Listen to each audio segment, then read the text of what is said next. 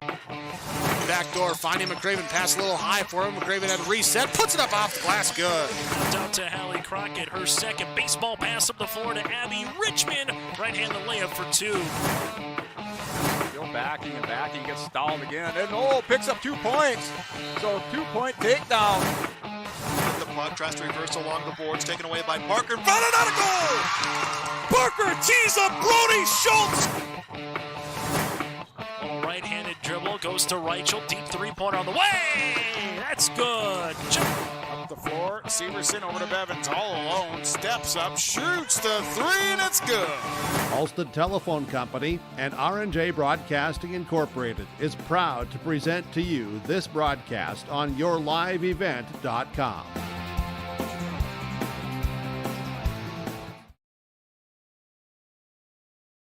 Day one of the state wrestling tournament, Class A, Class B, and the girls wrestling tournament. We're proud to bring you audio coverage here on yourliveevent.com. I'm Joel Morgan, Brent Dick with us here. Chase Miller will be joining us throughout the afternoon as well, throughout the morning and into the afternoon as well, as our first round of competition is already underway on mat 10. John Leonard from Northern Lights against Garrett Haugen from Central Cass. We're starting at 2:20, by the way. Mat 11, Noah Klussman from EEK against Weston LaPierre from Kildare.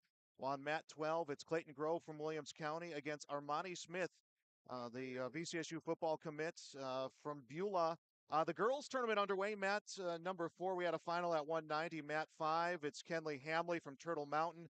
Caden Schumann from Grand Forks. Audrey Fuhrer from EEK against Grace Bercier from Jamestown. Cora Oster from Lisbon against Janae Fletcher from Minot. So we'll get going here. We'll get you updates throughout our mats right now as, again, we have 2:20 going here on the boys' side of this Class B state wrestling tournament.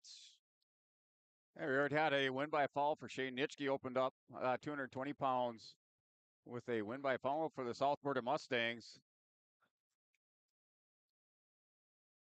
And Drew Anderson out on mat number 9, wrestling Kate Okeson from Minot Bishop Ryan for the Broncos. Noah Klusman on mat number 8 has a cradle locked up. Working for a fall is Noah Klusman over Weston LaPierre, and he's going to win by fall for EEK Thunder.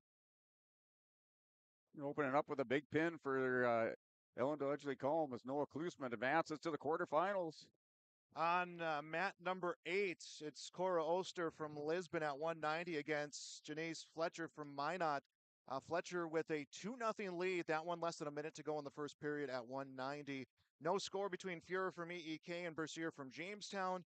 Kenley Hamley from Turtle Mountain trails Caden Schumann from Grand Forks 2-1. That one in the end of the first period. Well, Cambry Anderson 2-0 lead against Chloe Hubness from Carrington on mat number 4. Again, we some extra mats going here, and actually Hubness is going to pick up that win over there at 190. Some extra mats going this year, a few more matches for us to keep eyes on, but a whole lot of wrestling action going to be here for 3 days at the Fargo Dome. Yeah, Drew Anderson, Kate Okeson still scoreless in the first period. That's going to run. Time runs out here with 5 seconds to go. And Okeson in on a double leg. Anderson has a whizzer and trying to counter, and Okeson picks up 2-point takedown at the end of the period. Garrett Haugen gets a win via fall for the Central Cass Squirrels at 2:20. He defeats John Leonard from Northern Lights. So Garrett Haugen from Central Cass advancing on to the next round. They're coming at us quick and fast here in this first round. Again, extra mats going this year. 12 mats going, very similar to what Rumble on the Red looks like. Doing it this year for the state wrestling tournament. So a whole lot of excitement going on. Stoppage over on mat number 5 between Janae Fletcher from Minot and Cora Oster from Lisbon. And it's going to be a final. Fletcher's going to get the win. And I wonder if we're going to have an injury, medical forfeit on that one. But Cora Oster from Lisbon looks like she will be going on to the wrestleback round now here at 190. Cassie Bartholomew at 190 for Central Cass against Leah Burdette from Des Lacs Burlington. No score there as that one about 90 seconds into the first period. Kate Okeson still up on Drew Anderson on mat number 9. And now he has a half Nelson locked up on Anderson and gets him turned over and picking up near fall. He leads this one currently 2-0 with a minute to go in the second period.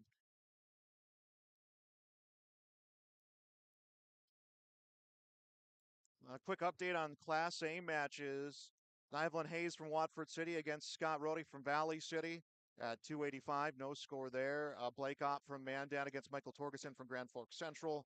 Ryzen Allery from Turtle Mountain against Gage Brewer from Fargo Davies. Brewer leads 2-0 there.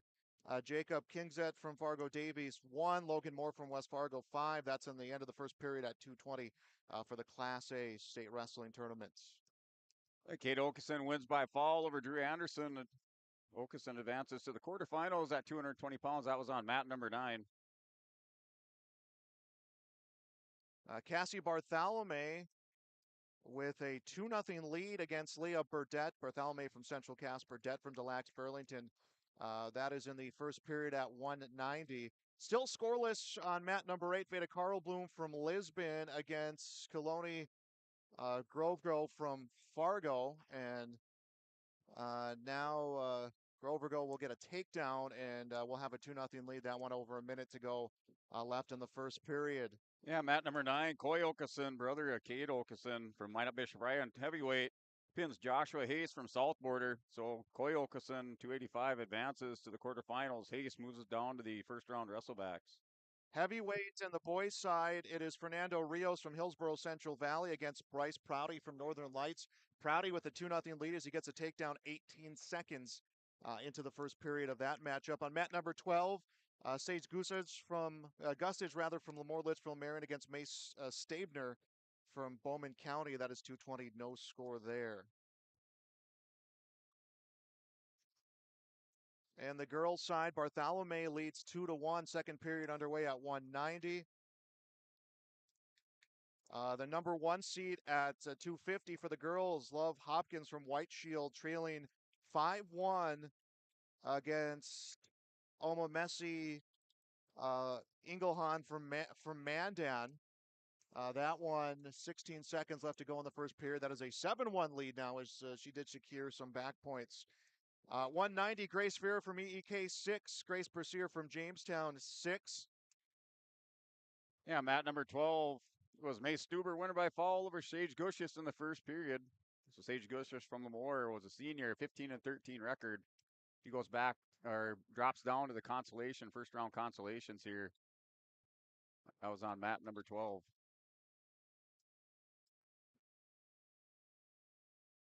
And mat number 12, this match just coming up here. Dylan Sell from Central Casa Senior, 18-5, wrestling George Bradley from Standing Rock, a sophomore, 2-8. And currently Sal on top, has crossface hooked up, working a screwdriver, and going for the fall at the minute 40 mark in the first period. Cassie Bartholomew picks up the win via fall at 190 for the defending state champion Central Cass Squirrels.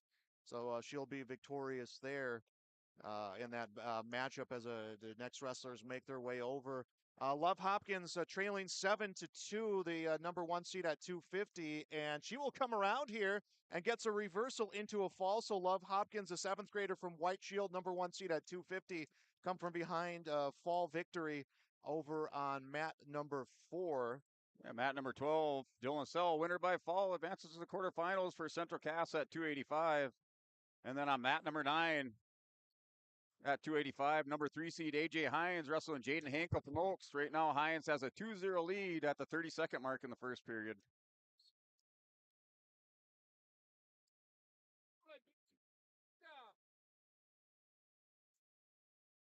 Anna White from Central Cass getting ready to wrestle. She is waiting for her competition to make her way out there.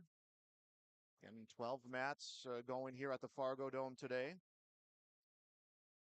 And mat number 12, Dalton Feist, Napoleon Gackle Streeter from Region 1, the sophomore, number 1 seed at 106 pounds, wrestling Tristan Miller from Williams County, a 7th grader. That's on mat number 12. Anna White from Central Cass gets a takedown against Taryn Raisler from Kindred. She actually brought her down on the firemen's. Raisler was able to keep herself moving, and now a double leg in elevation for White. And Anna White at 100 pounds leads 2-0 against Taryn Raisler from Kindred in the girls' tournament.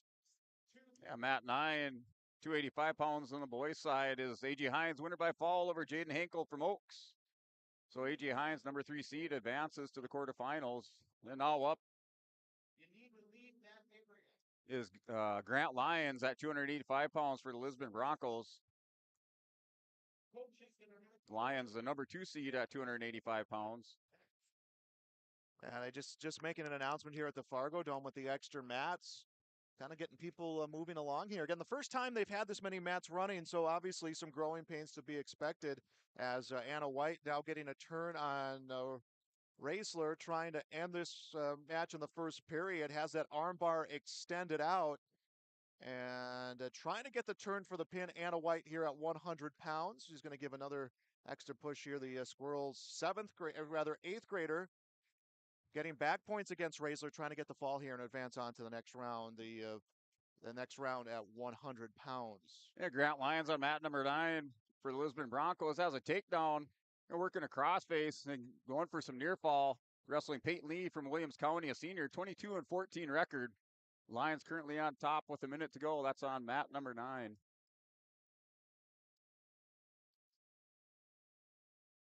And mat number 11, Porter Johnson, Harvey Wells County, wrestling Gabe Lackaduk. Lackaduk has a headlock locked up on Johnson. This is at 285 on mat number 8.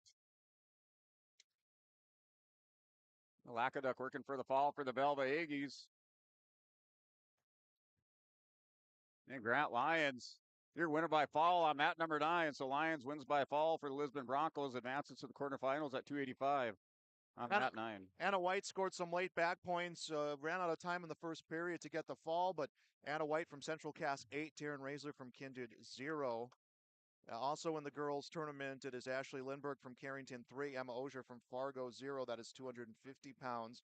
Also 250, Abigail Porter from Mandan 0, Belinda Perry from Century 0, that is the first period at 250. As the second period begins, and Anna White on top to begin the period, actually was on the bottom, gets an early reversal, and is now getting a turn on Raisler to try to get the win at 100 pounds.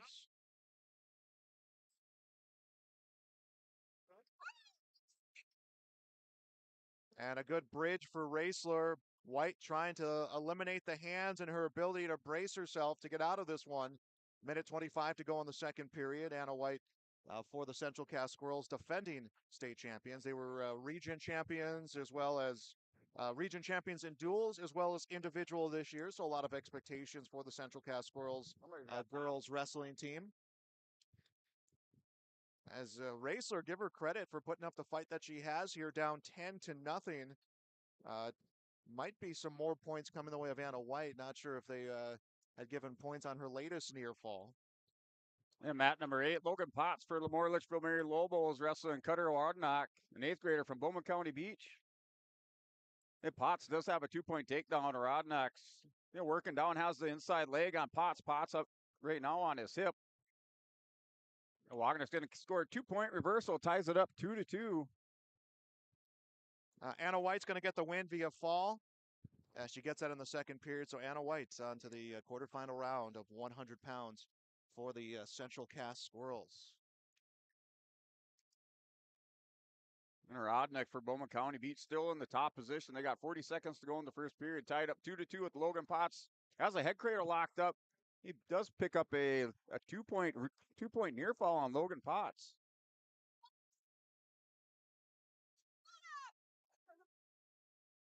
Logan Potts returning state qualifier for Lemoore Litchfield Marion. Plays second at Regions.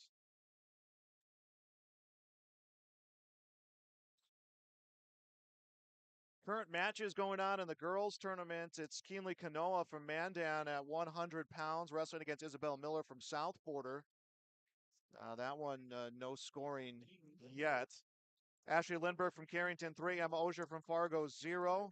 That's 250. At 100, Ella Brown from Minot against Brooklyn LaFrenz from Mandan, 2-0 LaFrenz with the lead. Also 100, Cheyenne Moore from Pembroke County North 2, Anna Inwich from New Salem Almont 2. That one, minute left in the first period at 100 pounds. Yeah, Rodnick takes a 6-2 lead going into the second period on mat number 8 with Logan Potts from Lemoore Litchfield Marion. Potts, an 8th grader, 35-6 record. Rodnick scores another 2-point takedown, taking control of this match, 8-2 over Logan Potts. And mat number 10, Matthias Dahlstrom from Oaks, wrestling Jack Bombach from Kildare. Bombach, a 7th grader, he's up 5-0.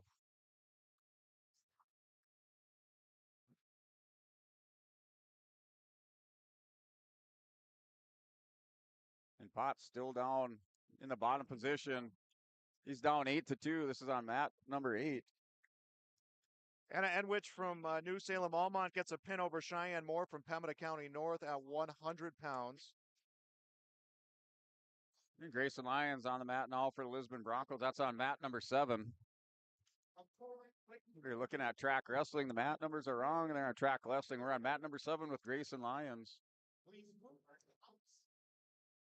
Keenly Kanoa has a 5-2 lead over Isabella Miller from South Border. That is at 100 pounds. And we may have a final there. Kanoa will get the win via fall. So Keenly Kanoa from Mandan, a wrestler expected to be on the podium here at 100 pounds, will get the fall and advance on to the quarterfinals. Grayson Lyons still scoreless in the first period with 1:20 to go. Wrestling Riley Hasbrook from Hettinger Scranton, the Nighthawks. Both wrestlers just tied up center of the mat, working collar ties, wrist control. They're down to 1:10 to go in that first period.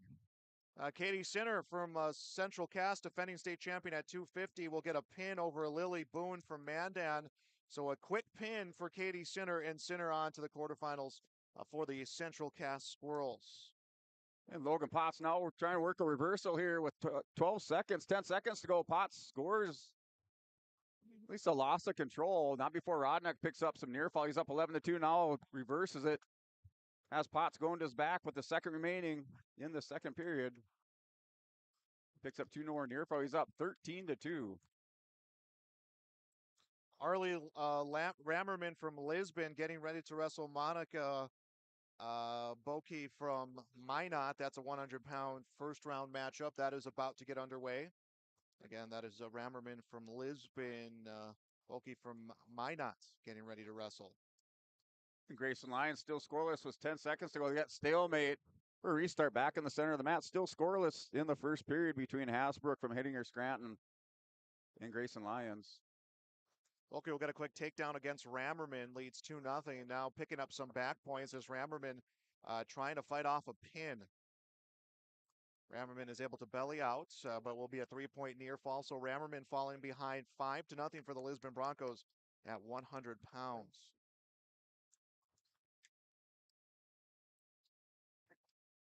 And winner by fall in the third period is Cutter Rodnick from Bowman County's Beach over Logan Potts from Lemoore, Litchfield, Marion Lobos. Potts will drop down into the consolation brackets. Rodnick advances to the quarterfinals. 1.5 minutes to go in the first period for 100 pounds. Rammerman from Lisbon trails Monica Boyke from Minot 7-0 as the wrestlers went out of bounds, and then there was a restart that was needed to continue on the match.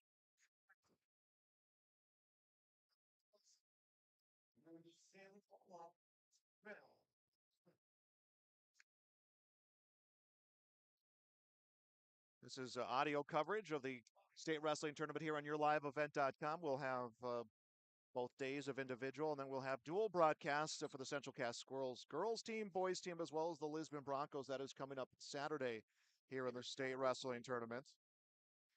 Ella Bosch from Lisbon getting ready to wrestle Elisa Kenfick from Bismarck Legacy. That will be at the first round at 105 pounds. Monica Boyke from Minot will get the fall over Arlie Rammerman from Lisbon. That is at 100 pounds. So Rammerman will drop into the wrestleback for the Lisbon Broncos girls wrestling team. And Grayson Lyons still scoreless in the second period. He's currently in the bottom position with Hasbrook. Hasbrook just riding wrist control on top. The Lions right now broke down, belly down on the far edge of the mat. Another match of interest.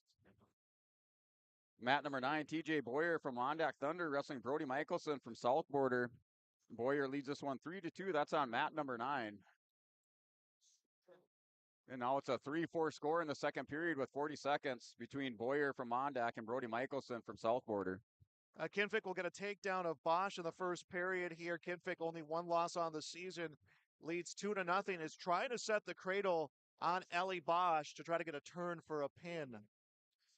And Hasbrook with 10 seconds left in the second period. Looks like he's going to ride out Lyons. Now Lyons stands up, working wrist control, hand control.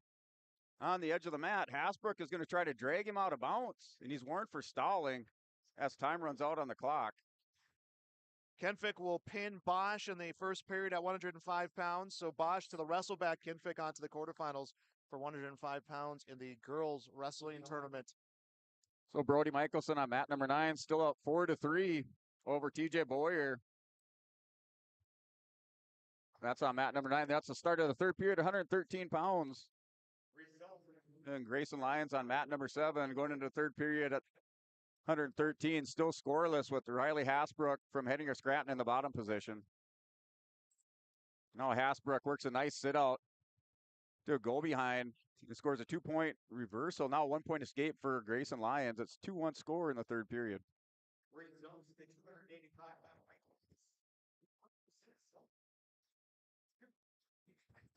Team scoring right now on the girls' side. Central Cass 12, Bismarck, and a whole bunch of teams at 8, but Central Cass right now with 12 points as the leader. New Salem Alma 12 points as the leader for Class B boys. Again, still early going. Turtle Mountain 8 points is the leader for Class A boys.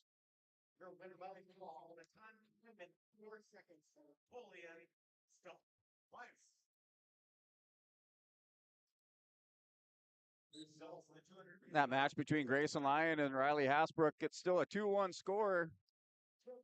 Wrestlers go out of bounds. Lyons able to scramble out of bounds for this restart. With 1:06 to go in the third period, it's a 3-1 lead for Riley Hasbrook.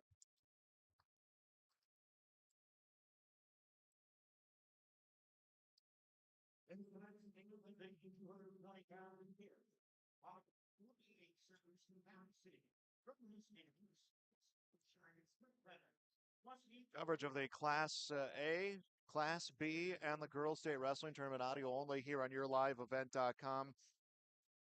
Girls matches going on right now. Izzy Owens from Bismarck 6.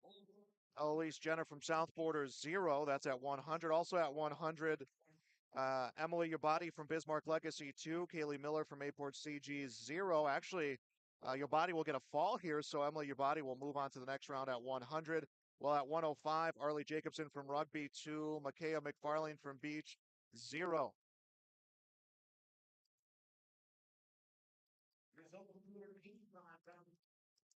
And Brody Michelson from South Border will defeat TJ Boyer from Mondack 8-7. He is on as Michelson on to the next round at 113 pounds. While a final Grayson Lyons from Lisbon will fall to Riley Hasbrook from Hettinger Scranton by a final of 7-2. We're going to take a break. We got more wrestling coming your way on YourLiveEvent.com. Are any upgrade options decided on and purchased? We can help. Spring will be here before you know it, and we will help you meet the challenge. Contact RDK Enterprises at planterdoc.com. That's planterdoc.com. Dakota Heritage Bank is a bank on the go and on the grow, with locations in Hunter, Hope, Galesburg, Hillsboro, Grandin, Gackle, Streeter, Judd, Harvey, Medina, and Red Lake Falls. More locations and more services. Dakota Heritage Bank offers mobile banking and online banking with bill pay, so you can bank anytime, anywhere. Stop in and visit Dakota Heritage Bank today. Sharing our heritage, sharing our future. dhbanknd.com. Member FDIC, Equal Housing Lender. The Mayport CG Booster Club is here to support, promote, and encourage all Patriot sports and academic activities. The Mayport CG Booster Club members strive each year to make events within Mayport CG schools a very rewarding experience for the students, athletes, and spectators alike. For more information, like the Mayport CG Booster Club on Facebook. Best of luck to the teams competing in today's game, and go Patriots! The City of Hillsboro encourages customers to use electricity wisely through its Bright Energy Solutions rebate program. These rebates help customers save energy and money, improve their comfort, and protect the environment. You can get rebates on Energy Star appliances and lighting, as well as high-efficiency heat pumps and air conditioners. They even have rebates for home electric vehicle chargers. Business customers can receive rebates too. Call the City of Hillsborough for more information or visit brightenergysolutions.com. Team at Maple River Grain and Agronomy wishes the best of luck to the players in today's game. Maple River Grain and Agronomy is proudly serving producers, accessing markets, and building relationships in eastern North Dakota and western Minnesota. They offer a variety of grain marketing and agronomy solutions. See the latest updates by following MRGA on social media. They're active on Facebook, Twitter, Instagram, LinkedIn, and YouTube. Check out the website at mrga.com to learn more about Maple River Grain and Agronomy and how they can serve you and your operation.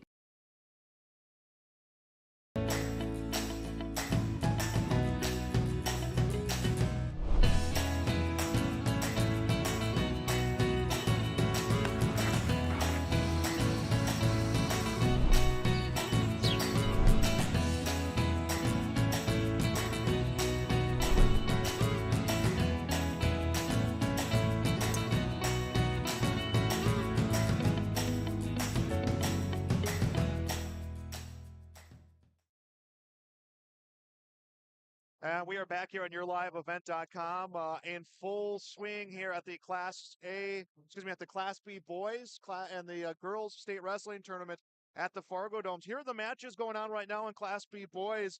Connor Meelan from Kenmure Bowbells against Cale Hayes from Haas from Harvey Wells County. That's 113 pounds. Second period, that's tied at 2. 120, period number 1. Tanner Defoe from Heading Scranton 4. Christopher Lebrand from Napoleon Cackle Streeter 1. Lebrand, a representative out of Region 1. At 106, Matt 11, Rylan Vetter from South Border 1. Cohen Bell from Stanley 7. That one a final, so Cohen Bell will advance on for the Stanley Blue Jays. We'll have a new match coming at mat number 12. For the girls' side, it is Haley Wise from Harvey Wells County 2, Danica Bennett from Pembina County North 4. That is 110 pounds in the championship round. That one first period just in the books. Kenji Jose from Carrington against Elizabeth Mortensen from Minot. That is at mat number 5, 105 pounds. At 110 pounds, it's Alicia Olson from Heading Scranton against Julian Schwartz from Mandan. That is 2-1. Mat number 8, Avery Jacobson from Rugby 12. McKenna McFarland from Beach 1. That one is a final. Jacobson will get the 15-1 win. So there we go. There's the matches that we have here going on. And we'll get you updated here as we move throughout this, what is going to be a busy morning into a busy afternoon. Yeah, the boys Class B tournament started at 220 pounds. We're now at 113 pounds. Out on mat number 8 with Joey Hyde, Lamore Litchfield Marion wrestling Pitch Hager. And Hager has a cradle locked up on Hyde, picking up near fall. That's on mat number 8. Now Joey Hyde able to bridge out of that, gets belly down but not before giving up 3 near fall. So he's now down 5-0 to Pitch Hager from Velva. Danica Bennett from Pembina County North extends her lead to 7-2. Make that 9-2 as she picks up some near fall points. Now 9-4. Wetz will get a reversal. That is at 110-pound consolation round. And a few updates given on team scoring, but still early in this tournament to kind of figure out where we're sitting at team points wise. But girls division, looking at a defending state champion in the Central Cass Squirrels. Lisbon, of course, the defending champions in Class B. Yeah, Hager on mat number 8 with another cradle locked up on Joey Hyde. Takes him over. Win by fall for the Velva Aggies as Pitch Hager advancing to the quarterfinals. 113 pounds over Joey Hyde on mat number 8. Heading Scranton's Tanner Defoe, a 6-1 lead over Christopher Lebrand from Napoleon Gackle Streeter. That is at 120 pounds. Make that a 9-1 lead. Defoe gets a 3-point near fall as they're into the final 5 seconds of the second period. They're at 120 pounds in the Class B boys side. And at that end of the second period, Defoe picks up 2-point near fall. So he's up 11-1. That's on mat number 7. That's between Defoe and Christopher Lebrand going into the third period. Elizabeth Mortensen from Minot will pin Kenzie Jose from Carrington. That is 105-pound championship round. So advancing on is Elizabeth Mortensen. Jose will make her way into the consolation round. Final 50 seconds, final minute 50 seconds on the boys' side. Tanner Defoe heading to Scranton, 11-1 lead over Christopher Lebrand from Napoleon Gackle Streeter. A victory for Lisa Olson from Hettinger Scranton will defeat Julian Schwartz from Mandan. That is via fall. Beta Hoffman from South Border will get a victory at 105 pounds as well. It is still 11-1 score over on mat number 7 between Christopher Lebrand and Tanner Defoe. It's 11-1 score with a minute 15 to go. And Lebrand currently in the bottom position. Defoe has a bar half locked up, half Nelson buried in deep. Now Lebrand's able to get wrist control. They're working this far edge of the mat.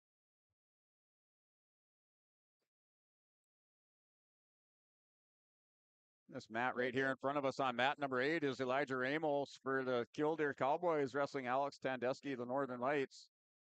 Ramos leads that one by score of 7-1. Now a 7-2 lead for Elijah Ramos from the Killdeer Cowboys.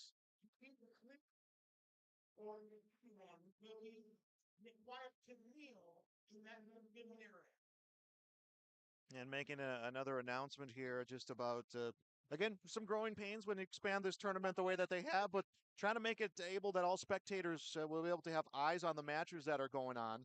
Danica Bennett from Pembroke County North leads this one 14-4 over Haley West from Harvey Wells County. That is at 110 pounds. Victoria Sanchez from Valley City against Julia Araujo from Bismarck.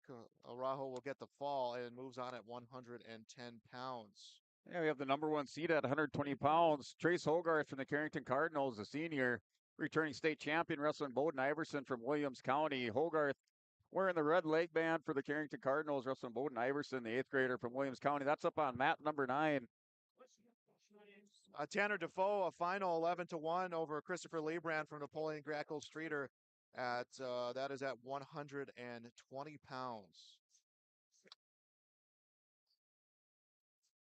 We do have a Central Cast Squirrel making their way to the mat. Looks like Josiah Crandall, 120 pounds on mat number 7. And Crandall wrestling Joseph Keller. One of those key marquee matchup of this first round is Keller from the South Border Mustangs wrestling Josiah Crandall, the senior from Central Cast.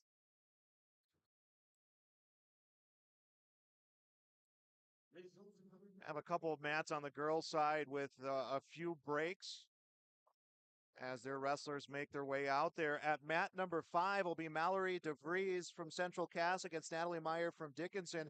Alexis Snyder from Napoleon Gackle Streeter at 115 will wrestle Ava Owens from Fargo. Alexis Snyder has wrestled the majority of the season for the Imperials, wrestling on the boys' side. So she enters this tournament obviously wrestling on the girls' side of competition. Will be an interesting look for her coming to wrestle on the boys' side here at the tournament.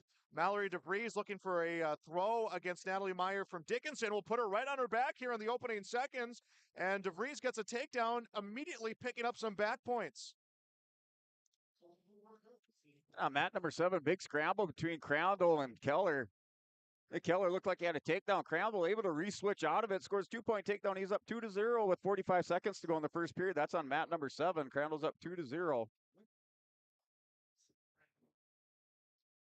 Braden Sutherland from Lisbon trails Adelaide Simons from Killdeer on mat number 4. Simons on a mat return to Sutherland and is starting to put her into some back points. DeVries, by the way, extends her lead. I believe it's now 5-0 in favor of DeVries. And they go out of bounds. There'll be a restart over on mat number 5. It's still a 2-0 lead for Josiah Crandall from Central Cass on mat number 7. As time expires in the first period, Crandall takes a 2-0 lead into the second. Alexis Snyder at 115 for Napoleon Gackle Streeter will pin Ava Owens from Fargo. So Snyder on to the quarterfinals. Owens on to the consolation round. Mallory DeVries, 5-0 her lead, trying to get a turn against Natalie Meyer from Dickinson. DeVries from the Central Cass Squirrels, defending state champions. 25 seconds left to wrestle over there. Match on mat number 8 between Alex Tandeschi from Northern Lights, Elijah Ramos. Ramos leads at 14-2. They're in the third period with 1:30 to go. So Ramos with a commanding lead over Tandeschi from Northern Lights. And Crandall now takes a 3-0 lead, has an escape. That's on mat number 7. They're in the second period, time ticking away on the clock at 1:35 to go.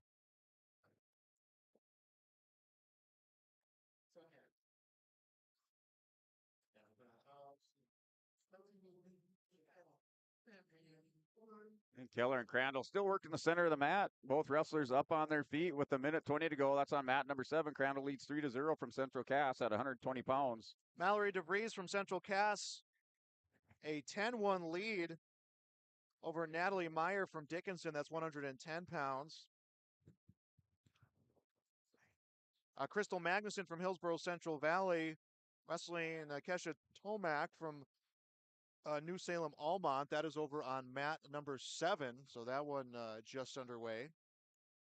And Crandall hits a high crotch single, trying to work around the outside of Keller. Hey, Keller, nice sprawl, working the head, very heavy on top, trying to straighten that leg, and they do get a stalemate for restart with 41 seconds to go in the second period. Over on mat number 12, it will be Noah Anderson from Lisbon scoring in red against Paul Millen from Kenmare Bowbell scoring in green. That one just underway. We'll get you a score update from that one as Chase Miller, Matt side. We'll get you a scoring update with that one coming up. But that one just underway over on mat number 12. Crystal Magnuson from Hillsborough Central Valley trailing 3-0 against Kesha Tomac from New Salem Almont. Mallory DeVries with a 7-2 advantage over Natalie Meyer from Dickinson. DeVries trying to close that match out, but Meyer has given her a battle here through all this time here so far into the second period. There's about 30 seconds left. And Joel Anderson wins by fall as he gets that one quickly in the opening 50 seconds of the first period. Thank you, Chase. Noah Anderson again at 120 gets the pin over Paul Mellon from Kenmare Bowbells. He's a Bronco wrestler who will advance on to the next round. Yeah, mat number 7. It's a 5-0 lead for Josiah Crandall from Central Cass over Keller from South Border. It's on mat number 7. They're in the third period at the 1:38. Both wrestlers up on their feet. Keller shoots in, and Crandall sprawls away from him, able to defend. Adelie Hansen from Lisbon wrestling Hallie Nash from Minot. That's 115 pounds. No score there as they are in the first period. At mat number 12, Griffin Greenlee from Lisbon scoring in the green against Nick Graber from Carrington scoring in the red. That is over on mat number 12 at 126 pounds. Again, that one just getting underway. And Crandall now up 7-0 on mat number 7. Has an armbar locked up on Keller. And now goes to hammerlock with the minute remaining. So Crandall up with a 7-0 lead on mat number 7, third period. Mallory DeVries, a 7-2 lead. That one in the third period, about 1:50 left to go. So that third period is just underway. Crystal Magnuson from Hillsborough Central Valley trails Kesha Tomac from New Salem Almont 6-1. That one is in the second period at 110 pounds, about 50 seconds left to wrestle there. And Crandall working for the fall against Joseph Keller on mat number 7. Has Keller right shoulder up just a little bit. For official down there, taking a peek at it. They're down now to 15 seconds. Crandall will have a 10-0 lead with the near fall awarded. Working for the fall on mat 7. Update from mat 12. Griffin Greenlee leads 4-1 right now as he's currently going up against Garber from Carrington with 30 seconds left in the first period at 126. Tomac will get the fall here against Crystal Magnuson from Hillsborough Central Valley. So Kesha Tomac from New Salem Almont wins via fall. She'll be in the quarterfinal round at 110. Crystal Magnuson from Hillsborough Central Valley will be in the wrestleback round. Mallory DeVries, her lead is at 10-4, 56 seconds left to wrestle in the third period against Natalie Meyer from Dickinson. Hallie Nash from Minot, a 2-0 lead against Adeline Hansen from Lisbon. That's at 115 pounds. Josiah Grandal wins by major decision, advances to the quarterfinals at 120 pounds for Central Cass Squirrels. And mat number 9, Sawyer Owens, Hillsborough Central Valley, wrestling Jace Duffy. Owens with the green leg band, Duffy from Lemoore with the red leg band. That's up on mat number 9. And Owens right now on top of that, Brent, looks like he might have popped his shoulder, so they're going to come out and take a look at him right now with 1:22 left in the first period here. Mat number 12 is still Griffin Greeley and Nick Garber. Greeley still up 4-2 and currently in the bottom position. That's on mat number 12. A minute 30 to go in the second period. And DeVries leads 10-4 from Central Cass over Natalie Meyer from Dickinson at 110. And this one is about to become final in about 10 seconds. And barring a big move from Meyer, DeVries will get the win as she scores a late escape. No, she doesn't. Meyer is able to keep control of DeVries, and now this one does become final. DeVries will win 10-4. She is on to the quarterfinal round for the Squirrels. Meyer on to the wrestleback round. Yeah, mat number 7, Carson Kajed from Hillsborough Central Valley, wrestling Holter Bridwell in HMV. Bridwell right now underneath in that situation position has the bottom leg tied up. That's in the first period with 35 seconds remaining. On mat number 9, Owens is back in action here for Hillsborough Central Valley. 40 seconds in, up now 4-1, and he's currently working on the inside. Almost going to be able to get a pin here on mat number 9. On mat number 12 right now, Greenlee Griffin from Lisbon leads 6-3 in the second period with 35 seconds left at 1:26 as well. Yeah, mat number 7 still scoreless with 15 seconds remaining. Now Kajed shoots in on a nice high crash. Working the edge of the mat. Mat number 5, Brianna Meyer from Central Cass, wrestling against Shelby Miller from Ellendale Edgeley Column. That's 115 pounds over on mat number 5.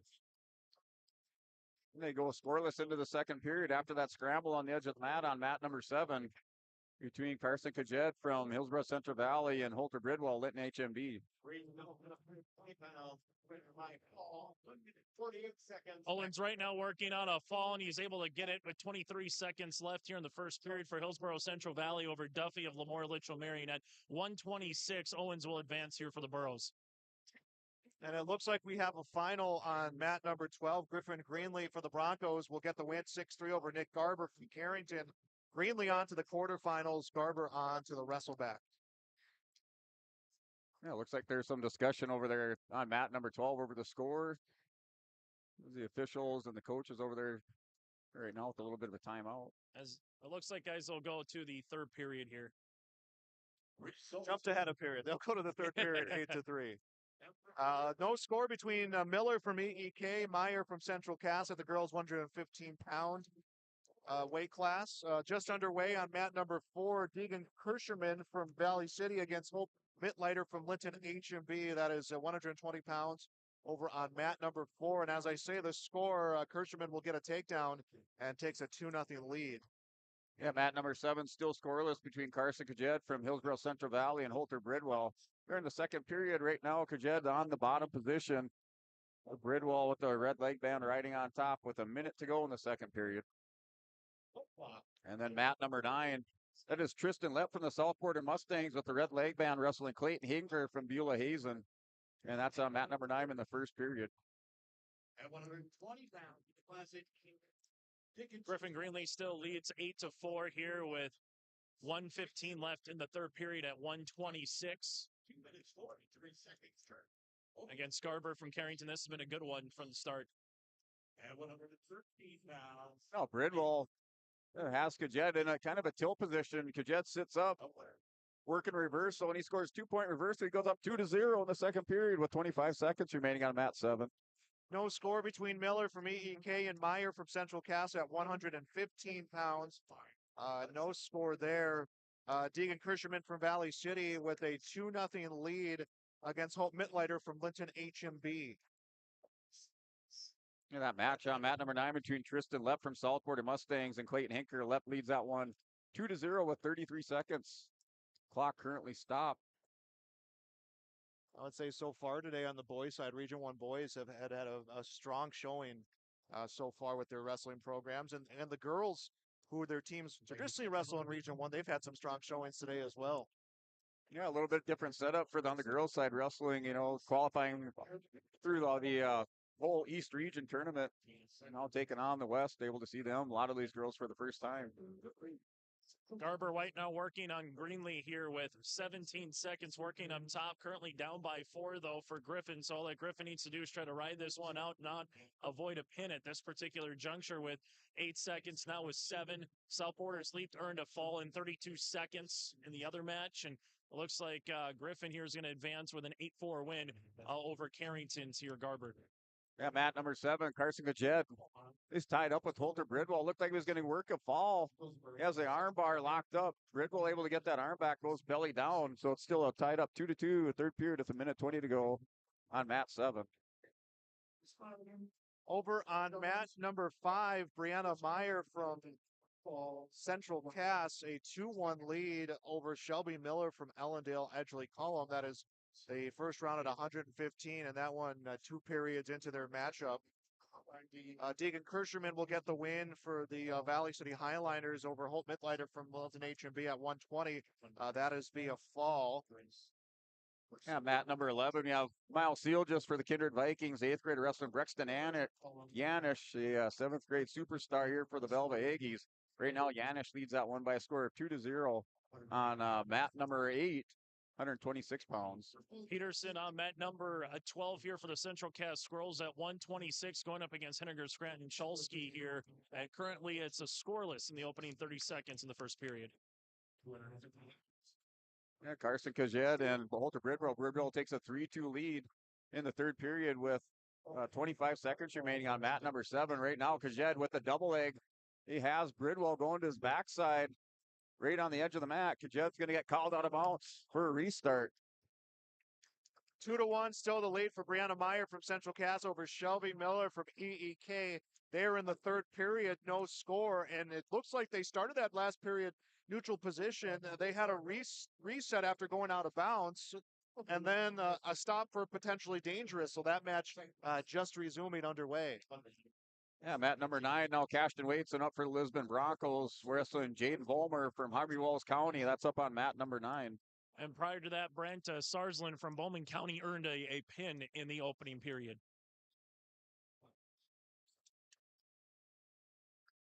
No updates on our scoring on the girls' side, at least that Brianna Meyer Shelby Miller match. Meyer still with the lead 2-1, and now it looks like Miller is going to get a takedown 15 pounds and near fall. Strike that. It looks like Meyer will get the takedown on the near fall. Yeah, she will extend her lead now to 7-1.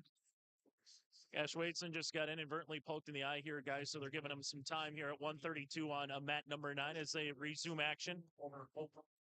Yeah, mat number 7, Carson Kajed, winner by a score of 4-3. He advances to the quarterfinals for Hillsborough Central Valley. Waitson with a 2-point takedown here on mat number 9 with 1:27 left in the first period. Now riding him up top. Brianna Meyer from Central Cass extends her lead to 7-2. That one about 15 seconds left to wrestle in the third period. Yeah, mat number 8, still a 2-0 lead for Brexton Yanish over Miles Steele. It's on mat 8, number 126 pounds with 15 seconds to go in the second period. Cash Waitson on mat number 9 right now working on a pin opportunity here.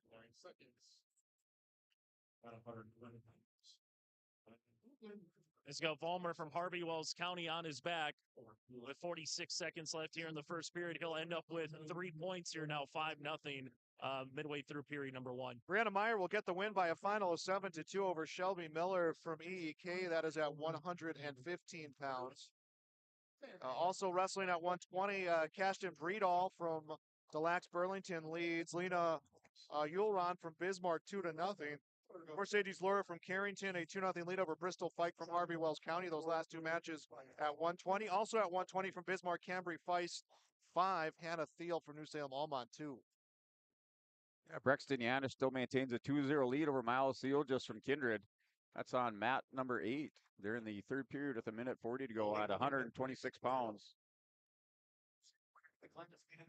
At 126 pounds on mat number 12 here, it's still scoreless between Central Cass's Peterson and Henniger Scranton's Skolsky, and that's at 132 left here in the second period. While on mat number 9, Waitson right now up 5-0 as we go to the second period. Results on 6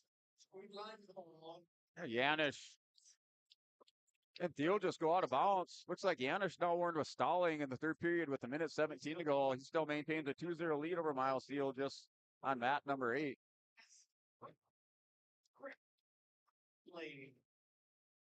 And your results at 126 pounds. Your winner, Lonnie Fall, on 4 minutes. Cambry Feist from Bismarck, a 7-2 lead over Hannah Thiel from New Salem Almont. That is at mat number 4 at 120. That one, second period, just wrapping up. Yeah, Miles Thiel just picks up a 2-point takedown, ties it up with 59 seconds remaining. He's going to let Yanish go with that 1-point escape on the restart, so they start in a neutral position. Yanish leads 3-2. Cash Waitson advances at 132 over Harvey Wells-County Valmer with a fall at 126 in the second period for the Lisbon Broncos. And Thiel just and Yanish going at it here in the center of the mat. Thiel just currently in the bottom position of the situation. Yanish working a front headlock. And they get a stalemate with the restart with 30 seconds remaining in the third period. At 126 pounds. Still scoreless here between Peterson and Skolsky from Henniger Scranton with 8 seconds left here in the second period. As you currently have Peterson trying to work on top and earn a point, but it looks like we're going to be scoreless going to period number 3 here on mat number 12. At 101 pounds, standing clean, a winner, Over Valley City's Tyson Flagle. By fall, 3 minutes, 31 seconds. And now it's a 5-2 lead. Brexton Yanish is now up 5-2, scores a takedown as the third period closes out here. He'll advance over Miles Thiel just by a score of 5-2 at 126 pounds on mat number 8. A reminder, this broadcast of the tournament has been authorized by special arrangement with the Board of Directors of the North Dakota High School Activities Association. We thank them for the opportunity to come out here and broadcast. Thanks to some of our sponsors, including Irie Insurance, the sponsor of our pre-match coverage. Time to final 4 minutes, 30 seconds. Also, Ryan Opdahl Farmers Union Insurance Agency of Hillsboro for our hourly updates. We'll get that coming up top of the hour of some team scoring and some competition that's gone on so far here today at the state wrestling tournament. Day number 1 of the individual tournament here at the Fargo Dome. A full 12 mats going today, something we have not seen at the state wrestling tournament. I think Rumble on the Red and some of the other tournaments have given them kind of good practice of how they want to set up these 12 mats, but that is just full bore wrestling going on left and right, up and down here on the floor of the Fargo Dome. Yeah, mat number 9, Daxton Esslinger and Napoleon Gackle Streeter in the green leg band wrestling William Cook from Kenmare Bull Bells. That's up on mat number 9, 132 pounds. Esslinger has a 2-1 lead. 45 seconds left on mat number 12 right now. It's scoreless at 126 between Henniger, Scranton, Skolsky, and alongside Central Cass's Peterson. Skolsky right now working up top as they get to the edge of the match. And with 38 seconds left here in the third period, we'll see where Peterson goes. He will be in the down position. Yeah, that's one of the matches to watch there, Chase, on that mat number 12 between Shaleski and Peterson, both returning state place winners, meeting up in the first round. Over on mat number 8, Emerson Schwab from Lisbon against Jordan Whiteford from Ray. That is 125 pounds and no score on that matchup as there's about a minute left to wrestle in the first period. It's tied up on mat number 9 between Esslinger and William Cook. That's 2-2 score. Start of the second period.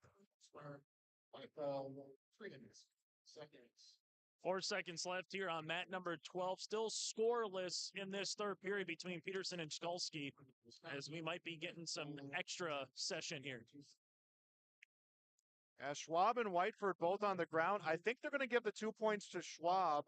They will. So Emerson Schwab will take a 2-0 advantage from Lisbon over Jordan Whiteford from Ray. That is about 45 seconds. About 25 seconds left to wrestle in the first period there at 125 pounds. Yeah, mat number 10 is Chance Burns wrestling Victor Christian. A winner of this match on mat number 7 will take on Cashton Waits at 132 pounds. That's on mat number 7. Looks like mat number 12. Chase, did we get a final there and sudden decision? 1-0. Skalski able to advance here over Peterson from Central Cass. All right, that one going into a sudden decision, I believe, on that matchup over there on mat number 12. Go, buddy, right away. Schwab will get the win for the Lisbon Broncos and advance on here in the girls tournament. So a victory there for Emerson Schwab, one of the returning wrestlers for the Lisbon Broncos wrestling program in their second year. As a dual team, they were able to challenge or come close to challenging for a spot onto state dual-wise. Didn't get there, but did very well in the individual tournament this last week at Grand Forks Red River High School. Broncos able to send 10 girls to the state tournament this year. Now, 10, usually a good recipe to put yourself on the podium, especially with some of the success they've had. I believe three or four 20-match winners on that Broncos wrestling team this year. Yeah, that match on mat number 9 between Daxton Esslinger, Napoleon Gackle Streeter, and William Cook. It's a 6-3 score with William Cook leading in the third period, just the start of the third period. William Cook with the red leg band, Esslinger from Napoleon, the green leg band on mat number 9.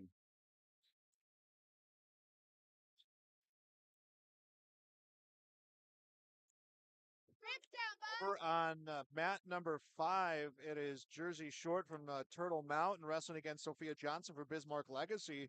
And Johnson able to get a takedown and puts Short on her back. So Sophia Johnson will get the fall there. 53 seconds left in the first period to advance on. Hildery from Velva earns the pin with 43 seconds left at 132 over Ramos from Killdeer and will advance here on mat number 12. On mat number 7, it is Brindley Hartstoch from West Fargo United against Elizabeth Hook from Mandan. Hartstoch will have this one go into the third period. Peyton Lamar up now at 132 here for the Central Cass Squirrels against Vetter for South Border on mat number 12. Yeah, that's going to be another good one there at mat number 12 between Lamar and Vetter. Big match over on mat number 8. Lindsay Anderson from West Fargo United, one of the top 130-pound wrestlers for the girls division against Reagan Workerly from Harvey Wells County. And quickly, Anderson, who's 25-2 on the season, gets a big takedown. Yeah, mat number 7 between Burns and Victor Christian. That's still a 3-2 score going into the third period. Chance Burns up 3-2 over Victor Christian from the Mondax Thunder. 1 minute.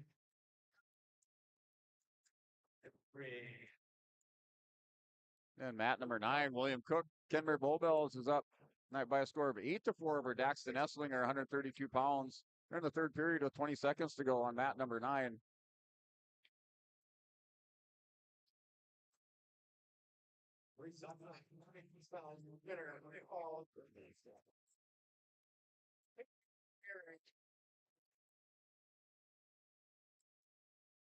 And mat 10 with a minute 30 to go. Victor Christian riding on top of Chance Burns from Grafton. Still a 3-2 lead for Chance Burns in the bottom position.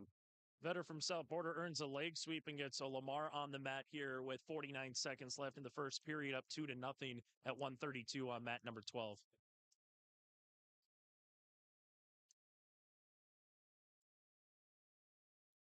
Look at some of our girls matches right now. Shayla DeBlair from West Fargo United, a 12-0 lead over Brianna Erickson from Hope Christian Academy. That is on mat number 4, and that one does become a final. DeBlair will get the win. Mat number 5, it is Sophia Johnson for Bismarck Legacy 7, Jersey Short from Turtle Mountain 3. That one is a final at about to become final at 1:15. Mat number 7, Brindley Hartstoch from West Fargo United 10, Elizabeth Hook from Mandan 5. That is 125 pounds. Well, at mat number 8, just underway, it is Morgan Schneider from Bismarck Legacy against Kaylee Kurz from Grand Forks. No score there again as that one just underway. Yeah, mat number 7, Chance Burns opens up his lead now 6-2 over Victor Christian as the final 30 seconds on the clock tick away here in the third period on mat 7. And mat number 9, Zane Allender for the Oaks Tornadoes Sophomore wrestling Ethan Mayer from New Salem Almont. That match underway on mat number 9. Allender from Oaks wearing the red leg band. Mayer from New Salem Almont in the green leg band on mat 9. And a pretty cool story, guys. Always like to give coaches credits as well. The North Dakota Coaches Association nominated Travis Lamar as Coach of the Year, as he will be going to the Nationals. So always fun to see local area coaches do well. And I think Joel and Brent, you can talk about this a little bit too. The growth of the Central Cast program over the last couple of years, both from the boys and the girls side, taking the Region 2 duels back-to-back years, and then individuals on the boys side this year. And obviously, Squirrels Wrestling on the girls side is kind of the early favorites the last couple seasons. Yeah, it's been impressive what Coach Lamar and his coaching staff have been able to do. Dual coaches, they're coaching both programs. They're both getting their time in the wrestling room, and no surprise with the success both teams have seen that he will get himself a spot on for that national award. Yeah, I think that's a definitely, congratulations and big kudos to Coach Lamar. Promoting the same standards in the boys and on the girls side as far as the wrestling program. Yeah, he was girls coach of the year last year when they won the first the first official championship. But the girls program had some success in those unsanctioned years as well. Vetter currently leads 2-1 with 1:15 left here in this second period over Lamar, but Lamar trying to work him on the mat right now and try to get the 2-point takedown as Vetter is trying to corral it on the other side and try to bring Lamar back over. Yeah, mat number 9 between Zane Allender from the Oaks Tornadoes and Ethan Mayer. Mayer has a 6-0 lead at looks like the end of the second period at 132 pounds on mat 9. One thing with Allender, when he's in the bottom position, he has a Peterson roll. If you don't watch out for it, he's going to get you.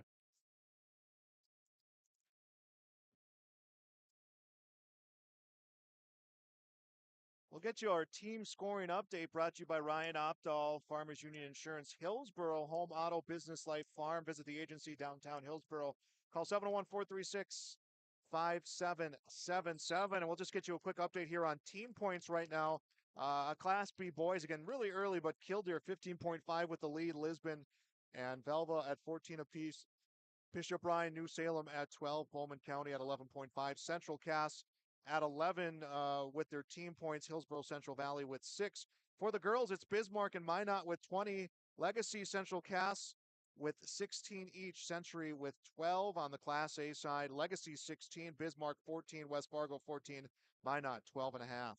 Blood time here, guys, on mat number 12 for Lamar, as he just got a little cut on his finger here. So this blood time at in the second period, currently 4-1 right now, Vetter over Lamar here with this blood timeout.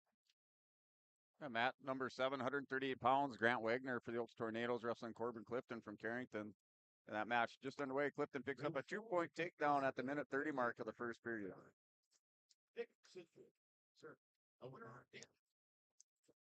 Scores on the girls' side. Mat number 4, Kaylee Klingman from Mondack 9. Kendall Kovar from Carrington 5. That is on mat number 4 at 120. At 125, it is Michaela Hartlib from Beach 6. Madeline Thorpe from EEK 0.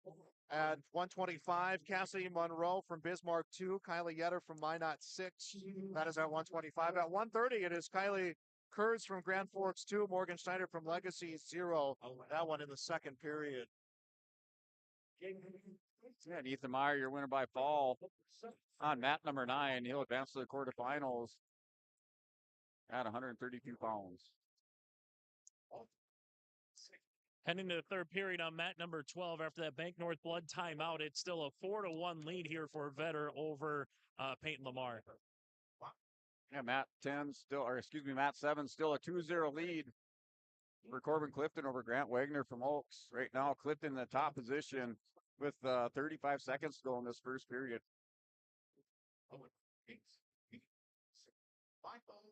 I thank all those joining us on our broadcast today. Again, it's going to be 3 days of wrestling, individual tournaments going on today and tomorrow, dual tournament Saturday as well. So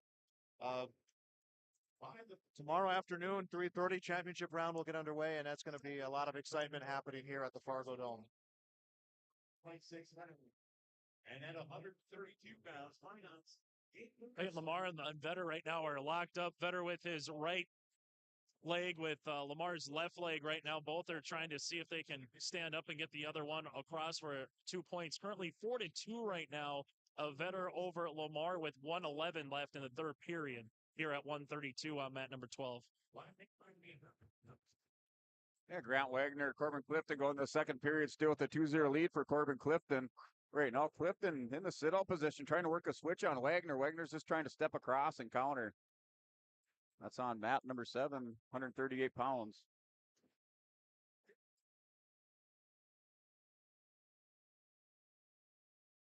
Lamar trying to roll over Vetter here, and you're going to have Vetter get warned for a stalling with 37 seconds left in this third period, up by 2.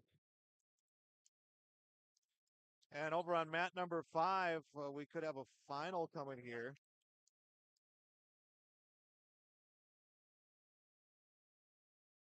As, excuse me, mat number 8, I should say, as Kurz puts Schneider on her side, trying to roll her over here to get a fall and get a final on this one. She does lead.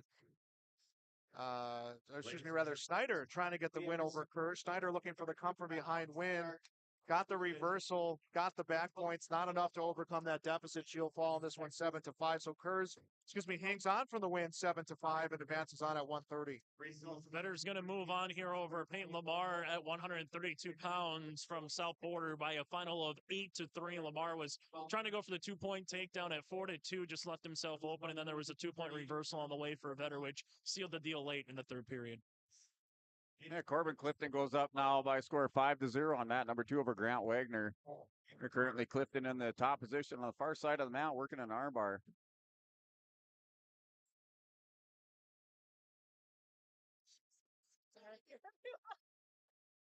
Yeah, mat number 12 looks like Maddox Shockman from Moore, Litchfield Marion, and the Red Leg Band wrestling Hammond DeLong from Northern Lights. He's up on mat number 12, 138 pounds.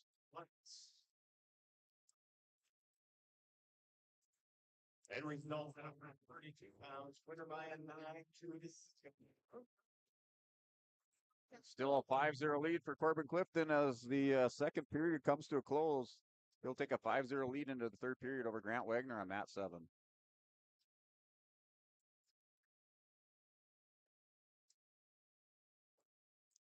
At mat number 8 is Ellie Roslin from Headinger Scranton, wrestling Carrington Lee from Stanley at 130. And it is quickly a 2-0 lead for Roslin, and she'll get the fall here early. So Ellie Roslin from Headinger Scranton gets a fall 40 seconds in. She's on to the quarterfinals at 130 pounds. DeLong from Northern Lights up 2-0 right now on Shockman against Lamore Litchfield at 138 here on mat number 12, 60 seconds into this first period. Now make it 5-0 with a 3-point takedown. At mat number 7, it's Carissa Mettinger from Lamore Litchfield Marion against Robin Eltree from Mandan. 6-1 the lead for Mettinger, and she puts the Nelson in on Aptree, will lose, and we'll try again. Mettinger at 125 pounds, looking to end this one with a fall in the first period. She is shoulder to shoulder and had that blade down, but Eltree is able to push herself out of bounds, and Mettinger's lead is at 9-1. Looks like they're going to take a Bank North timeout, blood time over there on mat number 7. Yeah, mat number 7 is Corbin Clifton. Wins by a fall over Grant Wagner from Oaks. That match is now final, so Clifton, 130 pounds, advances to the quarterfinal. DeLong from Northern Lights gets a 3-point near fall, working on the fall right now with 15 seconds left here in the first period at 138, going up against Shockman from Lamore Litchfield Marion. Fisher right now down on the mat, waiting to see if we'll get that final whistle here late. Roll Shockman's trying to work these last 5 seconds and get it to the second period. And right now it looks like he's going to be able to do so, but trailing 8-0.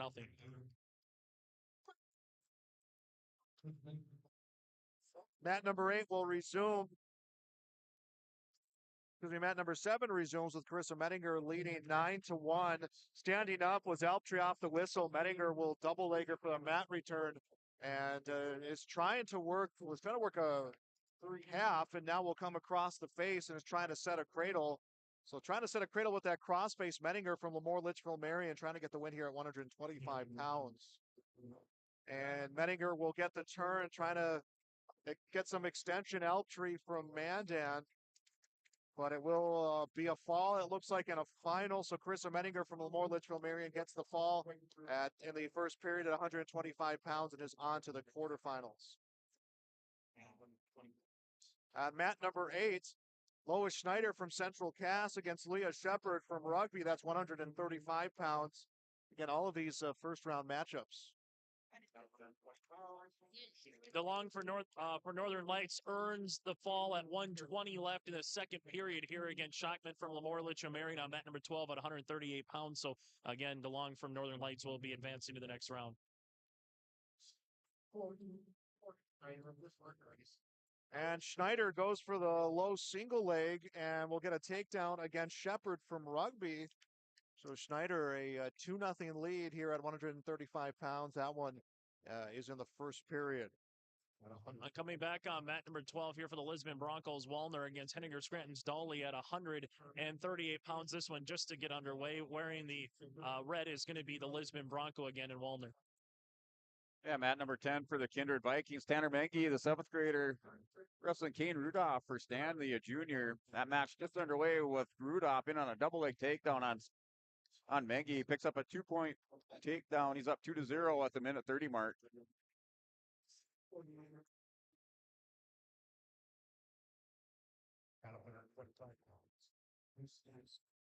And Schneider will pick up the win for the Broncos. So Schneider advances, for the Squirrels. So she will advance on.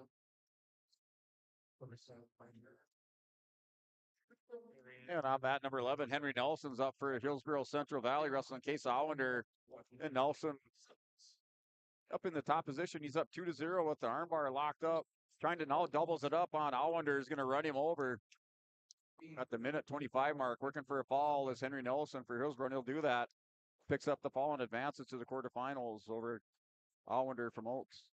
Matt, number 9 at 138 pounds, Hoffman for South Border going up against Grady Link from the Central Cass Squirrels. And talking with Central Cass wrestlers last week, guys, heading to the state preview, they all mentioned Link's a takedown in the Region 2 dual championship that sealed the deal last year for Central Cass. And that was a big moment. And Wallner right now working on a fall with about 60 seconds into this first period, currently up 2-0 here for the Lisbon Broncos. And he's going to get 3 points on Daly for Henninger Scranton, now up 5-0.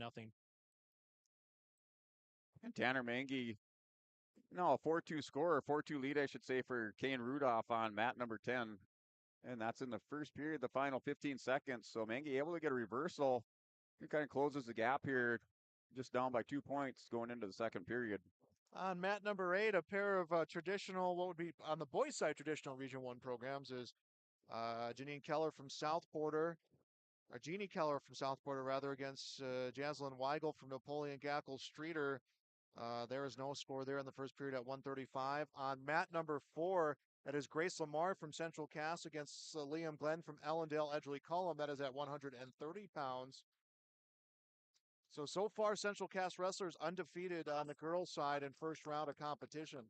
Wallner earns the fall here for the Lisbon Broncos against Daly from Henninger Scranton with 8 seconds left in the first period. So Wallner at 138 pounds will be advancing on to the next round. And currently on mat number 9 from the Central Cass Squirrels, Link with a 2-0 advantage over Hoffman from South Border. 30 seconds left in period number 1. And Lamar ties up with Glenn, and wills her down to the mat with the snap and tries to come around as Lamar to get 2 will get it. So Grace Lamar with the takedown and swings herself around Glenn from EEK, who never stopped moving, and that didn't allow her. She tried to set a Nelson in, she couldn't. A match on mat number 10 between Tanner Menke and Kane Rudolph. And Menke ties it up. It's 4-4. Currently in the top position at the minute mark in the second period. He's up on top working a crossface. Update on mat number 9 here at 138 pounds. Link takes a 4-0 advantage over Hoffman over South Border and will start in the down position here in the second period. If you're looking at the team race right now, that's on mat number 9 for the South Border Mustangs, currently down in that one by a score of 4-0. That'd be a big upset. Glenn, 4 seconds left. If Lamar can get that shoulder down in the next second, she can't. She'll get 3 for the near fall, does Lamar. Grace Lamar from Central Cass will take a 5-0 lead into the second period. Yeah, mat number 12, Rocco Aguilar, Williams County, the sophomore, 40-9 record, wrestling Carson Glazeman, a junior from South Border. Aguilar in the red leg band, Glaceman in the green leg band. That's up on mat number 12, 145 pounds.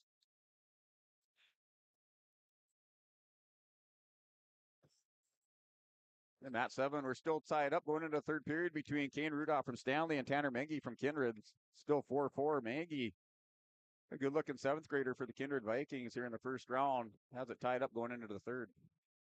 Link trying to work on a fall, currently up 6-0 with 1 minute left here in this second period for the Central Cass Squirrels against Hoffman. And now he's going to get a 3 more for a near fall as he works on top here of Hoffman. And Hoffman is trying to roll over and get out of it, but currently in a nice lock here for Link up top. And he's able to ride him up top here on mat number 9.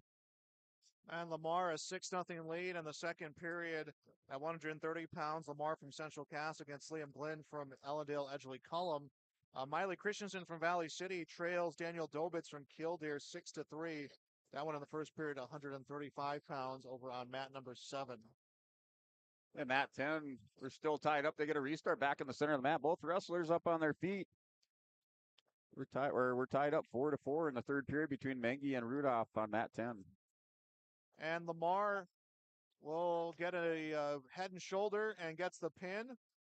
And so it's Grace Lamar with the win from Central Cass over Liam Glenn from EEKB of Fall at 130 pounds. You know, one thing I've noticed during this first round of wrestling is they had not a lot of pins this year. These are just some tough competitive matches going on here, and they at least on the first round side of the Class B wrestling. Yeah, we haven't seen those. You know, you're getting those kind of rhythm in that first round. Like you said, it's just pin, quick match. Yeah, we just have not seen that. And that's going to wear on these guys down the road. So this is where all that conditioning is really, really going to come into play. Starting the third period of play at 138 pounds here in wrestling at mat number 9, 9-4 edge right now. Link over Hoffman. Hoffman earned a 2-point reversal just to get out of it. But Link right off the bat here to start this third period is on top on Hoffman as we get to this third period. And we are tied up 6-6, last 13 seconds between Mengi and Rudolph. Now Mengi's working for some foul, last 5 seconds. The referee gives a 2-point reversal. And he's going to... Oh, looks like he'll tie it up. So we're tied up. We're going to go to sudden victory on mat number 10. No. I guess I'll take that back because a 10-6 win for Tanner Mengi over Kane Rudolph. The 7th grader comes through for the Kindred Vikings and advance to the quarterfinals. Yeah, Kindred looked very impressive in the dual tournament for Region 1. Yeah, their young wrestlers are looking impressive so far today. They are. I'm not sure what they're feeding those wrestlers over there in Kindred, but their young guys look good. I mean, they're a young team, but that's going to be a team to watch here in the next 2 to 3 years.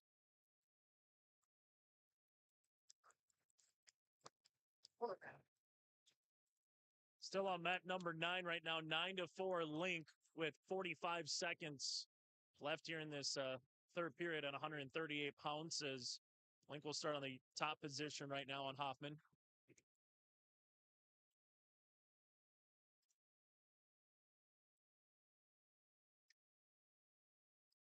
This is coverage of the Class B boys and the girls state wrestling tournament here at the Fargo Dome. We'll try to get you updates from Class A as much as we can, but 12 mats going here this year for the first time in wrestling, in state wrestling coverage with the addition of the girls tournament for the second year in a row. This year, there was a qualifying tournament for the girls to get here, both in duels and in individuals. Link working on the fall with 15 seconds left here in the third period on mat number 9. He's got Hoffman right down on his back and just holding him down. At this point, he's up by 5, so whether he earns the fall or he's able to take it the full 6 minutes here, it looks like Link from Central Cass at 138 pounds, and he will advance with a 9-4 decision over Hoffman from South Border. Yeah, another key matchup at 145 pounds between Rocker Aguilar, Williams County, and Carson Glazeman on mat number 12. That's currently scoreless. Aguilar in the bottom position scores 1 point escape. He's in the green leg band on mat 12. And starting up on mat number 9 now here for the Lisbon Broncos will be Nelson going up against Johnson from the Central Cass Squirrels. This will be at 145 pounds again, just getting underway on mat number 9.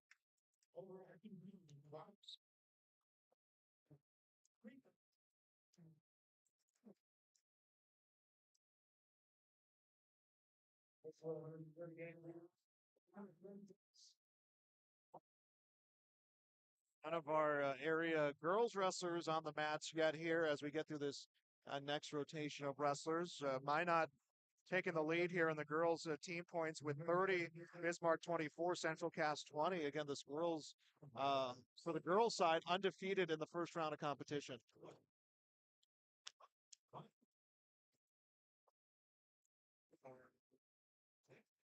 Yeah, over here on mat number 11 between Harrison Schwartz, Deslax Burlington, Colby Sperry from Bowman County Beach. That's tied up here 2-2. They're in sudden victory overtime with 10 seconds in this period.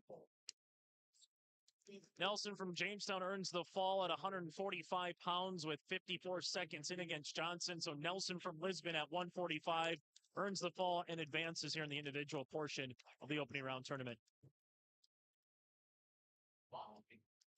Yeah, mat number 12 between Rocker Aguilar and Glazeman. That's still a 1-0 score. Rocker Aguilar leads that one with 30 seconds to go in the third period.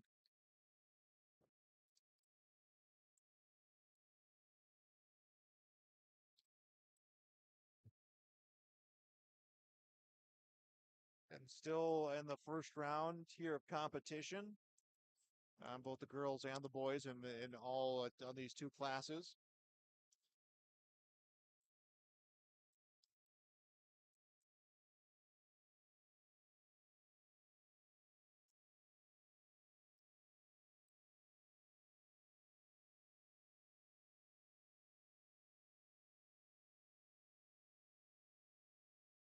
Looks like that match is final. So Rocker Aguilar for Williams County advances over Carson Glazeman at 145 pounds on mat 12.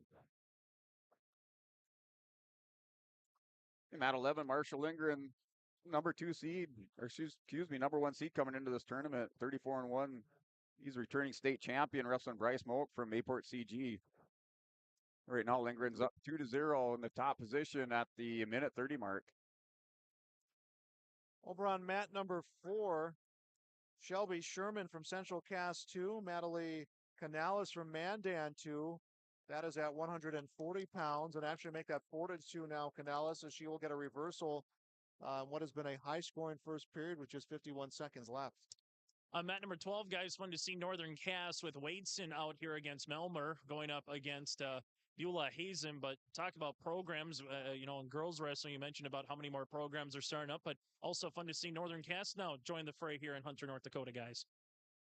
Yeah, the Jaguars had a strong showing. They had a few dual wins, which was pretty impressive with some of the open weight classes that they had. They've had some strong girls competition. Of course, a lot of those wrestlers wrestling when they were part of that co-op with Central Cast. We do have a Bank North timeout on mat number 4. Blood time between Canales from Mandan, Sherman from Central Cast. That's 140, and it's a 4-2 lead for Canales.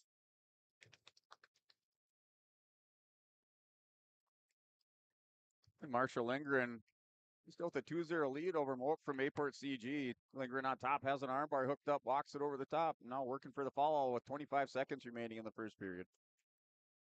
And Lindgren advances by fall on mat number 10, or excuse me, mat number 11.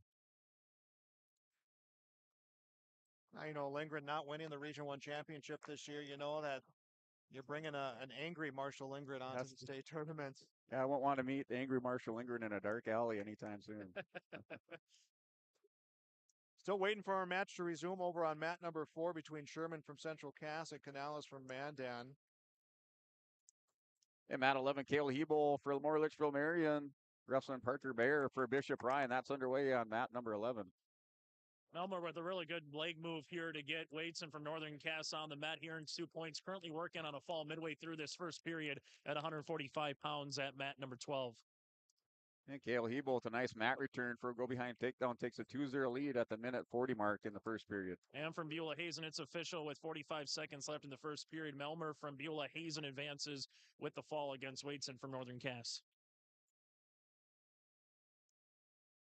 And resuming is Canales and Sherman. Canales with a 4-2 lead, and she'll be on top here for this final 30 seconds of the first period. Again, it's been a high-scoring first period over there at 140 pounds for the girls' tournaments. Canales from Mandan, Sherman from Central Cass. And mat 12 looks like Braden Chenot from Hillsborough Central Valley, a red leg band wrestling Ty Wolding for New Salem hosting that match underway on mat 12. Mat 11, Hebel takes a 4-0 lead, scores a couple near fall with 50 seconds to go in the first period. Yeah, Chenault to get a tough draw when you have to wrestle anyone from New Salem in the first round of this tournament. Yeah, Ty Wolding, I think, is at least a two-time returning state place winner, a state runner-up in 2021. First period ends on mat number 4. Canales from Mandan 4. Sherman from Central Cast 2. That is 140 pounds. You know, Joel, I just see Blazer Anke walk by. Normally he has a big head of hair. Today he's got it shaved. I didn't even recognize him. I was thinking, who is this, an alternate for the Broncos here wrestling in this tournament? Yeah, I was like, who is that guy? It's interesting the things that happen when you get this close to wrestling. You'll see different colored hair, shaved heads. You'll see kind of guys finding ways to enjoy their last week together as a team, or finding ways to kind of bond this last week. Yep. Ty Wolding earns a 2-point takedown at 152 pounds on mat number 12 here against Chenault from Hillsborough Central Valley, currently working up top with 50 seconds left here in period number 1. Sherman starts the second period on top. We'll get a turn here against Canales. Should be a 3-point near fall if she doesn't pin her here before that gets relayed to the scorers table. So Shelby Sherman from Central Cast will take the lead at 140 pounds. Yeah, mat number 11, Kayla Hebel with a 4-0 lead. Started the second period over Parker Bear from Bishop Ryan. And both wrestlers currently up on their feet on the far edge of the mat. And we will have a final over there on mat number 4. And it will be a victory. Shelby Sherman will pin Natalie Canales from Mandan. So Sherman from Central Cast continues that streak here at 140, where the Squirrels girls wrestling team has not lost a match in the first round of this tournament. Yeah, that is an impressive first round so far by Central Cass on the girls' side of the tournament. And speaking of the Squirrels, guys, able to win the first East Region dual title. Talking with Travis Marr, that was a big thing to get. And also the East Region individual title that was in Grand Forks. So just seeing how this has grown. And Joel, I know you and I talked about this. I'm sure you've talked with Brent. Next year going to be a little bit different on the boys' side with the East-West in Class B instead of Region 1, 2, 3, and 4. So how's that going to change things once we get to this time next year?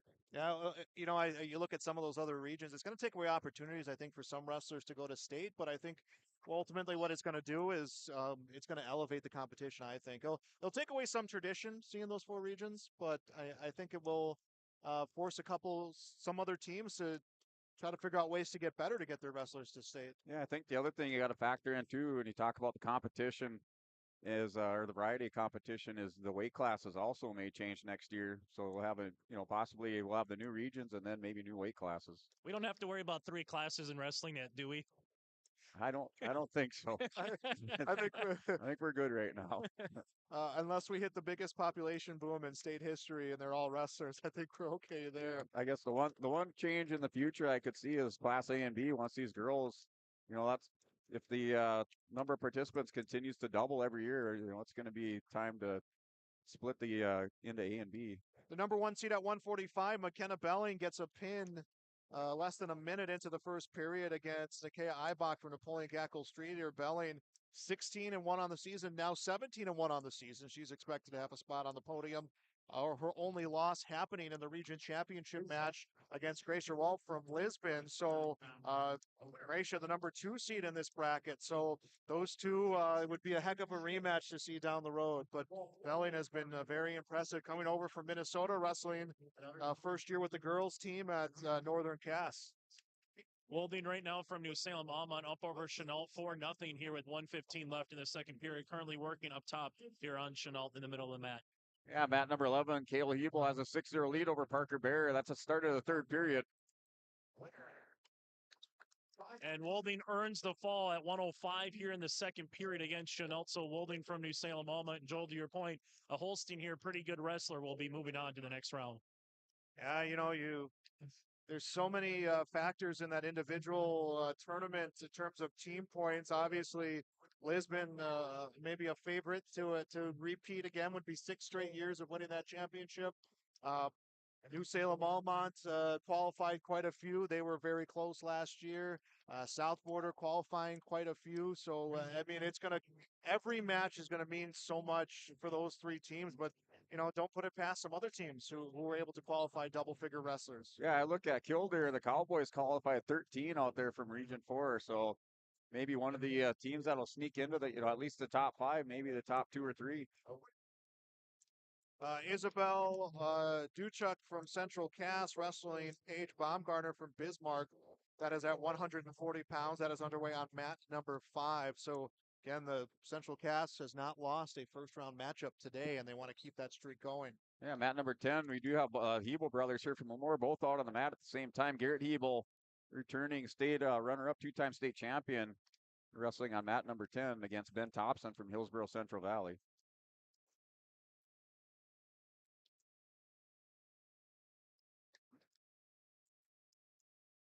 Victoria Pastors from Delax Burlington will get a fall over Amanda Shields from Mondack at 140. I'll get a pin there in the second period. Still no score on mat number 5. Duchuk from Central Cass against Baumgartner from Bismarck. On mat number 12 here, you got Mertz from Harvey Wells County, an awfully good football player going up against Stock here from South Border, currently scoreless in the opening period here at 60 seconds in. Yeah, that's another one of those first-round matches. We're talking about the teams that are wrestling out here. Never an easy match. When you have somebody from South Border. Christian Mertz has an older brother, state champion last year. A good-looking 8th grader from Harvey Wells County. Mat number 5, we are still scoreless into the final 5 seconds of that match, and it will come to an end. The first period will come to an end. I should say, final 5 seconds of the first period comes to an end, and there was a miscommunication between Duchuk and Baumgartner and the official, so they really kind of ended that period early. They were both on their feet upright talking to the official as the tapper came out and signaled the end of that match. Yeah, Garrett Hebel has a 4-1 lead on mat number 10. And Cale Hebel has an 8-0 lead on mat number 11. That match on mat number 11 with Cale Hebel, Parker Bears in the third period, final 15 seconds of that one. Nevaeh Hipsek from Central Cass wrestling against Aubrey King from Fargo. That is at 145 pounds, and King will get a takedown here in the first period. Garrett Hebel wins by fall on mat number 10. He advances to the quarterfinals, number 1 seed at 160 pounds. Stock and Mertz here at mat number 12 at 160 pounds scoreless going into the second period.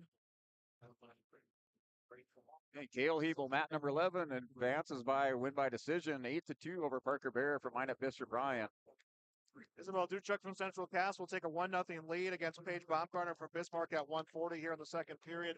Started the period on the bottom position, was able to get up, gets the escape, and will take the 1-0 lead. Yeah, mat number 11, another good competitive first-round match between Emery Knoll from Bowman County Beach wrestling Blazer Anke from Lisbon. This match now underway on mat number 11. Nevaeh Hipsek from Central Cass trails Aubrey King from Fargo 2-0. First period just ending there at 145 pounds. Blood time here on mat number 12 for South Border Stock against Mertz as they take a look at the mat and make sure everything's good to go.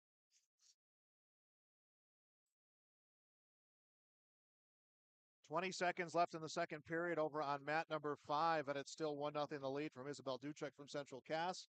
3-0 the lead now for Aubrey King from Fargo over Nevaeh Hipsek from Central Cass. That is at 145 pounds, and that is in the second period as King gets the escape early in the second period there. And now going for a takedown is Hipsek. She'll get the takedown and makes it 3-2, and immediately will put King on her side. So some near fall points coming, but does have good control of the upper body.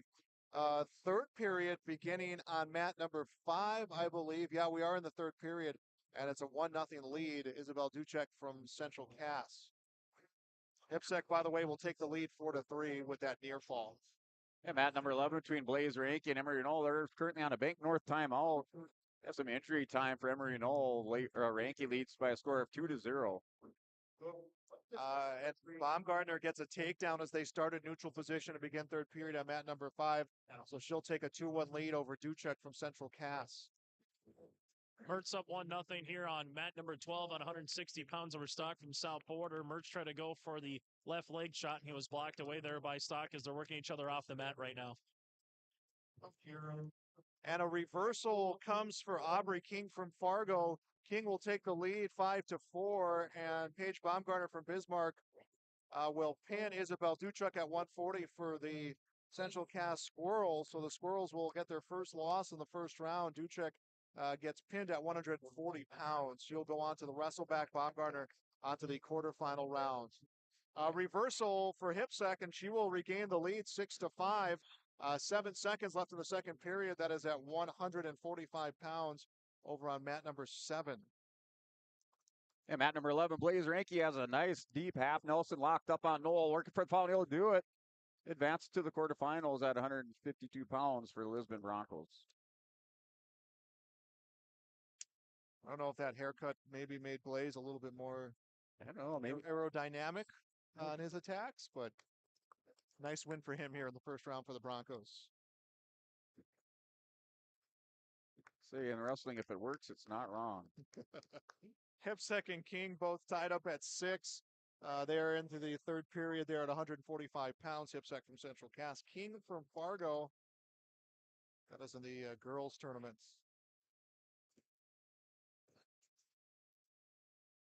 Now we'll have a blood timeout, this time for Mertz here from Harvey Wells County on mat number 12, while on mat number 9, currently from Killdeer, Bombach working on fewer from Ellendale, Edgley, Column working up top, currently leads 2-0 at 1:52 in the first period.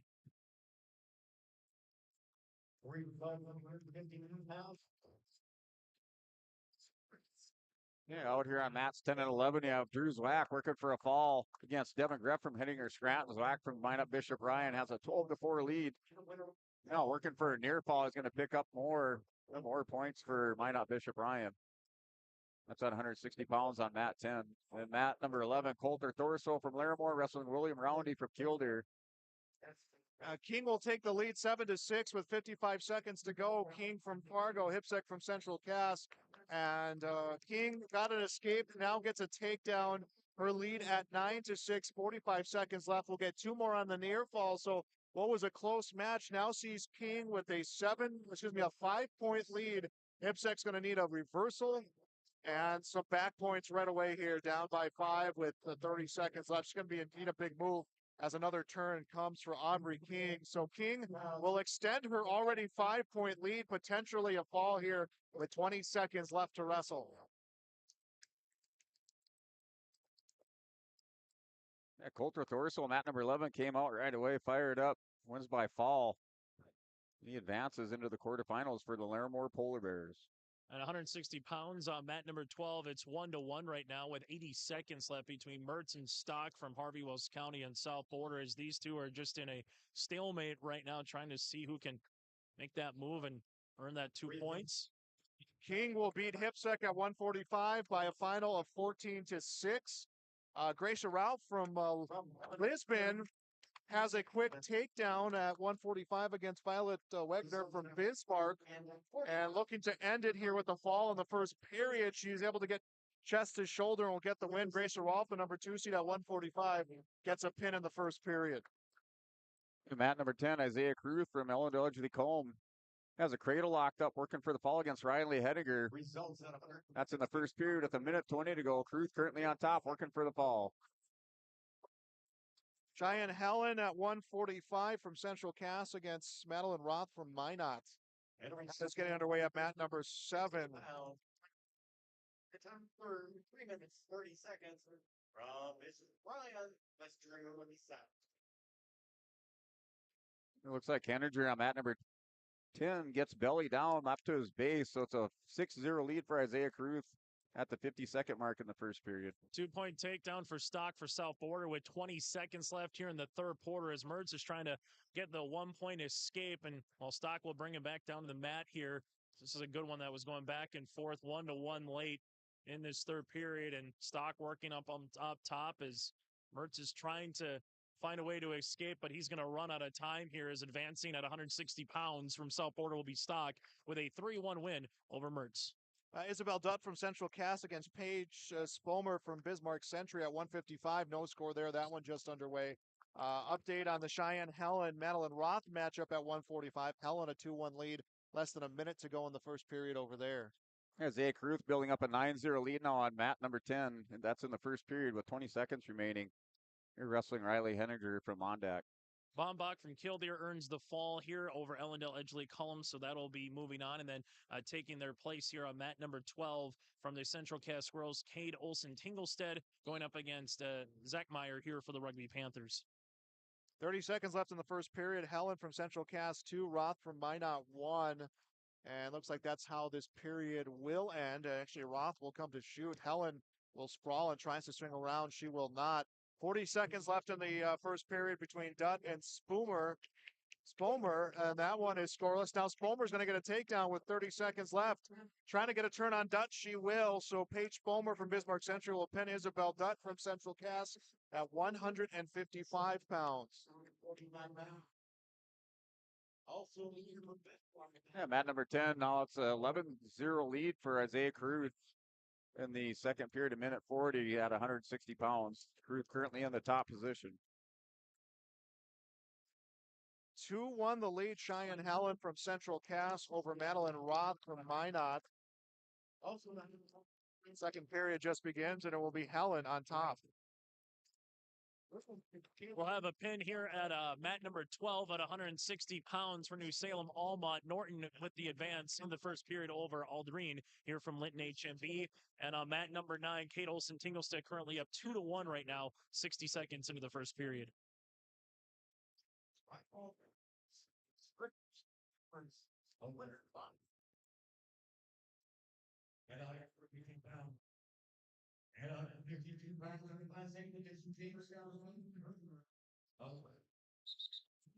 Oh.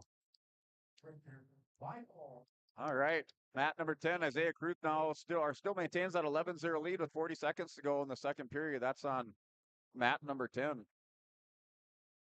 Currently at mat number 9, 4-1 right now for Olson Tinglestead over Central Cass over Zach Meyer from the Rugby Panthers, as he's currently working on the top position and trying to find a way to roll him over, but currently has good position right now here as we're late in this first period.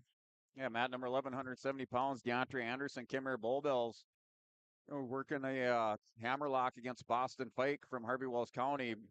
And Anderson working for the fall, and he'll get that for Kimmer Bullbells and advances to the quarterfinals at 170 on mat 11. At mat number 12 right now from Beulah, Hayes, and Harm going up against Ford from Kenmare Bullbells at 160 pounds. 2 points getting awarded here to the aforementioned Ford midway through this first period of play.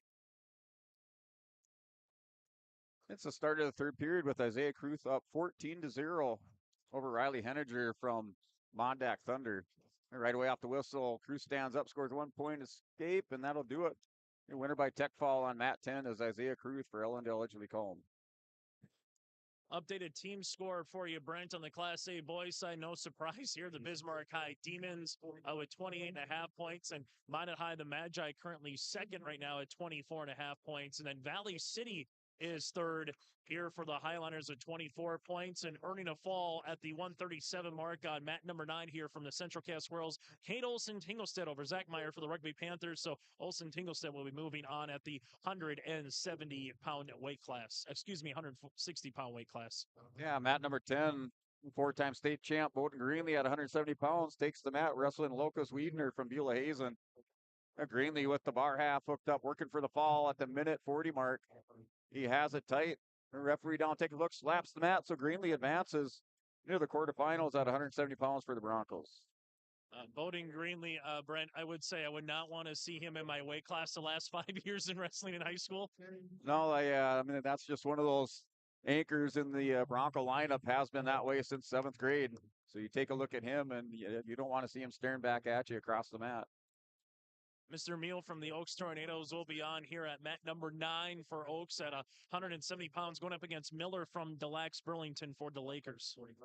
Yeah, Jay Schnitschke for Southport Mustangs comes up with the first period pit over Gavin Enwich from New Salem Walmart. So Jay Schnitschke advances at 170 pounds, number 2 seeded wrestler for the Southport Mustangs. Looks like at Mount Mat 10, 170 Stone Thornton for Central Cass wrestling Wyatt LaPierre for Killdeer. And updated team scores as well on the Class B side. New Salem Almont on the boys side with 32 points. Lisbon with 26 in second. And Brent, as you mentioned, Killdeer might be an interesting team to see how they place. Currently in third with 19 and a half. Yeah, Killdeer Cowboys, like I said, able to qualify 13 wrestlers last year. They just had one of those state tournaments where their wrestlers impressed me the whole tournament. Out there fighting for every point and wrestling all 6 minutes. So we're looking for a big tournament from Killdeer this year. And Stone Thornton on mat 10 working for the fall for Central Cass Squirrels. Has LaPierre from Killdeer on his back. He goes chest on chest, has the reverse half, and he'll win by fall and advance at 170 pounds for Central Cass. Forward right now for Kenmare Bullbells, trying to work on the fall with 1:20 left in this second period. Currently up a 4-0 over Harm over Beulah Hazen. He'll get 3 points for a near fall on mat number 12, while on mat number 9 right now, Meal from the Oaks Tornadoes, currently with a 2-0 lead with 32 seconds over Miller from Delax Burlington in this first period. Yeah, mat number 10, Southport Mustangs. Herman Colt comes up here, a senior, 21-16, wrestling Trey Bombach from Stanley. That's on mat number 10.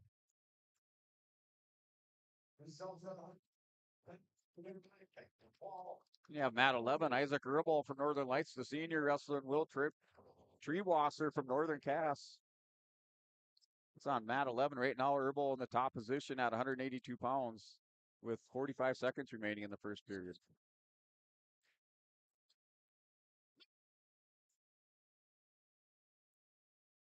And Herman Kalk and Trey Bombach, that match now underway on mat number 10.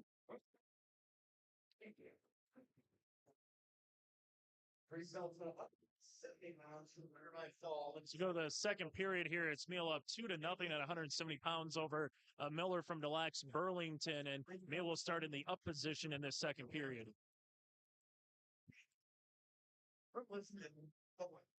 And from the Honkers here from Kenmare Bullbells, a 7-2 advantage with 16 seconds left in the second period over Harm from Beulah Hazen. Yeah, looking on the girls' side as far as team scores here with an update. Bismarck currently leads that one with 40 points, sitting on top, number 1 spot. Number 2, Minot, 35. Number 3, Central Cass, 32. Bismarck Legacy in the 4th spot at 24. Rounding out top 5 is Fargo with 23 points.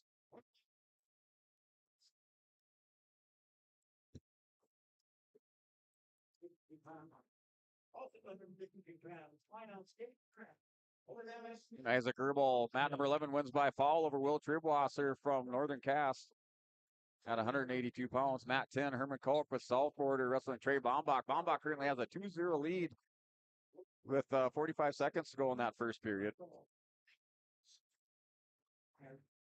And the boys wrestling today started at 220 pounds. We're currently at 182 on mats 10 and 11.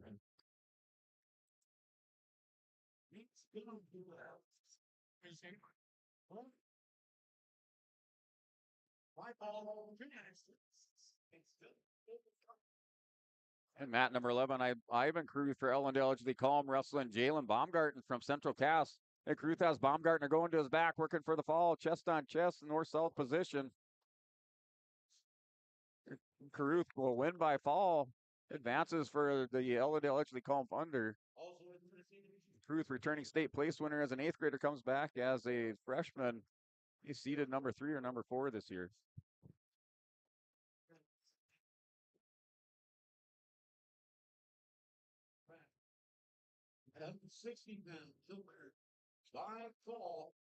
So Trey Bombach still with that 2-0 lead at the end of the first period over Herman Kalk from Southport on mat number 10.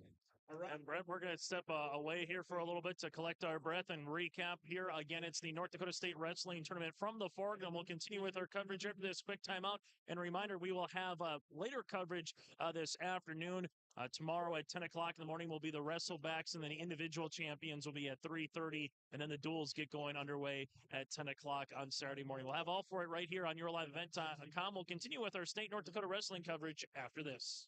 New Golden Harvest Gold Series soybeans are here. In the Hillsboro area, contact Tim Cassette, 701-430-0877. These new Golden Harvest Gold Series soybeans feature exclusive genetics and high-demand trait platforms like Enlist E3 soybeans and XtendFlex soybeans.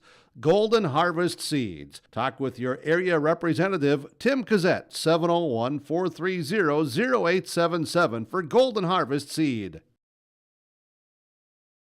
Wallach Johnson Insurance is your friendly neighborhood team of qualified insurance professionals celebrating over 40 years of service. As an experienced independent insurance agency, they have access to highly rated insurance companies and can shop around to find you an affordable solution for farm, crop, business, home, and auto insurance. Visit them at one of their locations in Lisbon, Gwinner, or Rutland and get a free quote started today. For more information, go to nd-insure.com.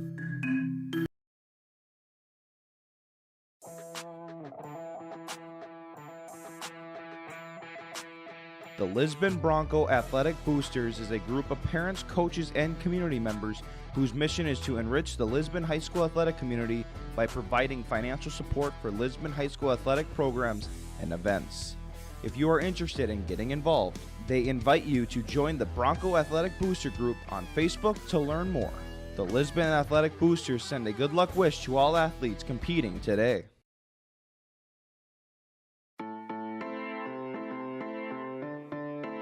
Bank of North Dakota wants you to be confident when it's time to make student loan decisions.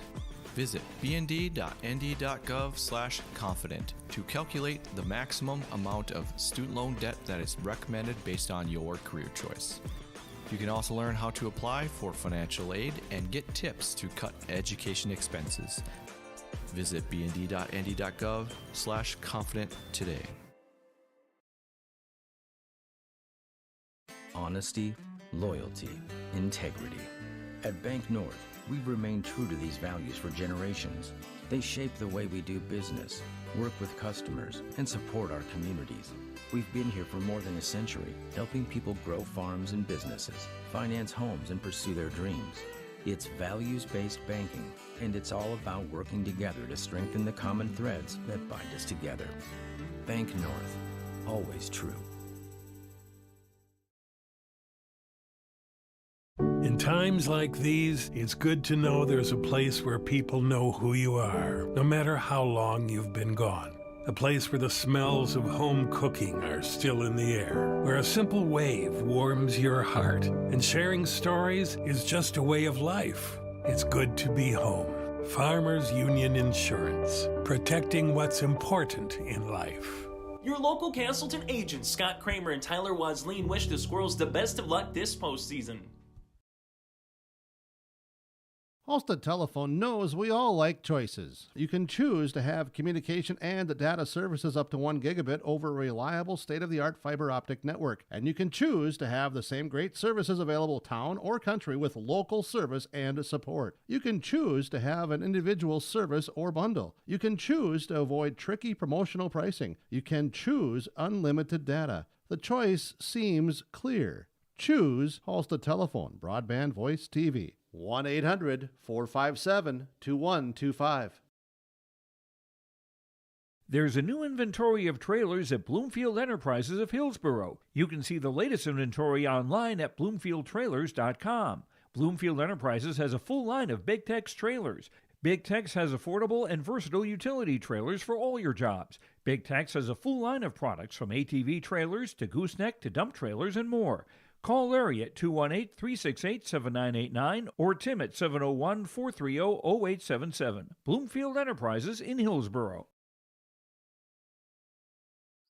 As we come back here from the North Dakota State Wrestling Tournament, let's get to an update brought to you in part by Ryan Opdahl with Farmers Union Insurance in Hillsboro. From home, auto, business, life, farm insurance, visit the agency downtown or call 701-436-5777. This is a Ryan Opdahl Insurance Agency update for you. As we take a look at some of the team scores across the way, currently in Class B, New Salem Almont with 36 points, Lisbon with 30 points, as Levi Sem advanced in his weight class. Then Kildare currently in third at 23.5 points. On the girls' side, Bismarck High with 40. Minot currently second with 39 points. And then it's the Central Cass Squirrels with 36 points currently on the girls' side. And then on the Class A boys' side, it's been Bismarck High, Minot, and Valley City from your team scores. We will continue our coverage later today. You can go to our website, yourliveevent.com. That, again, is yourliveevent.com for more information, as we'll get to the second part of our day one coverage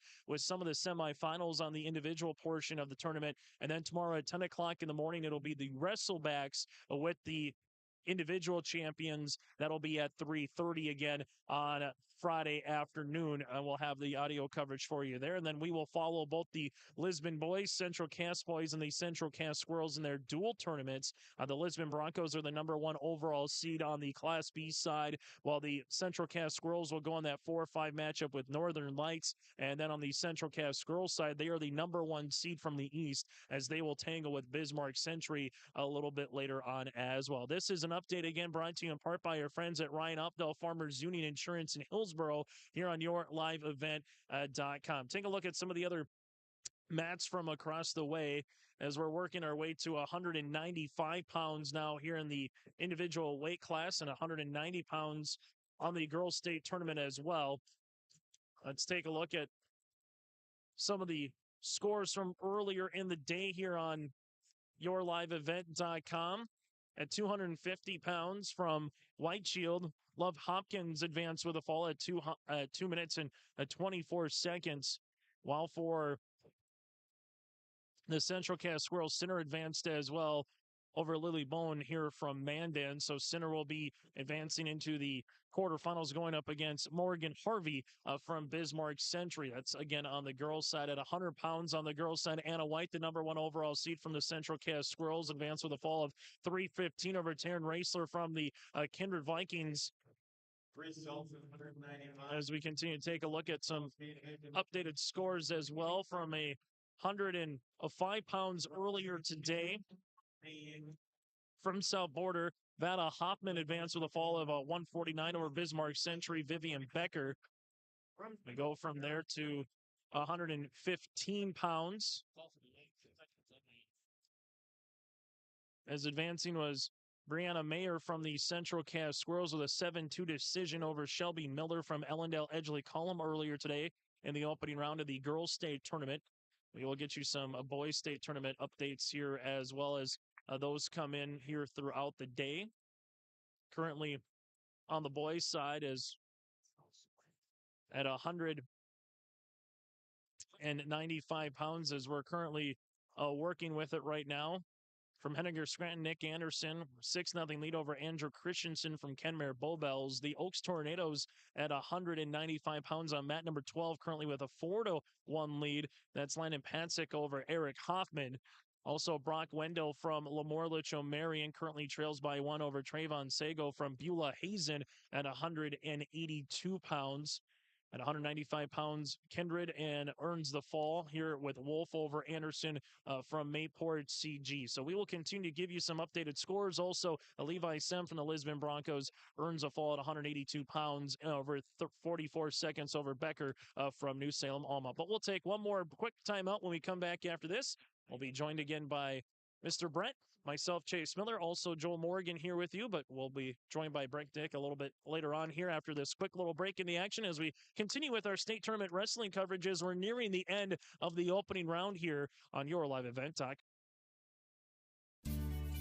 Hi, I'm Ernie Struby, president of the Goose River Bank, and I would like to know your story. Our lives and our businesses are comprised of events. We have all had our failures and successes, and these events define our character. If your character includes values like trustworthy, respectful, honest, and responsible, then your story matches well with ours, and we would consider it a privilege to be your financial partner. At the Goose River Bank, we believe that a strong bank builds strong communities. The Goose River Bank, member FDIC.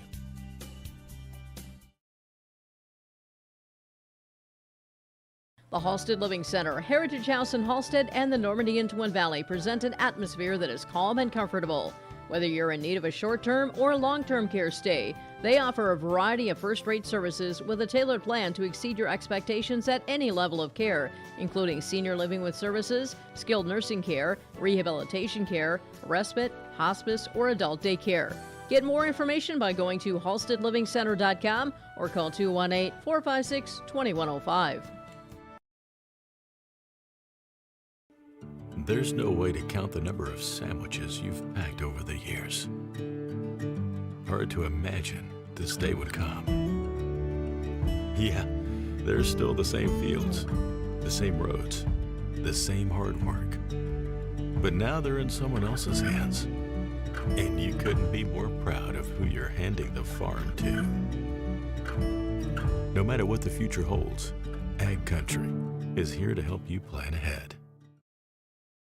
I'd like to thank all of our sponsors for allowing us to be here. Make sure you continue to thank and patronize those sponsors as you see their logos and commercials throughout the day for audio-only coverage here on YourLiveEvent.com. 12 bats, as we mentioned, looks a little bit bigger here at a good-looking crowd for day number one, particularly with the weather Tuesday into Wednesday, where Interstate was closed for a while between Grand Forks and Fargo. I'm Chase Miller alongside Brent Dick. Joel Morgan will be joining in on the coverage throughout the afternoon as well. Brent, before we get back to the wrestling action here, any surprises early on for you, or is it kind of same old hat with some of the programs and some of the main wrestlers in their respective weight classes here, Brent? Yeah, I think, the Class B region powers, at least on the boys' side, they're holding their own. New Salem Almont up on top with 36 points, followed by Lisbon. And then just kind of the surprise here with the Kildare Cowboys in third place and Central Cass in fourth place going out, or I should say after the first round of wrestling here. So that's, at least on the boys' side, Class B Powers holding the top two spots, and after that we got Kildare and Central Cass holding their own against these guys. Currently at 195 pounds on a mat. And number 11 here in front of us, Mason Olander from New Salem Almont with a 2-1 edge over Anthony Houle here at 195 pounds as we get into the second period. Wow. Yeah, mat number 12, we had a barn burner going on between Eric Hoffman and Landon Potasic at the end of the third period. Looks like Landon Potasic has an 8-6 lead. They are on a timeout, a Bank North timeout on mat number 12. So as we started at 220 pounds, we're making our way through the weight classes here to finalize the opening rounds as we'll get to the quarters and eventually the semifinals a little bit later on here tonight.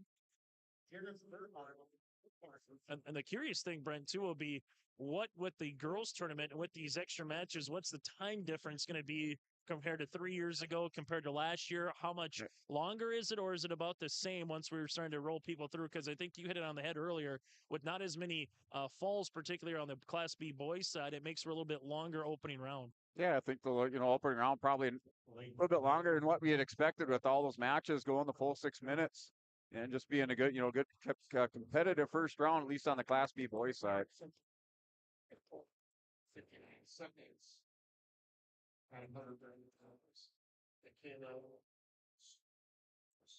And that match between Hoffman and Landon Potasic, now it's 8-9. They're in the third period. And Eric Hoffman is up 9-8 now over Landon Potasic from Oaks. So that's on mat number 12. Currently on mat number 9, Caden Rose from Pembina County North over Birch Bang from Kildare, 4-2 right now. That's late in the first period. While for New Salem Almont, Mason Olander just earned a 2-point takedown over Anthony Houle from Central Cass with 30 seconds left here in this period. And that again is on mat number 11. We're rolling up, like you said, on 195 pounds. We'll go into 220 into the quarterfinals. Those matches will just roll right into this round here and start our first round, into the first round, go into our quarterfinal matches.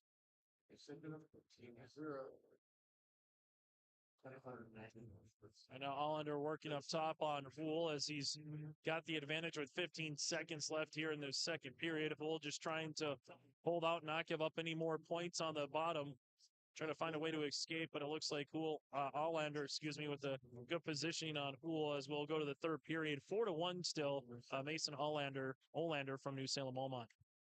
Yeah, Valana Potasic ties it up. It was tied up 9-9. Hoffman gets a takedown under 30 seconds to go in the third period. He's up now 11-9. Eric Hoffman from the Larimore Polar Bears, a senior, trying to make it into the quarterfinals. I love the name Birch Bang from Killdeer here, the junior, 5'4", currently with the edge from Caden Rose over Pembina County North, currently going on mat number 9. And Bang also looking to finish him off with the pin as he currently earns 3 points with a near fall across the way on mat number 9 as the officials looking and seeing if he's got him down for the pin, but currently working with really good positioning, up 8-4 with 30 seconds. And there it is. There's the fall at 31 seconds left in this second period. Moving on for the Killdeer Cowboys at 182 pounds is Birch Bang. Yeah, mat 12, Eric Hoffman moves on for the Larimore Polar Bears. He wins by decision, 11-9 over Landon Potasic from Oaks. It's Mason Allander here for New Salem Almont. Continues to work up top here in Anthony Hool, 4-1 with the advantage right now.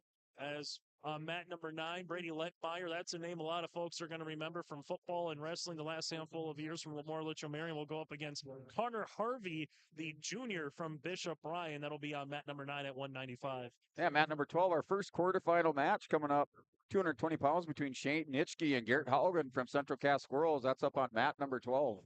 That'll be a fun one. Those are two names that a lot of wrestling folks, too, Brent, over the years, I think will remember from their respective programs, particularly Nitschke. That's just a good wrestling name down in South Porter, Ashley, Wichita area. Yeah, the Nitschke is holding down the lineup. I think they have 3 or 4 of them. These 3 of them in the lineup this year. The fourth one just waiting to crack it. It's currently Mason Olander working up top, trying to get the fall on Hool here late in this bout with 30 seconds. And there it is, 36 seconds left in the third period at 195 pounds. Mason Olander here from New Salem Almont advances with the fall against Anthony Hool from Central Cass. And Nitschke and Haugen, it's still scoreless in the first period. Or no, 2-0 lead, I should say, for Shane Nitschke on mat number 12. That's under a minute to go. 220-pound quarterfinal match. Currently at 195 pounds, it's Harvey from Bishop Bryan up early 2-0 over Brady Lettmeyer, going on at 195 pounds on mat number 9. Yeah, winners in these quarterfinal matches advance to the semifinals later today at right around 4:30 p.m. and guarantee themselves a top 6 finish at the state tournament. Take a look at what's going on the girls' side of things currently. From Valley City, Gabby Hangen, Edison Yates from Harvey Wells County at 128 pounds. That one is just about to get underway in the first period at 130 pounds here from Henniger Scranton Olson, going up against Elizabeth here from Bismarck Legacy. We'll continue to give you updates from the girls tournament as well. Currently on the boys side, Bismarck High with the team point advantage. And mat number 9, Ben Roundy from Killdeer at 285, wrestling Dylan Sell, a senior from Central Cass. That match underway on mat number 9. Currently both wrestlers locked up, going head to head. Results at 2 rounds. And a fall time of 1 minute. And mat 12, Noah Klusman from Ellendale, actually Calm out of Region 1, wrestling Armani Smith from Beulah Hazen. That's on mat number 12, 220 quarterfinal match. You mentioned Dylan Sell here at 285 pounds, so the heavyweight coming on for the Central Cass Squirrels. Ben Roundy for the Killdeer Cowboys, the junior. And mat 11, Daniel Schumacher for the South Border Mustangs, wrestling Jonathan Smith from Deslax Burlington. Schumacher Jr., 24-2 record. Looking to score some points, much needed points here for the South Border Mustangs to get them back into the team race. That match in the first period, it is scoreless with Schumacher locks up a lat drop and takes Smith right down to his back on the edge of the mat. He's working for a fall, and he gets it. So Daniel Schumacher advances into the quarterfinals for South Border, winner by fall over Jonathan Smith. And mat number 12, Noah Klusman, Armani Smith. That one is still scoreless on mat 12 with 53 seconds remaining. The wrestlers go out of bounds for a restart back in the center of the mat. And Roundy and Sell. Right now, Sell has a 2-0 lead over Ben Roundy from Killdeer. That's on mat number 9, 285-pound quarterfinal match.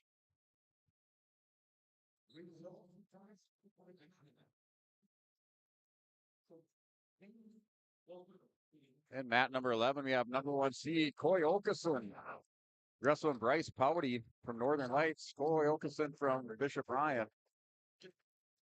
And Sell, the heavyweight at 285 on mat number 9 here for the Central Cass Squirrels, wins by fall against Roundy from Killdeer. So Sell is moving on.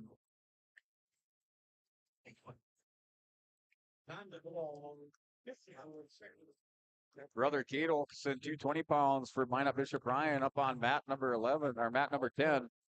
He has a 1-0 lead over Bowden Hasbrook from Heddinger Scranton.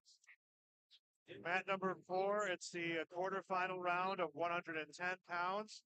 And that one featuring Alicia Nitschke from South Quarter, Mallory DeVries from Central Cass. And DeVries trails 2-0. That one has about 20 seconds left to go in the first period.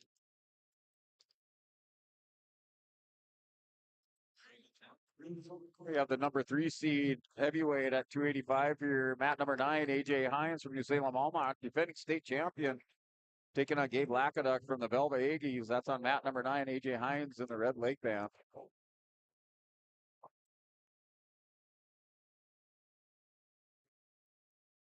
And mat 10, Kate Okeson wins by fall, or excuse me, Coy Okeson wins by fall over Bryce Powdy from Northern Lights on mat number 11.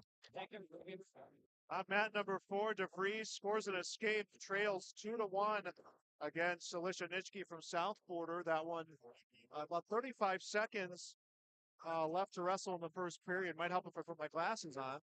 About 30 seconds left to wrestle in the first period. On that one, that is the quarterfinals of 110 pounds. Again, rolling right into the quarterfinal round and then into the first round of wrestlebacks here at this 2023 state wrestling tournaments. A match on mat 12 between Noah Klusman with the green leg band for Melody Colm wrestling Amani Smith. That's a 2-1 score in the second period with 54 seconds remaining.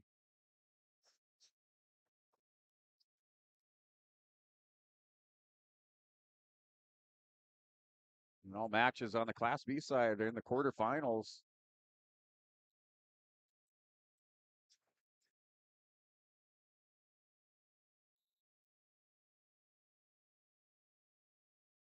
And Kate Okeson at 220 pounds wrestling Hasbrook from Heddinger Scranton. He still has a 1-0 lead. Hasbrook is stood up on the center of the mat, gets away or reversals for 2 points. He's now up 2-1. And DeVries will begin the second period here against Nitschke on top. Trying to get a turn against Nitschke, and Nitschke gets to her feet. And the mat return coming for DeVries.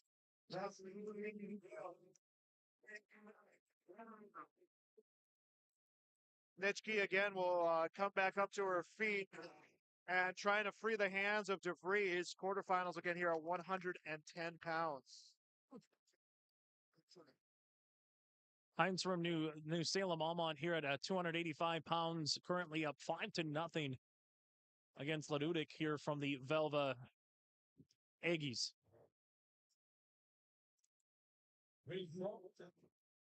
And mat number 11, 106-pound quarterfinal is Will Mossbrucker in Salem Almont wrestling Jack Bombach. Bombach has a 5-0 lead. Bombach, just a 7th grader. He has an armbar locked up on Mossbrucker Jr. from New Salem Almont. That's in the first period with 7 seconds remaining. DeVries and Nitschke still 2-1 in favor of Alicia Nitschke over Mallory DeVries, 110-pound quarterfinal matchup. Got about 50 seconds left to wrestle in the second period. Nitschke keeps getting up, can't clear the hands of DeVries, and DeVries has just been strong on those mat returns, and that is what has kept her in control here, riding time in this period. Yeah, the wild scramble to finish out this match on mat number 10 between Kate Okeson at 220 pounds against Bowen Hasbrook, Heddinger Scranton. Okeson wins that one by a decision, 6-5, advances to the semifinals. DeVries tries to set the inside cradle. Nothing happening for her. Will readjust on top of Alicia Nitschke.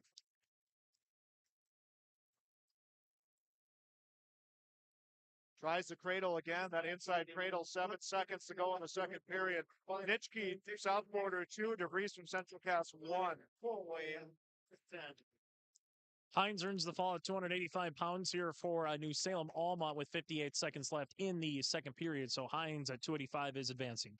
Yeah, for New Salem Almont, Smil Mossbrucker taking on Jack Bombach at 106 pounds on mat 11 right now. Mossbrucker down 10-0. Bombach works a takedown. He's up 12-0 in the second period at the minute mark.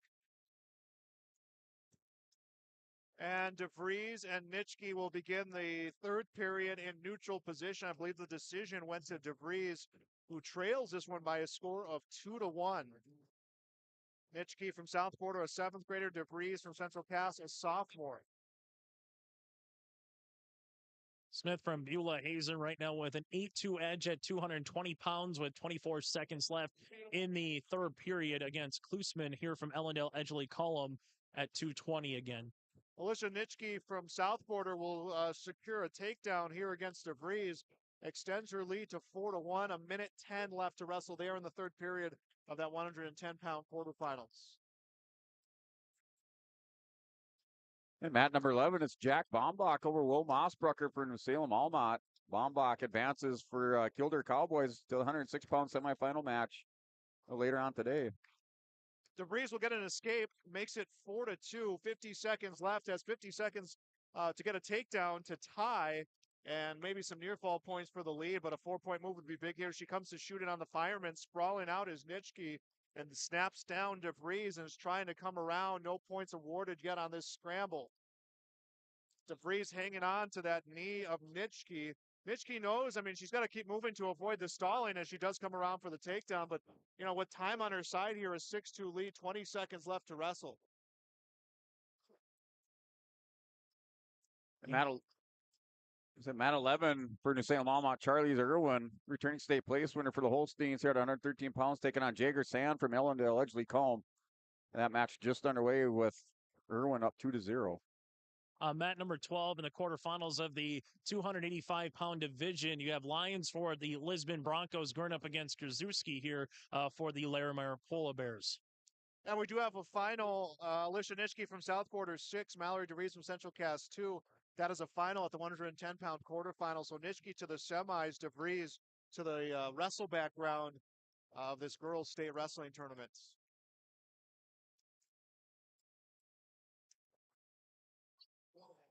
So Central Cass, team points-wise, last update, 6 points behind the lead against Minot. Would have been a chance to make up some points.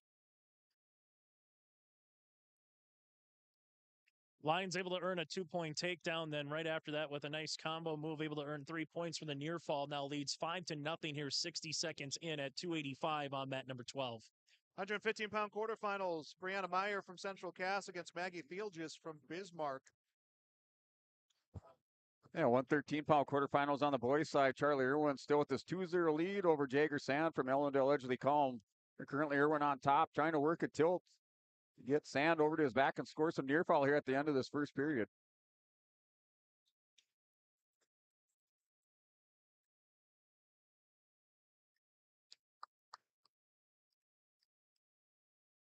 No score still in the early going of this first period. On mat number 5, it's Alexia Schneider from Napoleon Gackle Streeter against Bailey Smith from Bismarck. And right out the gate, Schneider will get a takedown and is looking to put Schmidt on her back. Schneider for Napoleon Gackle Streeter, undefeated at 115 pounds. I believe that is undefeated in the girls' side, as Schneider will get the fall and the victory. Schneider has wrestled plenty on the boys' side this season for Napoleon Gackle Streeter as well. Alexia Schneider onto the semis at 115. Still no score between Meyer from Central Cass and Thielgis from Bismarck. That is the first period at 115 pounds. At mat number 8, Veda Hoffman from South Border 5. Alana Lauren from Dickinson 3. That one in the final minute of the third period. 285 pounds, Lions again from the Lisbon Broncos in the boys Class B quarterfinals with a 5-2 edge over Gazuski here from Larimore as we get to the second period.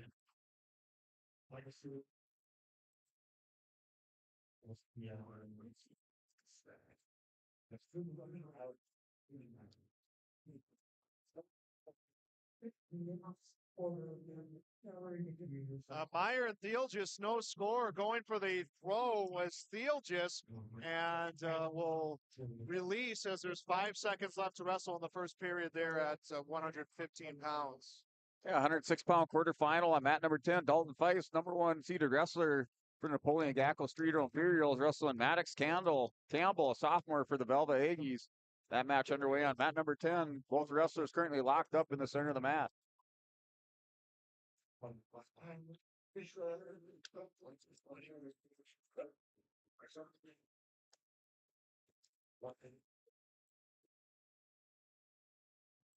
Second period begins on mat number 4 between Meyer from Central Cass, Theelgis from Bismarck.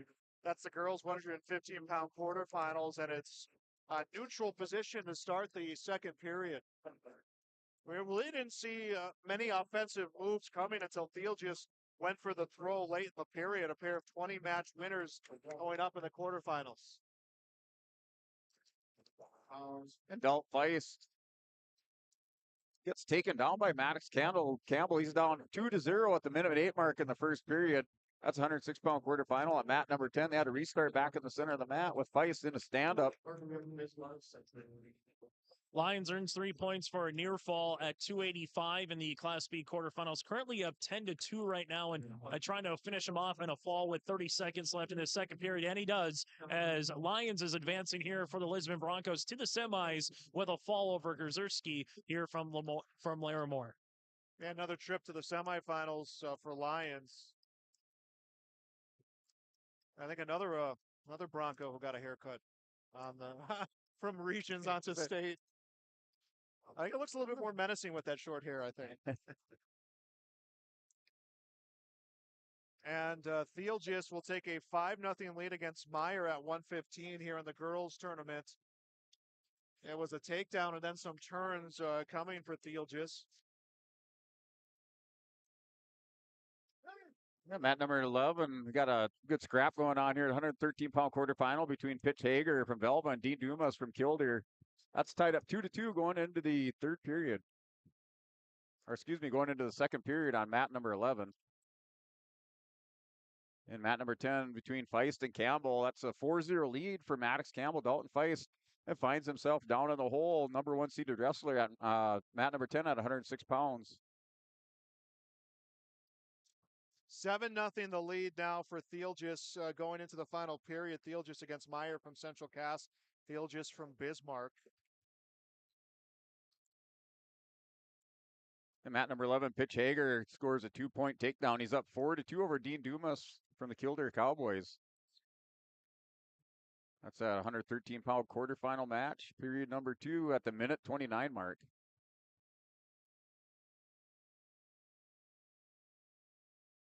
And Feist and Campbell, a 4-0 score in the second period at a minute 28. Dalton Feist in on a single leg shot on Maddox Campbell.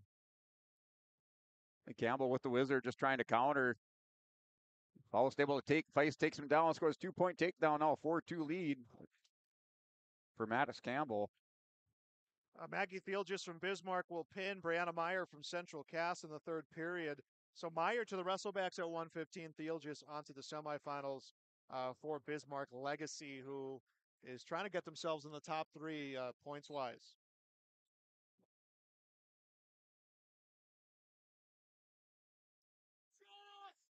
It's a 4-2 lead for Pitch Hager over Dean Dumas from Killdeer Cowboys on mat 11, 113-pound quarterfinal in the second period with 40 seconds to go.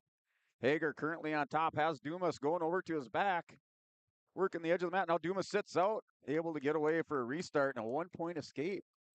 It's a 4-3 lead now for Pitch Hager.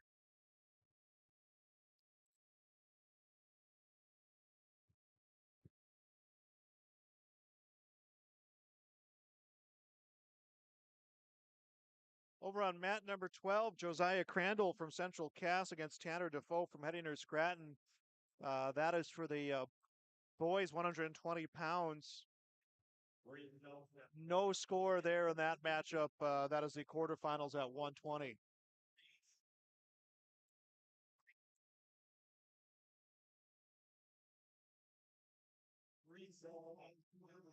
This is coverage of the state wrestling tournament here on YourLiveEvent.com, audio-only broadcast. We will have audio-only broadcast here the next 3 days. Of course, we'll have our dual coverage coming up Saturday. We'll cover both Central Cass teams as well as the Lisbon Broncos as they're going for another year of multiple championships. Final minute of the first period on mat 12. Defoe from Headinger Scranton 0. Crandall from Central Cass 0.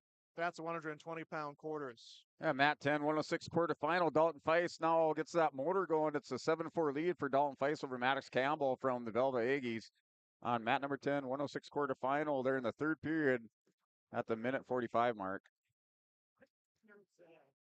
And Pitch Hager from Velva opens up a 6-3 lead over Dean Dumas from the Kildare Cowboys on mat number 11 at 113-pound quarterfinal. 30 seconds left in the first period on mat 12. Defoe from Headinger Scranton. Crandall from Central Cass, no score there at the 120-pound quarterfinals.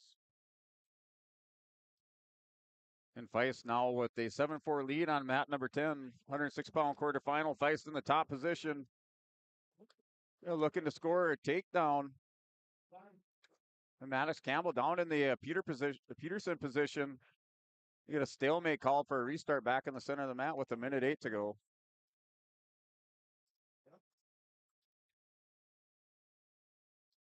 And scoreless at the end of the first period at 120 between Defoe from Headinger Scranton, Crandall from Central Cass. Again, that is the 120-pound quarterfinals. 126 due up next on that mat. Tristan Lepp from South Border against Griffin Greenlee from the Lisbon Broncos. Match on mat number 11 here, 113-pound quarterfinal match between Hager from Velva and Dumas from Kildare. It's a 7-5 lead now for Hager, with Hager in on a single leg takedown. Dumas countering with the whizzer. They're down to 45 seconds with the restart back in the center of the mat. Both wrestlers on their feet. Still no score between Defoe and Crandall. That is into the second period on mat number 12. Again, that matchup next there at 126 between Lepp and Greenlee should be a very good matchup between those two Region 1 opponents. Brent, we talked about it through all of the region tournaments in Region 1 that those two are going to see each other here at state, and then sure enough, they're going to. Yeah, I think we kind of jinxed them there, seeing each other here in this quarterfinal match. It'd been nice for them to meet up maybe a little bit later, but they're going to see each other here right off the bat first day. Big mat return from Defoe on Crandall at mat 12. Less than a minute to go in the second period there at 120 pounds. And mat number 10, Dalton Feist, your winner by decision, 9-4 over Maddox Campbell. He advances to the semifinals tonight for Napoleon Imperials. Good matchup in the quarterfinals at 125 for the girls side on mat 4. Avery Moore from Fargo, Brinley Hartstotch from West Fargo United. Hartstotch leads 5-2. Moore 35-3 on the season. Hartstotch 22-15 on the season. And again, that is going on at mat number 4. Those two wrestlers, they'll take this one down to the end as that second period just about to expire. 10 seconds left in the second period between Crandall from Central Cass and Defoe from Headinger Scranton. 120-pound boys quarterfinals. And no score still going into the third period. I believe decision will go to Defoe, and we'll see what he'll choose there over on mat number 12. And mat number 11, Cruiser Burns for the Grafton Spoilers. Sophomore wrestling Kate Elsey for the Mondack Thunder. That's up on mat number 11, 120-pound quarterfinal. Burns returning state place winner for Grafton. You feel like Burns has been wrestling forever, just a sophomore. Yeah, he's been out here since a 7th grader here for Grafton. Mat number 4, Hartstotch, a 7-2 lead, that one into the second period. We do have a score between Crandall and Defoe. Defoe chose bottom to begin the third period and was able to get up and get an escape, so he has a 1-0 lead. 90 seconds in total left to wrestle in that 120-pound quarterfinal. And Cruiser Burns takes a 4-0 lead. He's up 4-0. That's on mat number 11 over Kate Elsey for the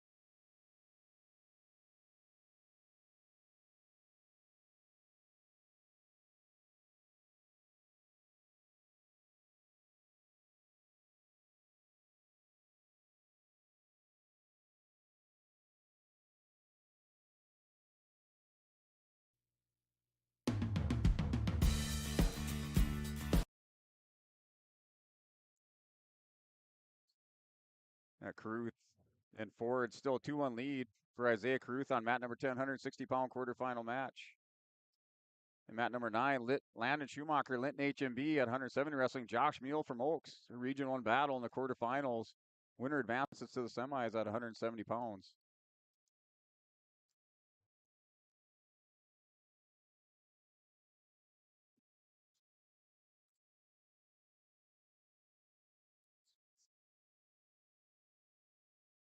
And Svem and Sago still scoreless here in the first period. Sago on a leg attack on Svem. Svem goes.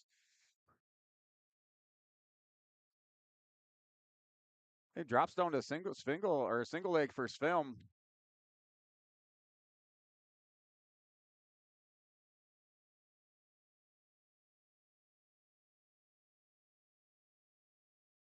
Levi Svem up 2-0, has Sago cradled up. The minute mark to go. Levi Svem working for the fall for the Broncos, has this cradle tight. Sago right shoulder up just by a little bit, trying to bridge out far edge of the mat. Levi Svem trying to work some senior magic and get into the semifinals, and he'll do that for the Broncos. And advances to the semifinals a little bit later this afternoon. Yes, you look at some points that the Broncos just picked up here, and they really need them here right now. Yeah, the Broncos right now missing their 195-pounder. And Gabe Lyons not able to wrestle on the individual side of the tournament. He suffered a concussion and seated the number 5 wrestlers for the Broncos at 195. And also now Carter Wallner in question for his rest of his tournament. The Broncos picking up some much needed points to try to keep something close here with New Salem Almont, the south border close behind in 3rd place.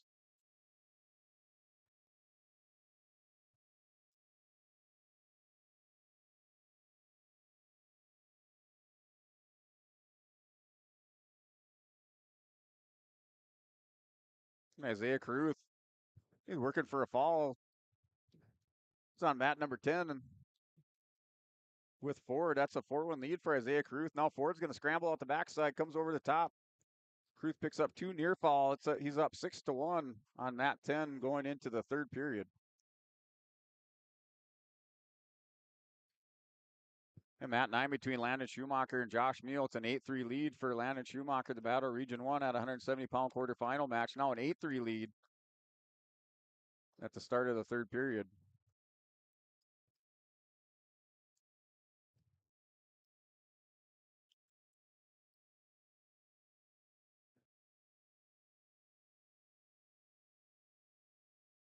And start of the 3rd period, it's a 6-1 lead for Isaiah Caruth. Has Maverick Ford down on the mat. They're working for a takedown. I'll go into scramble position.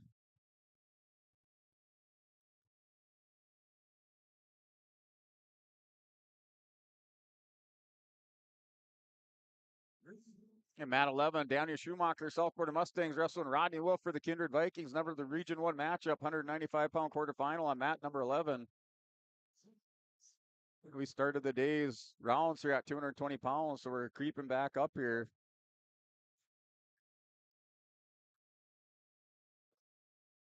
Look at the girls' matches going on right now. Mat number 4, Kylie Skadbrook from Carrington, 9.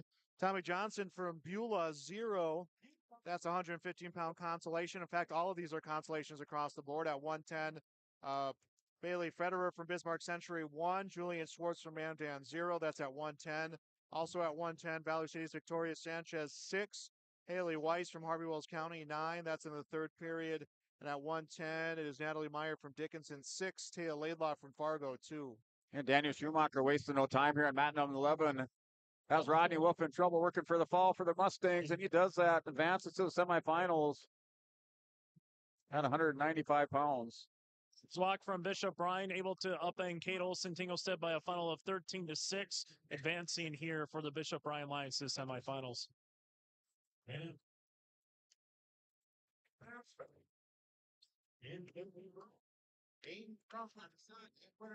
Isaiah Caruth, Maverick Ford on mat number 10. It's an 8-1 lead for Caruth. Ford currently in the bottom position with 26 seconds remaining in the 3rd period. Meal for Oaks earns a fall over Schumacher from Litton HMB with 9 seconds left in the 170-pound quarterfinals. So Meal from Oaks is advancing to the semis. Yeah, top 5 teams, Class B side. Now number 1, New Salem with 84. Lisbon, 74 in second. South Border, 45. Killdeer, 41 points in 4th place. And top 5, rounding it out, is Bishop Ryan with 37 points. Over on mat number 8, it's Adeline Hansen from Lisbon against Jersey Short. That is consolation round at 1:15 for the girls tournament. And that one, no score with 30 seconds left in the first period. Again, in the wrestle back, those quick first periods.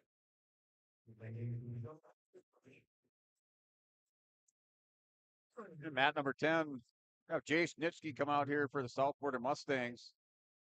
Mustangs looking to put some more points on the board with Nitschke wrestling Stone Thornton from Central Cass. Thornton, a junior, 12-3 record. Nitschke, a junior, 27-8 record for South Border.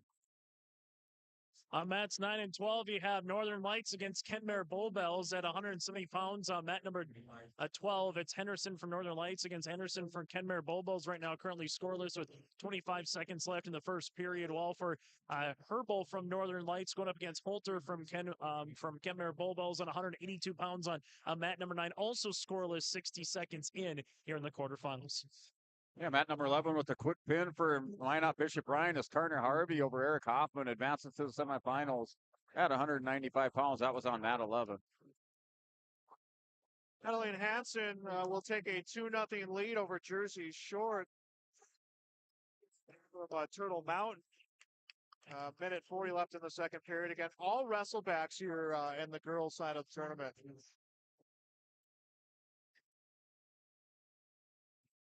And Nitschke and Thornton on mat number 10, still scoreless in the first period at the minute mark.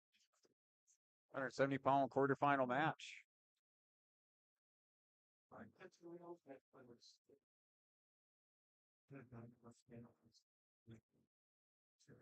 In mat 11, Gage and Nygaard from Northern Cass wrestling John Leonard, Northern Lights. Right now, John Leonard has cradle hooked up on Nygaard. Turns him over, working for the fall here. The consolation round, 220 pounds on mat 11. 2-0, Harley Rammerman with the lead against Jersey Short from Turtle Mountain. A minute 10 left to go in the second period. That is at the wrestlebacks at 1:15. And Jay Schnitschke takes a 2-0 lead in the first period with 20 seconds left over Storm Thornton from Central Cass. Currently, Nitschke on top has double armbar hooked up, going to try to run it around here with 13 seconds to go. Thornton just trying to fend him off here to get into the second period, just down 2-0. In mat 11, Drew Anderson for Lisbon Broncos wrestling Gavin Symington from Pembina County North. Anderson trying to stay alive here in the Broncos in this consolation round, score some points. Wrestlers lock it up, head and arms. Each wrestler, center, are working the edge of the mat. Anson with the 4-0 lead on mat number 8. At mat number 7 from Lisbon, it's Braden Sutherland against Crystal Magnuson. Consolation round at 110. That is in the second period. Sutherland and Magnuson all tied up at 2. Hey, Drew Anderson, big scrambler, comes out on top, working for the fall. Now Symington rolls Anderson through. Anderson will take a 5-0 lead. Symington working for some, or at least a reversal.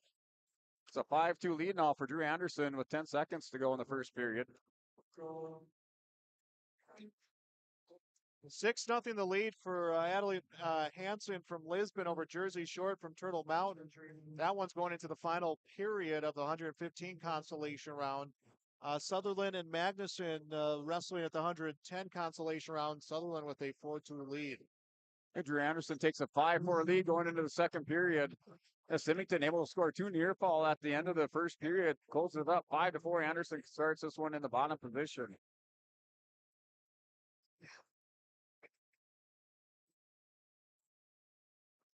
And Nitschke with this 2-0 lead in the second period over Storm Thornton from Central Cass. Thornton hanging in there with Nitschke.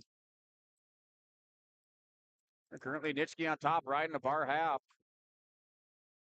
Hansen will get another takedown for the Broncos. Her lead at 9-0, less than a minute and a half to go in the final period. On mat number 12 at 170 pounds, Henderson from Northern Lights leads 4-2 over Anderson over Kenmare Bull Bells. And then on mat number 9, currently a really good takedown here by Holter from Kenmare Bull Bells against Herbal from Northern Lights. Currently leads 2-0 with 20 seconds left in the second period. Looking for that fall, trying to work them on the top here and trying to get that down with 12 seconds and trying to advance in the semifinals. And Anderson able to take Symington down after an escape, working for a fall down the edge of the mat. Anderson just has to keep him in. Anderson going chest on chest, working for the fall for the Broncos, picking up advancement points in a pin here would be much needed points here in the consolation round. Holter does get the fall for the Kenmare Bull Bells Honkers with the 157 mark, the 357 mark here at 182 pounds over Herbal from Northern Lights. Yeah, Drew Anderson seals the deal in this one, wins by fall over Gavin Symington. Puts some points on the board for the Broncos, advances to the second rounds of consolation. Hansen gets the win for the Lisbon Broncos. She wins via fall. Braden Sutherland leading Crystal Magnuson from HEV 6-4. That is going into the third period of the 110-pound wrestlebacks. A tough quarterfinal match here on mat number 10 between Stone Thornton from Central Cass and Jason Nitschke, both juniors. They're battling out. Nitschke starts his third period in the bottom position. He has a 2-0 lead.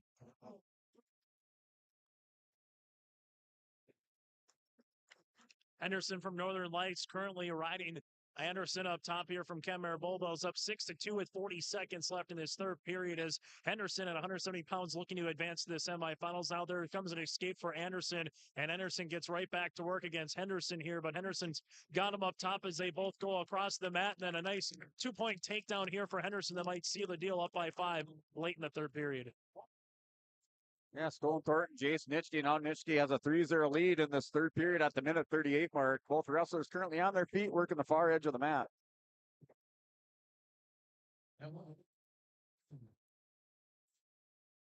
Final 55 seconds of the third period. Braden Sutherland from Lisbon 8. Crystal Magnuson from HCV 5. That is wrestlebacks at 110.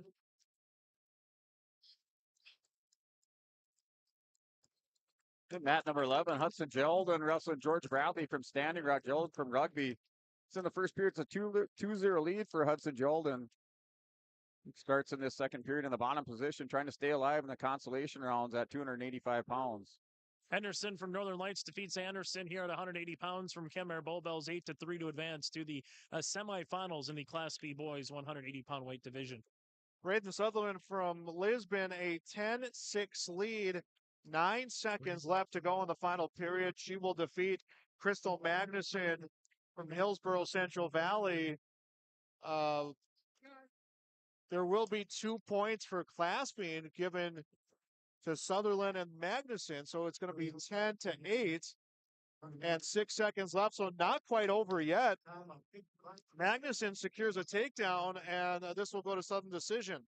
Strike that. Magnuson will be in the bottom for the restart. So if she can get a reversal here in 6 seconds or an escape and a takedown, this match could either be sudden decision or come to an end.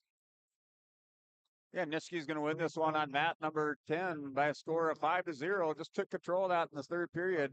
He advances to the semifinals tonight at 170 pounds on mat number 10 over Stone Thornton from Central Cass. Caruth and Kauk here going at each other at 182 pounds. Caruth from Ellendale, Edgeley, Cullum, and Kauk here from South Border. Currently scoreless in the opening 50 seconds in this quarterfinal round match. And mat number 11 between Gelden and Bradley. It's a 5-0 lead for Gelden. He's currently on top at the 52nd mark of the second period, trying to advance to the second round of consolations for the Rugby Panthers.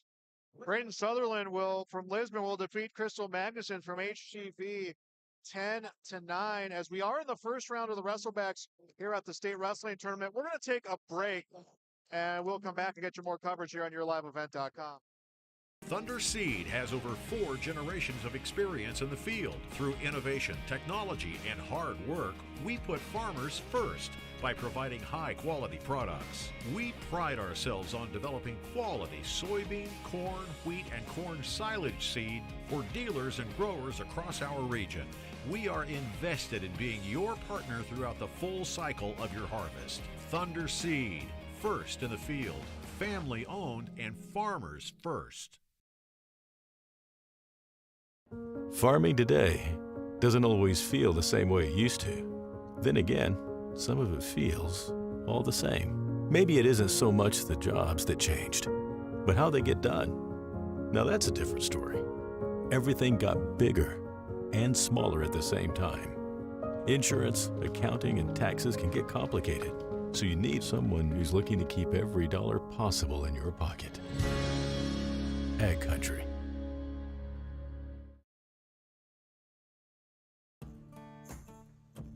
Treat yourself to a great career at American Crystal Sugar Company. Team up with quality people making quality products. Full-time and year-round in a stable business. With great pay and benefits including time off available from day one. American Crystal Sugar Company invests in you to promote your continued growth and career advancement. Grow your career doing your best work within the world's best beet sugar company. Apply online today at AmericanCrystalCareers.com.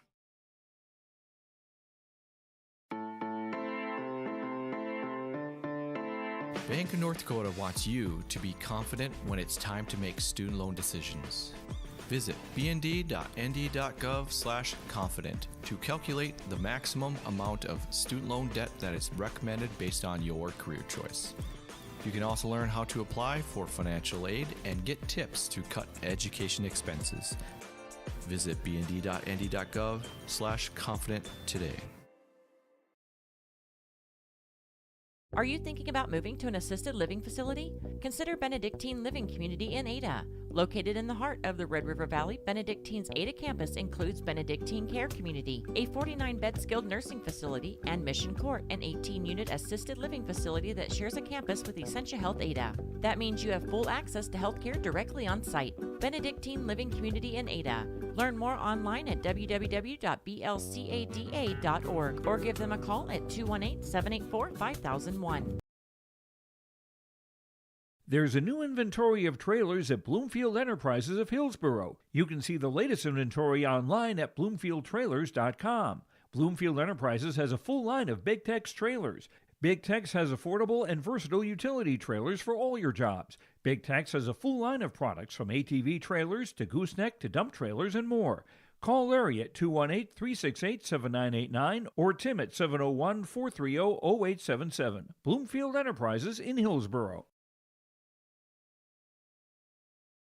Don't let the flu get you down. Fight the flu with a shot of prevention. Stop at Hillsboro Drug and get your flu shot today. No appointment is necessary. Shingle shots are also available. And don't forget your other pharmacy and healthcare needs at Hillsboro Drug. Over-the-counter medications, vitamins, health and beauty items as well. For your convenience, Hillsboro Drug offers mail-out service and delivery of your prescriptions. Check out the gift items for all occasions, too. Hillsboro Drug is a locally owned pharmacy and proud to serve the area. They thank you for trusting them with your business at Hillsboro Drug. Central Cass School's mission is to foster student excellence in cooperation with family and community and to provide educational opportunities in a safe and caring environment. Thank you to everyone who has helped make this mission a reality. The new STEM Center, Theater, Music Wing, Early Childhood Center, Wellness Center, and Athletic Complex will help set students up for success in school and life after graduation. They wish everyone at Central Cass good luck this year with academics and activities as you grow in the new space and move forward with excellence. Growers, here at Chad's Excavating out of Mayville, we are your water management contractors. We can help you with tile drainage plans, surface drainage plans, or both. Remember, water management is a lifetime investment. Call Chad at 701-430-0182 to get your water problem solved. That's Chad's Excavating out of Mayville. 701-430-0182, helping farmers grow. The City of Hillsboro encourages customers to use electricity wisely through its Bright Energy Solutions rebate program. These rebates help customers save energy and money, improve their comfort, and protect the environment. You can get rebates on Energy Star appliances and lighting, as well as high-efficiency heat pumps and air conditioners. They even have rebates for home electric vehicle chargers. Business customers can receive rebates too. Call the City of Hillsboro for more information or visit BrightEnergySolutions.com. You won this year's chili cook-off. Our girls played in the softball finals last spring. You're not just another policyholder to us. We remember your name. Hi, Cheryl. He remembered my name. Because it's your name. That's simple human sense. River's Edge Insurance Agency, Halstead. 218-456-2172. Jeff, Mary, Dan, Sarah. Dakota Heritage Bank is a bank on the go and on the grow, with locations in Hunter, Hope, Galesburg, Hillsborough, Grandin, Gackle, Streeter, Judd, Harvey, Medina, and Red Lake Falls. More locations and more services. Dakota Heritage Bank offers mobile banking and online banking with bill pay, so you can bank anytime, anywhere. Stop in and visit Dakota Heritage Bank today. Sharing our heritage, sharing our future. dhbanknd.com. Member FDIC, Equal Housing Lender. My name is Jared, born and raised in Minnesota, and I'm a project director at Enbridge. Enbridge is more than a pipeline company. It's a company participating in renewable energy projects in Minnesota and abroad, and I'm really proud to be working here. We believe a cleaner energy future is achievable. For over 20 years, we've been early adopters of renewable energy, and we're proudly committed to net zero emissions by 2050. To hear more from Jared, visit enbridge.com/Jared. That's JERRID. Don't be fooled by that beat-up old cap. Its faded crown represents the tireless work of America's farmers and ranchers. Its sturdy brim, their dedication to providing our nation with a safe, affordable food source from sunup to sundown. They're turning quarters into the dollars that drive our rural economy. So we'd like to tip our hat to them. Farmers Union Insurance. Protecting those that protect America's food source. Contact Ryan Opdahl, Farmers Union Insurance, Hillsborough. Hi, I'm Ernie Struby, president of the Goose River Bank, and I would like to know your story. Our lives and our businesses are comprised of events. We have all had our failures and successes, and these events define our character. If your character includes values like trustworthy, respectful, honest, and responsible, then your story matches well with ours, and we would consider it a privilege to be your financial partner. At the Goose River Bank, we believe that a strong bank builds strong communities. The Goose River Bank, member FDIC.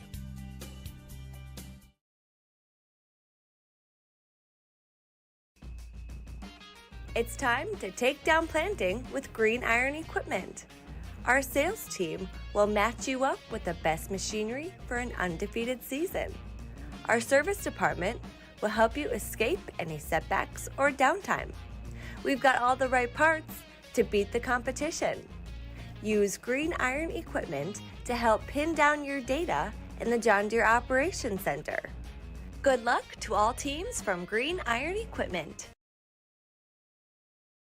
Halstead Telephone knows we all like choices. You can choose to have communication and data services up to 1 gigabit over a reliable state-of-the-art fiber optic network. And you can choose to have the same great services available town or country with local service and support. You can choose to have an individual service or bundle. You can choose to avoid tricky promotional pricing. You can choose unlimited data. The choice seems clear. Choose Halstead Telephone, broadband voice TV. 1-800-457-2125.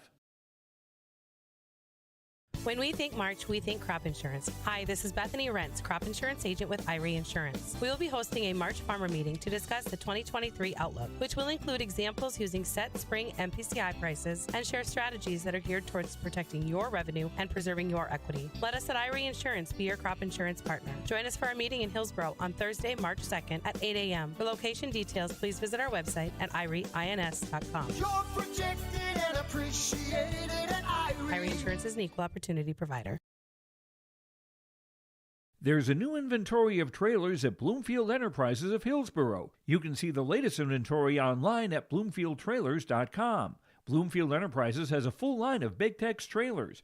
Big Tex has affordable and versatile utility trailers for all your jobs. Big Tex has a full line of products from ATV trailers to gooseneck to dump trailers and more. Call Larry at 218-368-7989 or Tim at 701-430-0877. Bloomfield Enterprises in Hillsborough.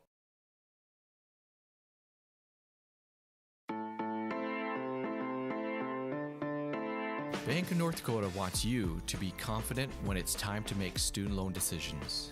Visit bnd.nd.gov/confident to calculate the maximum amount of student loan debt that is recommended based on your career choice. You can also learn how to apply for financial aid and get tips to cut education expenses. Visit bnd.nd.gov/confident today. The Kindred Vikings Booster Club is an organization of parents and community members that supports and encourages the advancement to Kindred athletic programs, focusing on wholesome school spirit, promoting good sportsmanship, and developing high ideals of character. For more information, or if you'd like to be part of the Kindred Vikings Booster Club, send an email to kindredboosterclub@gmail.com. That's kindredboosterclub@gmail.com. Go Vikings! The Kindred School District looks to collaboratively cultivate an environment that challenges learners to reach their full potential in a student-centered, community-supported environment while building authentic relationships that promotes active engagement in learning, literacy, and life. Kindred Public Schools' mission is to educate, prepare, and maximize student potential. Kindred Public School District, student-centered, community-supported. For more info about upcoming school events and news, go online to kindred.k12.us.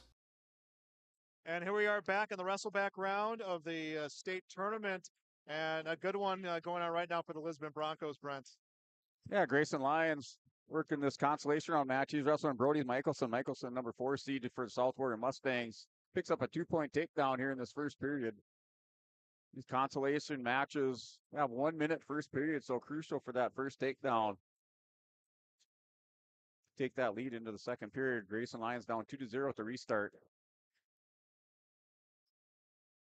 And Logan Potts for Lamora Litchfield Marion Lobo is on the mat. Upset in that first round. He has a 7-0 lead on mat number 10 over Daniel Lozano from Mayport CG. And Potts looking to rebound here and get himself back into contention for a state placing spot on the podium. Another Region 1 wrestler on mat number 12 with Ryland Vetter for Southwater Mustangs wearing the green leg band on mat 12, 106-pound consolation wrestling Levi Todd from Larimore. And Vetter's up 2-0.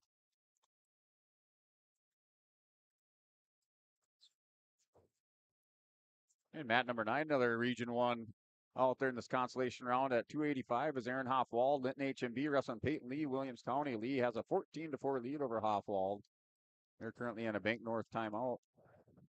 Yeah, we'll have those 2 rounds of wrestlebacks coming up, and then on to the semifinals later on today, about a 4:30 scheduled start time for the semifinals. And Potts goes on to win that one at 106 pounds, moves on to the second rounds of consolations at 106 for Lamora Litchfield Marion. And Michelson on mat number 11 with a 4-0 lead over Grayson Lions. They're at the minute 15 mark in the second period.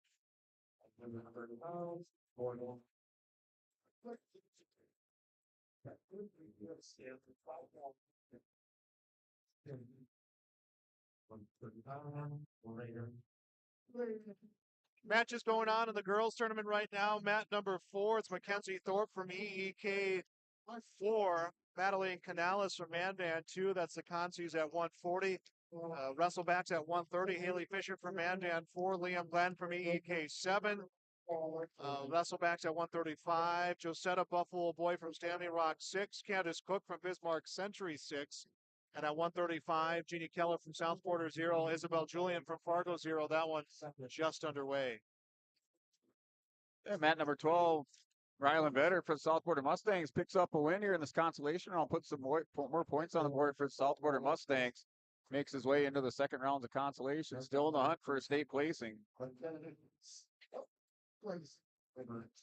Grayson Lions, a tall order for him, wrestling against Brody Michelson, for the fact that team points really hanging. This opportunity for you to get some points back. Lisbon trailing New Salem 89 to 77, South Border 57. Yeah, Lions looking to keep this one closer and going into the third period. He's down 4-0.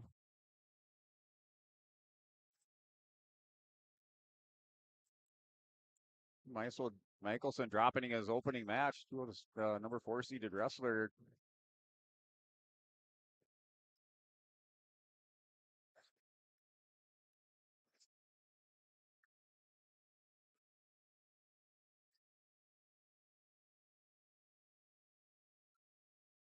And Michelson now on a high crotch fireman's. The Lions going to try to stuff this one out. Michelson not giving up on it, down on his hip. The Lions just goes head in the hole, trying to go head in the hole on Michelson. And down to a minute 15 to go. He has a cradle locked up on Michelson. Grayson Lyons. As Michelson in trouble, secures the takedown. Michelson on his hip. Lyons trying to roll him through. Lyons goes back, head in the hole. He has it locked up tight.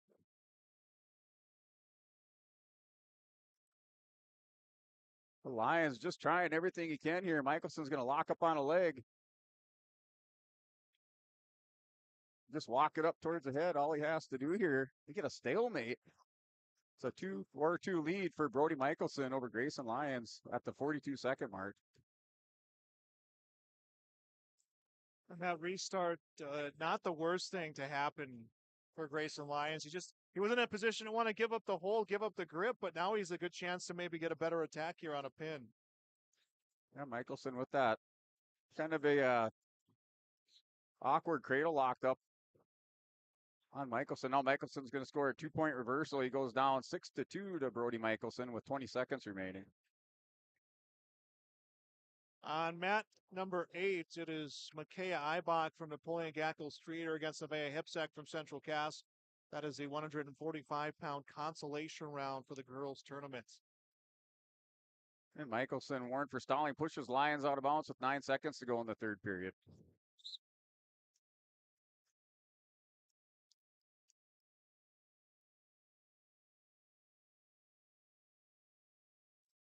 And mat number 10, Joseph Keller, South Border Mustangs here in the consolation round, wrestling Christopher Liban, Napoleon Gackle Streeter. It's a 4-2 lead for Keller.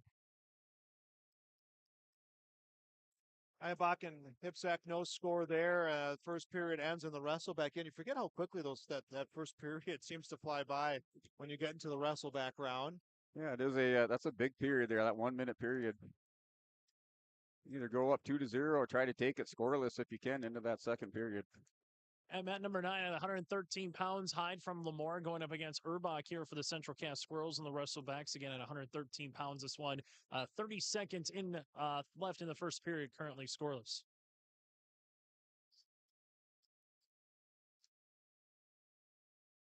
Second period, Hipsek from Central Cass will start on top of Eibach from Napoleon Gackle Streeter. Scoreless in that second period, 145-pound wrestleback for the girls' tournament. Keller and Liebrand battle Region 1 here in the consolation round, 120 pounds. It's a 4-2 lead for Joseph Keller. Liebrand and Keller both stood up center of the mat.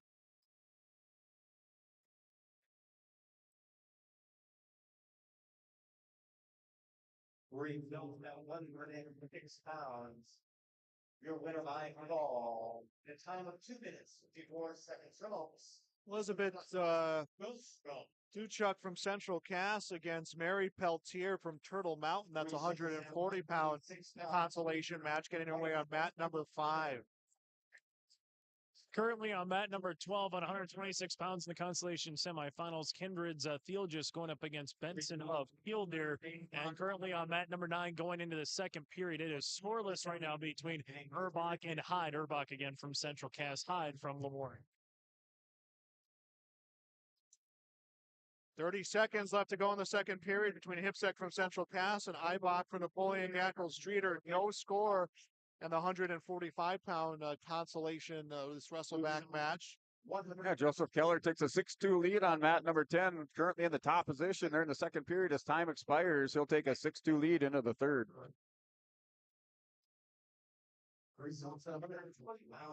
And mat 12, Miles Theelgis for the Kindred Vikings. The Green Lake Band wrestling Cameron Benson from Kildare. 126-pound consolation match. Theelgis trying to make it back on the podium again here for the Kindred Vikings. Hipsek and Eibach will wrestle a scoreless second period, so still no score For the 145-pound wrestleback for the girls, well, Duchek from Central Cass and Peltier from Turtle Mount, they are scoreless. Second period underway. Strike that. Peltier will get an escape, a 1-0 lead in the second period over there on mat number 5. So it's a 4-point lead for Joseph Keller on mat number 10. He has a 6-2 lead here over Libran from Napoleon Gackle Streeter. Now a 2-point reversal. He's up 8-2 in the third period with 1:25 to go. Has an armbar hooked up, tilts it back over. Libran's able to roll back through.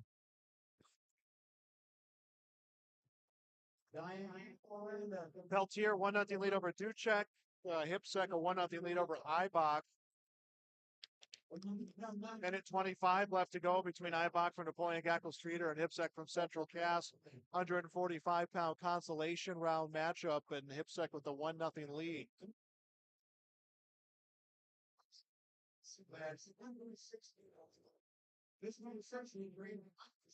That match on mat 12 between Benson and Theolgis. Cameron Benson from Kildare has a 1-0 lead over Miles Theolgis.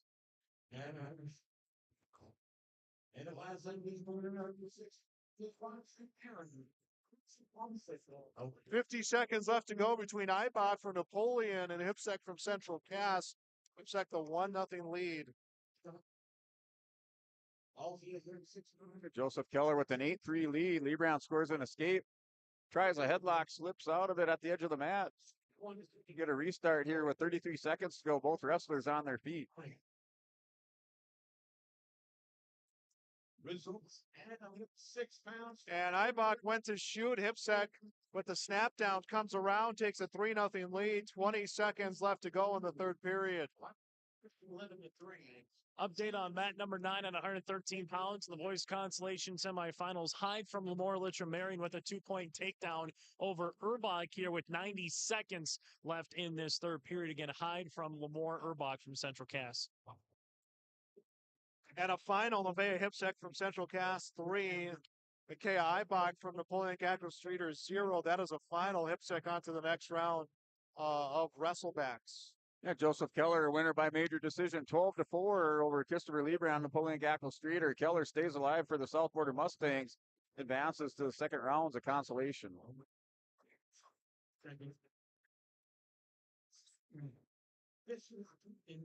Mary Peltier from Turtle Mountain 1. Isabel Duchek from Central Cass 0. Make that 2-0 now for Peltier, the lead. That is in the third period of the 140-pound wrestleback for the girls. At number 12, 126 pound steel just from Kindred leads 2-1 going to the third period over Benson here from Kildare. And mat number 10, this match just underway here in the first period. Jace Duffy, Lemoore Litchfield Marion wrestling Brock Fear from Pembina County North. That match just underway on mat number 10. And a scramble between Duchek and Peltier. It's a 1-1 match. 56 seconds left to go in the final period there.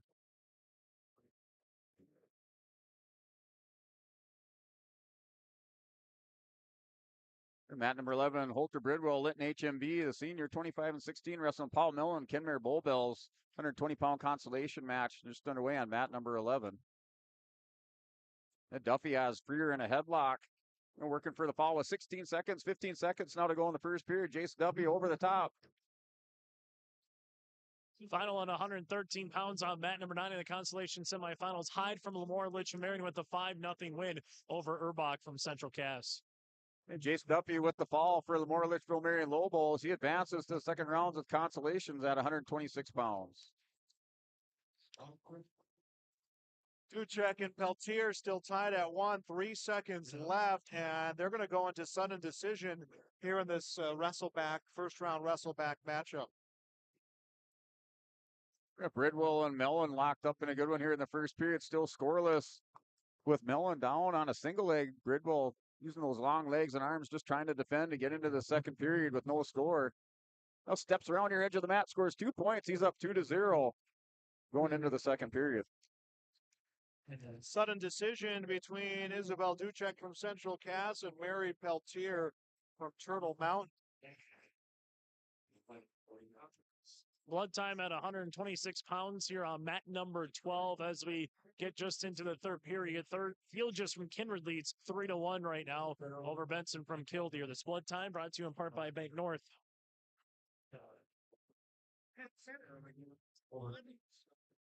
And a nice snap down and come around from Ari Peltier from Turtle Mountain. Shield defeat Isabel Ducek 3-1 in sudden decision. So Peltier on to the next round of wrestlebacks for Turtle Mountain. And Bridwell and Mellon, it's a 2-0 lead for Holter Bridwell at the minute 30 mark. Currently riding on top of Paul Mellon from Kenmare Bullbells. Aubrey Locken from Stanley will pin Isabel Dutt from Central Cass and 155-pound wrestlebacks. That's comes in the first period. So Locken eliminating Dutt from the tournament. And mat number 10, 132 pounds between Christian Ramos and Caden Smith from Deslax Burlington. That goes into the second period scoreless, 132-pound consolation match on mat number 10. On mat number 9 at 126-pound consolation, Hinker from Beulah Hazen leads 4-0 at 1:20 left to play. And the third left to wrestle, that is, in the second period. Hinker from Beulah Hazen over at Garber from Carrington.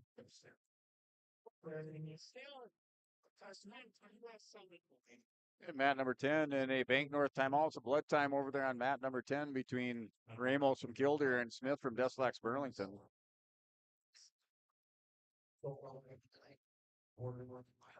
Final on mat number 12, Thiel just advances from Kindred with a 5-1 decision over Benson from Killdeer at 126 pounds. Bridwell and Paul Mellon from Kenmare Bullbells. Bridwell still with a 2-0 lead. And Mellon trying to work a reversal at the end of the second period. We have 20 seconds to go. Currently working on the leg. Oh, Bridwell has him on his hip, trying to walk it back around. Now goes arm over. 2-point reversal, ties it up 2-2.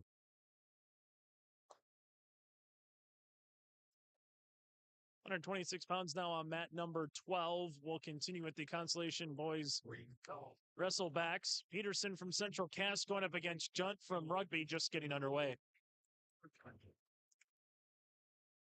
We go into this third period. We're tied up at 2 apiece between Holter Bridwell, Lytton HMB, and Paul Mellon from Kenmare Bullbells. Bridwell starts this third period in the bottom position.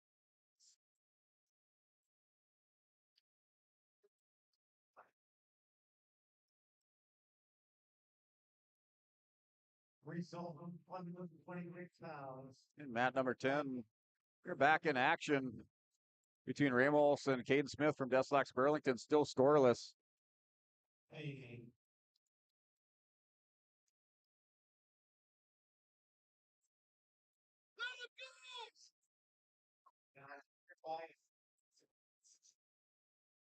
And right away off the whistle, Caden Smith scores a 1-point escape on mat number 10. He's up 1-0 over Ramos from Killdeer.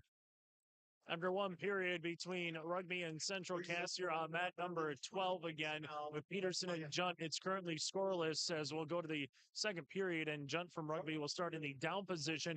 Currently on mat number 9 between Carrington's Garber and Beulah Hazen's Hinker. Beulah Hazen's Hinker leads by 2, 7-5 with 80 seconds left on mat number 9 at the 126 weight class. Current matches going on in the girls tournament.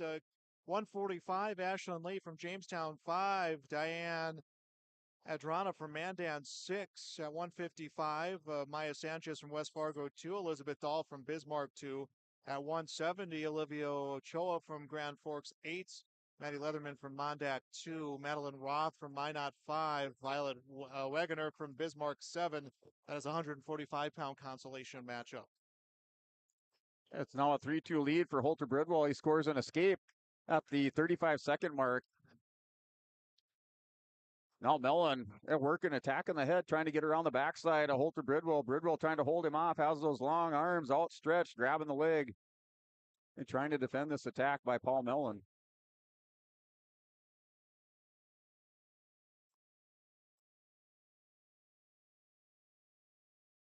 Junt with a 2-point takedown and now leads by 3 here for Rugby over Peterson from Central Cass with 60 seconds left in this second period on mat number 12. In that 11 final 10 seconds with that Holter Bridwell 3-2 lead. Bridwell drops down on a single leg shot. Millen coming over the top. The time runs out on the clock, and your winner by a decision 3-2. Holter Bridwell advances for Lytton HMB at 120 pounds.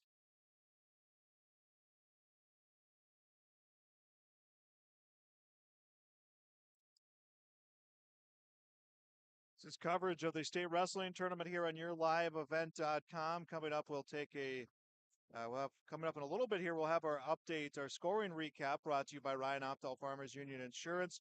I want to remind you, get ready for the best 10 days of summer at the Red River Valley Fair, July 7th through 16th.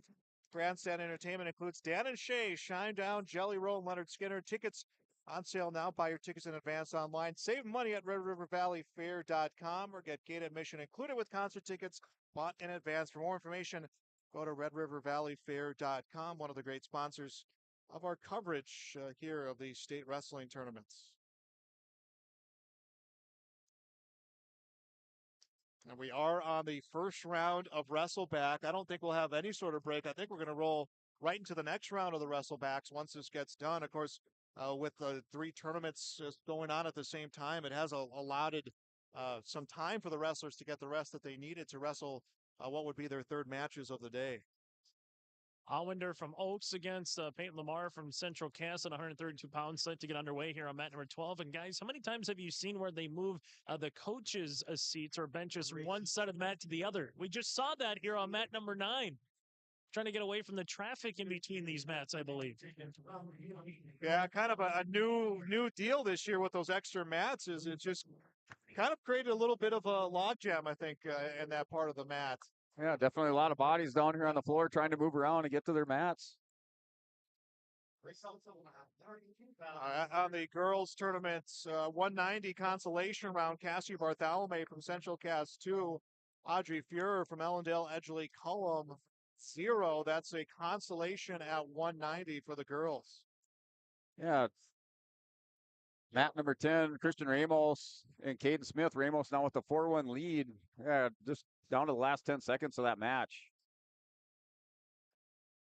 And Ramos warned with the stalling, but there's only 10 seconds remaining. He's up by 3 over Caden Smith.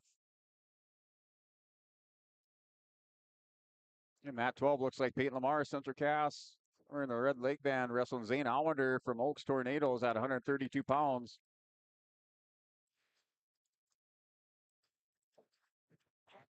And mat 11, 138-pound consolation consolation round matches. Grant Wagner has a 2-0 lead over Madden Barstead from Velva.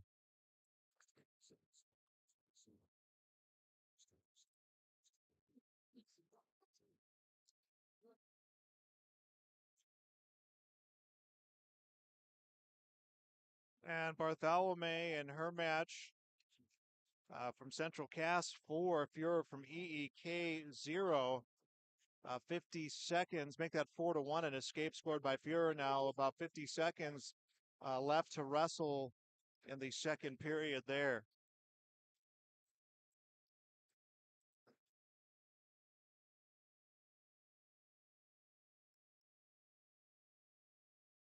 And mat number 11, it's a 3-0 lead for Grant Wagner. Scores a 1-point escape against Madden Barstead from Velva. They're down to the minute 30 mark in the second period.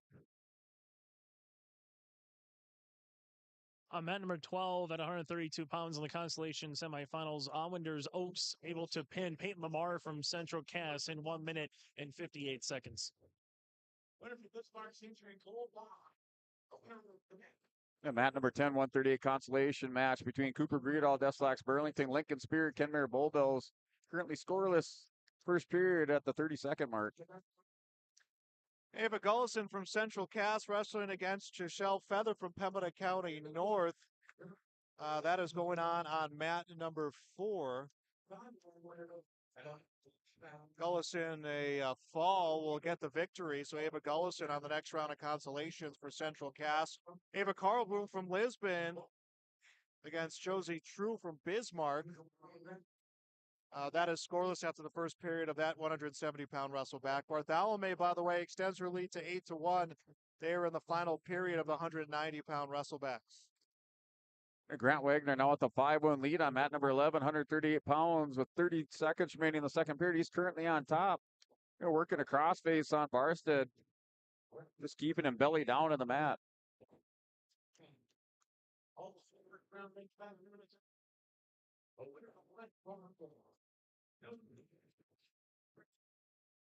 And Cooper Breedall on mat number 10 has a 2-0 lead over Lincoln Spear from Kenmare Bulldbells. They're in the second period at the minute 50 mark.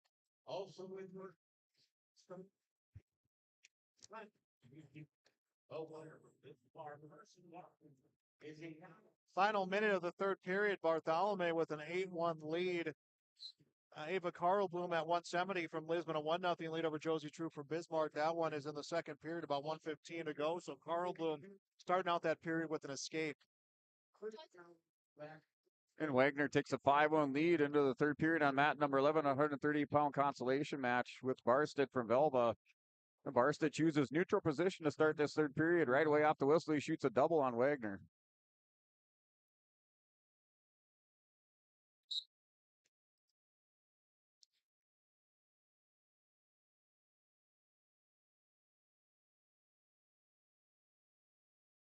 Bartholomew's lead is at 8-1. There's about 15 seconds left to go. So Bartholomew just trying to ride this one out for the win. Carlbloom gets a takedown, leads 3-0, is with control of the upper body of True, trying to get a turn and trying to get a fall here for the victory at the 170-pound consolation round. Now Matt's 3-6-9. They have moved the benches from the end to the outerior from the north to the south end. The only one that's the same from this morning, gentlemen, is the mat currently in action between Stanley and Oaks currently right now at mat number 12. So we're starting to see the benches go from one side to the other. Some of the tweaks here, adding 4 more mats here on the state wrestling tournament. Cassie Bartholomew gets the win 8-1 over Audrey Fuhrer from EEK. So on to the next round of wrestlebacks at 190 is Cassie Bartholomew from Central Cass. Ava Carlbloom from Lisbon 3, Josie True from Bismarck 0. That is going to the third period at 170. Again, creating that walkway, that interesting setup, Chase, with those extra row of mats, something new here to the state wrestling tournament here in 2023. Yeah, we'll see what happens from, this time today to this time tomorrow. And then once we get to the duels on Saturday and kind of mentally remember, 365 days from now, how this will all look a little bit unique or to what Brent was saying earlier, how big does the state girls wrestling tournament get? And then do you maybe have to start figuring out a different time for the girls or maybe a different weekend, as we've seen with state hockey this year, where the girls are getting their own weekend compared to the state boys, Joel, for hockey. Yeah, it could be something that gets looked at in the future, maybe staggered start times. I don't know. That's a little bit over my pay grade. I think that's where those advisory boards really come into play for the state wrestling tournaments. Carlbloom's lead is at 5-0, about 1:10 left to go in the final period there at 170 wrestleback. But I think they'll be looking for coaches and wrestlers' inputs when they make these plans for next year, that's for sure. And mat number 11, Grant Wagner, winner by decision, advances for the Oaks Tornadoes. He wins by decision 7-1. On mat number 9 at 138 pounds from Lamar Litchfield Marion, you have Shockman over Dolly from Henninger right now. Currently leads 2-0 here in the Constellation Wrestlebacks at 138 pounds on mat number 9. Mat 11, 145-pound consolation match. Kobe Sperry, Bowman County Beach Wrestling, Jaden Johnson from Central Cass. This match just underway on mat number 11.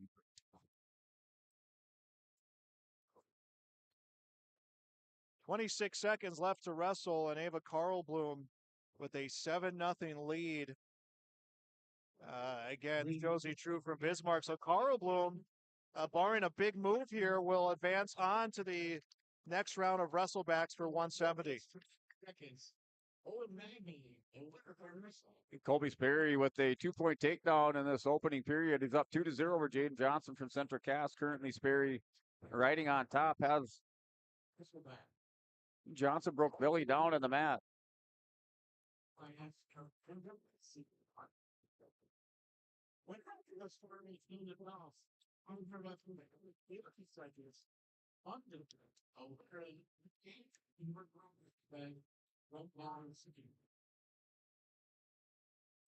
Looks like Sperry will defer choice on this match here. Mat 11 goes to Jade Johnson. He chooses the bottom position to start the second period.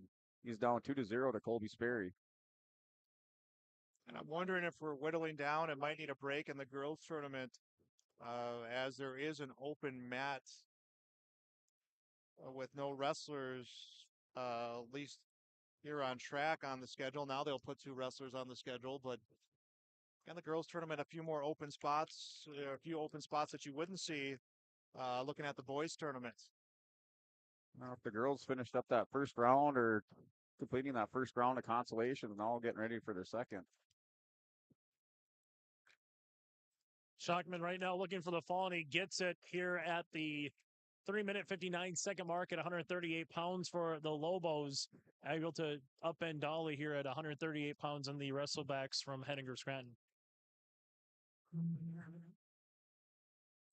And Matt 10 is Cooper Breedall, winner over Lincoln Spear from Kenmare Bull Bells, advances at 138 pounds.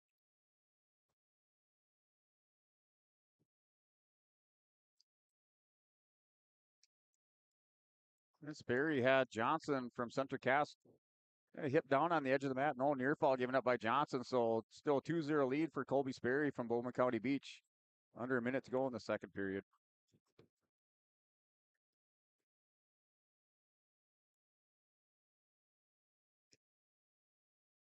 That headgear go flying off on mat number 11. Sperry loses his headgear working the edge of the mat. Referee still hasn't stopped the action. Match is going on the girls' side. It is Riley Klein from Beulah Hazen against Caden Schumann from Grand Forks. That's a consolation round at 190. Schumann with a 10-0 lead, ends up suffering a loss via fall. At mat 5, Leah Burdett from Des Lacs Burlington, believe will get the pin there. She will advance on. And then at mat 8 at 250, it's Morgan Harvey from Bismarck Century, Ashley Lindbergh from Carrington. No score there through one period of wrestlebacks. On mat number 12, just taking the mat, Wadeson for Northern Cass at 145 pounds, going up against Vincent here from Velva, the Aggies, and the Constellation wrestlebacks at 145 pounds. Jaden Johnson trying to hit the reversal at the end of the second period, not able to do it as Colby Sperry covers, keeps Johnson down on the mat. Now Sperry's choice, he's going to choose neutral to start this third period on mat 11. Mat 4, 250-pound consolation, Lily Boone from Mandan against Emma Osier from Fargo. At mat 5, 250, Elona Meza from Jamestown against Ambarona Rout from Grand Forks. Well, mat 8 is Morgan Harvey from Bismarck Century, Ashley Lindbergh from Carrington. These are all 250-pound consolation matchup in the girl tournament. And Johnson and Sperry in this third period, currently in the neutral position. Both wrestlers locked up in a collar tied, with Sperry pushing Johnson back to the edge of the mat. Now Sperry steps around, 2-point takedown. He's up 4-0 at the minute 20 mark in the third period on mat 11. Eleona Meza will get the pin for Jamestown, defeats Maria Rout from Grand Forks. So Meza onto the wrestleback round at 250. Yeah, mat number 10, 138. It's Brody Hoffman wrestling Rylan Wetzel from Harvey Wells County. Currently, Rylan Wetzel, the 8th grader, has a 1-0 lead over Hoffman.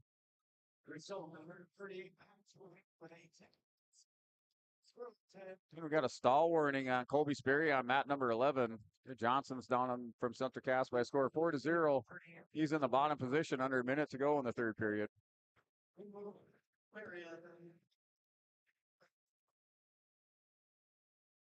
And we saw that one. Your winner, 352 minutes, Timberwolves, Chase Winder. Morgan Harvey from Bismarck Century, 2. Ashley Lindbergh from Carrington, 0. That is third period just underway in consolations at 250. And now on to the 100-pound consolations. Emily Yobati from Bismarck Legacy, 2. Taryn Razor from Kindred, 0. Make that 5-2. Yobati with the lead over Raisler. So Raisler just scoring that reversal. So they are going to go right into the next round of wrestlebacks for the girls tournaments. Mat number 5, Brooklyn LaFrenz from Mandan against Eloise Jenner from South Border. LaFrenz 2, Jenner 1. If you win the in the second round of consolations, you're guaranteed a top 8 finish. So a big round here for these wrestlers here, second rounds of the consolations. Now let's get our team scoring update. That is brought to you by Ryan Optel Farmers Union Insurance of Hillsboro for home auto business Light Farm. Visit the agency in downtown Hillsboro. And the Class B boys, New Salem Almont 89, Lisbon 77, South Border 66, Bishop Ryan 49. So a good round for the Broncos as they cut that deficit to 12. For the girls, it's Minot 93, Bismarck 80, Central Cass 74, Legacy 64. Class A, let's take a look at the Class A scoring right now. For Class A, Bismarck 84.5, West Fargo 69, Bismarck Century 68.5, West Fargo Cheyenne 63. That has been a team scoring update brought to you by Ryan Optal Farmers Union Insurance in Hillsboro.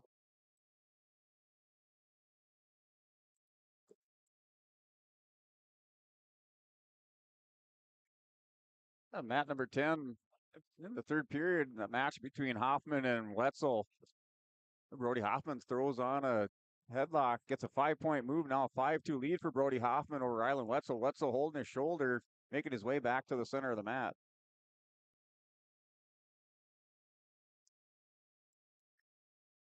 And mat 11, 152, Bryce Moak from Mayport CG has a 5-0 lead over Weston Eno from Northern Lights. That's in the second period at the minute 45 mark.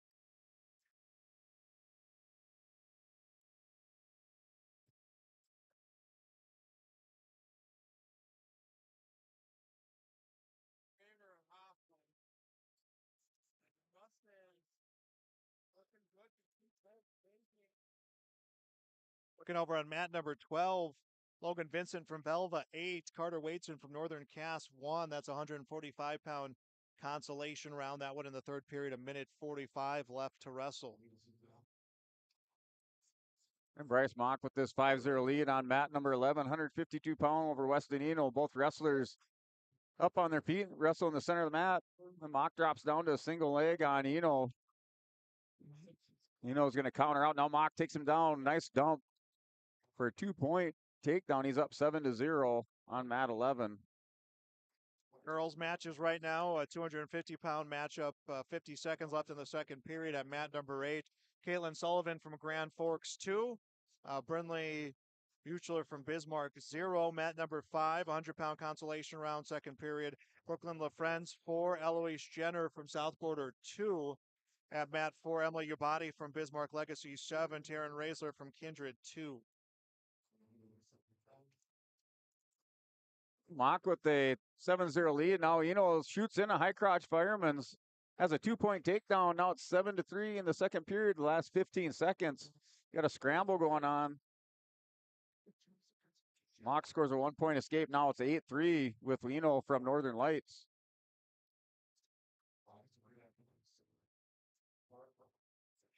And we are in the consolation rounds.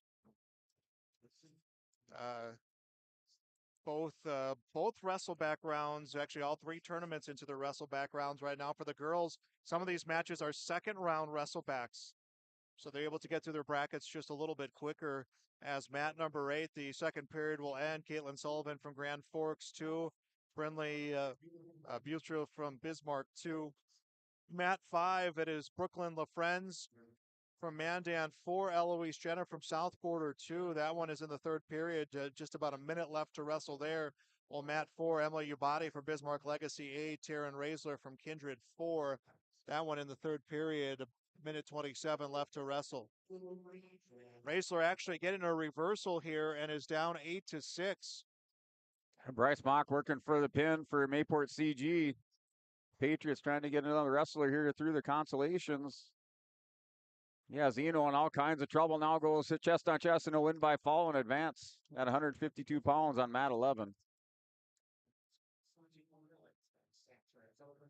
55 seconds left to go between Yubati from Legacy and Taryn Raisler from Kindred. 8-6, Raisler down by 2. Yubati trying to score an escape.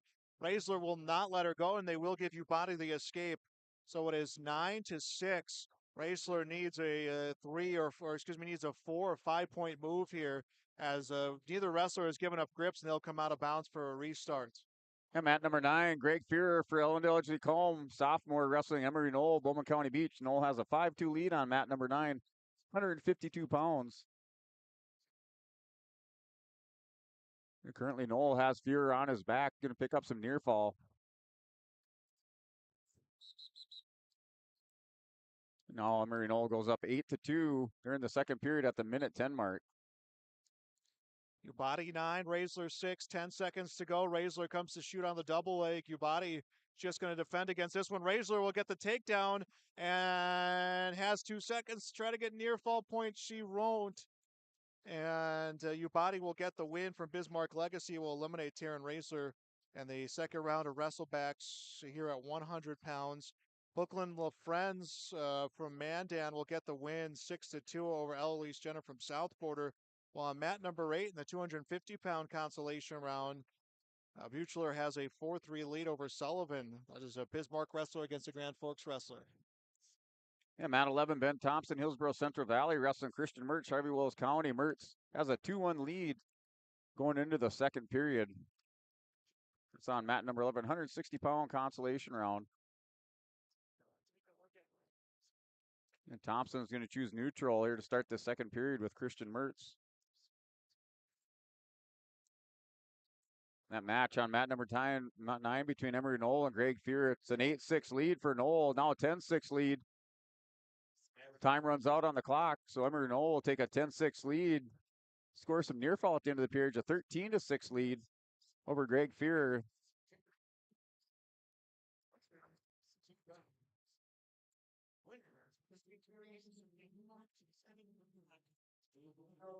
And Christian Mertz, Ben Thompson, it's a 4-1 lead for Christian Mertz on mat number 11, 160-pound consolation round. And Thompson's going to go right into Mertz, takes him out of bounds. Mertz getting a little instructions there from his coaches in the corner. Get the restart back in the center of the mat. Mertz has a 4-1 lead on mat number 11, 160 pounds.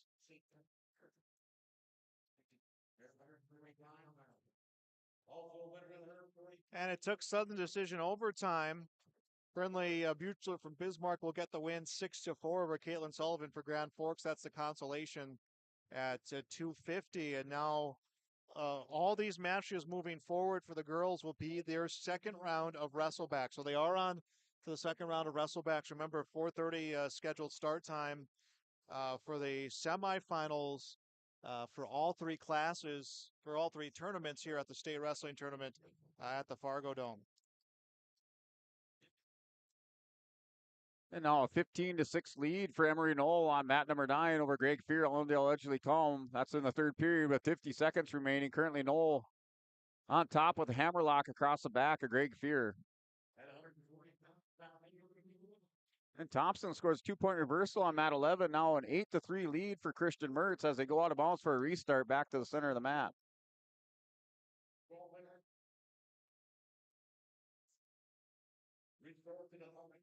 Over on mat number 8, Isabel Miller from South Border will get a pin over Monica Boyke from Minot. That's a 100-pound consolation, so a quick win for Isabel Miller. Will win that one in the first period of the wrestlebacks. Mat number 5, Vivian Backer from Bismarck Century against Avery Jacobson from Rugby. That one, no score there at mat 5. Strike that. It will be Jacobson with a takedown. Well, at mat number 4, Ariana Loren from Dickinson against Kenzie Jost from Carrington. That one, no score as that one just underway. And mat number 12, Colton Beaker from New Salem Almont wrestling Brock Wendell, Lemoore Litchfield Marion. Wendell with a quick 2-0 lead on mat number 12, 182 pounds. Wrestlers go out of bounds for a restart, so Wendell trying to stay alive here. Consolation rounds for the Lemoore Litchfield Marion Lobos. He's up 2-0 on mat 12. And Mertz extending his lead 11-3 over Ben Thompson here in the third period. That's on mat number 11.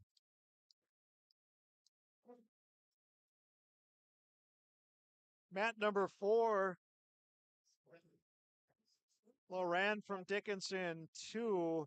Jost from Carrington scoreless. A Bank North timeout over there with an injury at mat number 4. Mat number 5, Jacobson from Rugby, 2. Backer from Century, 2. That one, 27 seconds to strike that second period just underway there. Well, on mat number 8, Jocelyn Boyer from Northwood, 0. Katie Bynum from Pembina County North, 2. That is 30 seconds left in the 105-pound wrestleback. These are all 105-pound second-round wrestlebacks for the girls tournament. Here, Brock Wendell up now 7-0 on mat number 12 over Colton Baker from New Salem Almont. And that's in the second period with 1:39 to go on mat 12. And that final on mat number 11, Christian Mertz wins by wins by fall over Ben Thompson from Hillsborough Central Valley, advances to the second rounds of the consolations at 170 pounds. And mat 10, Noah Alderin, Lytton HMB wrestling William Roundy from Kildare. It's still scoreless with Alderin working for an escape.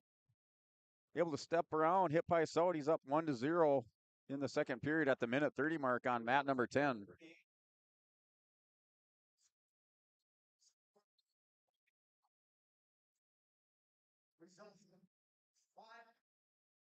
And Wendell, winner by fall on mat number 9, advances to the second round consolations for Lemoore Litchfield Marion Lobos at 182 pounds.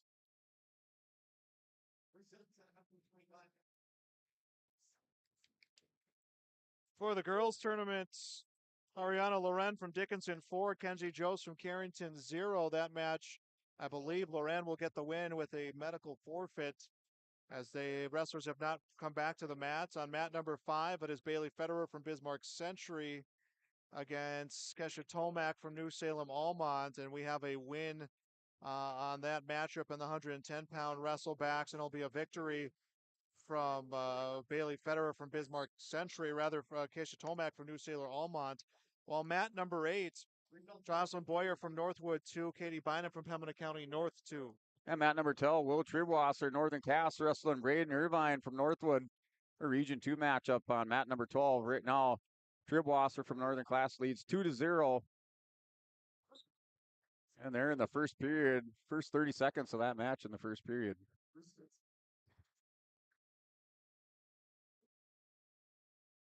Mat number 4, 110-pound wrestlebacks, Mallory DeVries from Central Cass, Haley Wetz from Harvey Wells County.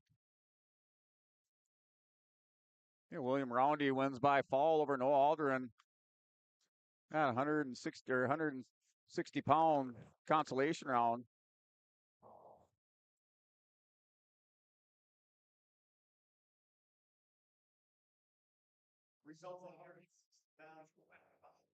DeVries will get a takedown, and then a stoppage for potentially dangerous, and an escape actually will be given to Wetz. So DeVries leads 2-1, about 14 seconds left in the first period of that wrestleback. That's still now it's a 2-1 lead for Tribwasser from Northern Cass over Braden Irvine on mat number 12, 182-pound consolation match. That's the start of the second period. And that one just went final, so Tribwasser Northern Cass advances into the second rounds of the consolations. And mat 11, Central Cass is Jalen Baumgartner wrestling Trey Baumbach. Baumbach right away with the opening takedown, leads 2-0. DeVries will get a 3-point near fall before the first period ends. DeVries from Central Cass, 5. Wetz from Harvey Wells County, 1. That is the second period of the 110-pound girls wrestlebacks. Mat number 5 from Dickinson, Clancy Meyer, 2. Abel Owens from Fargo, 1. That one first period expired at 1:15. While at 1:05, Jocelyn Boyer from Northwood, 9. Katie Bynum from Pembina County North, 4. And Baumbach with this 2-0 lead on mat number 11, 182-pound consolation round over Jalen Baumgarten from Central Cass.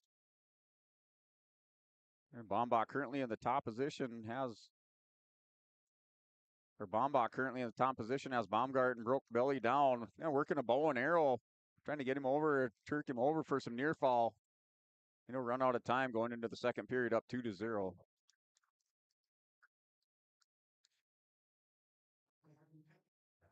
DeVries' lead now at 7-1. 20 seconds left in the second period as there's a restart there at the 115 consolation round. And all wrestlebacks from this point forward until that 4:30 start time.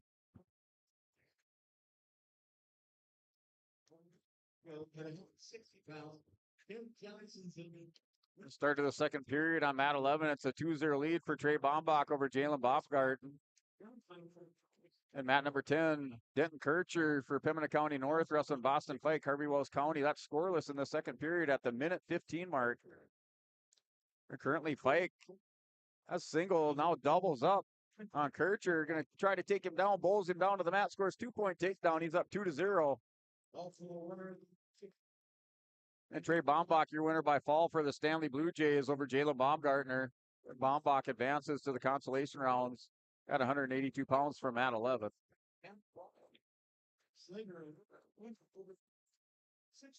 DeVries' lead is at 7-1, 25 seconds left in the second period at the 110-pound wrestleback.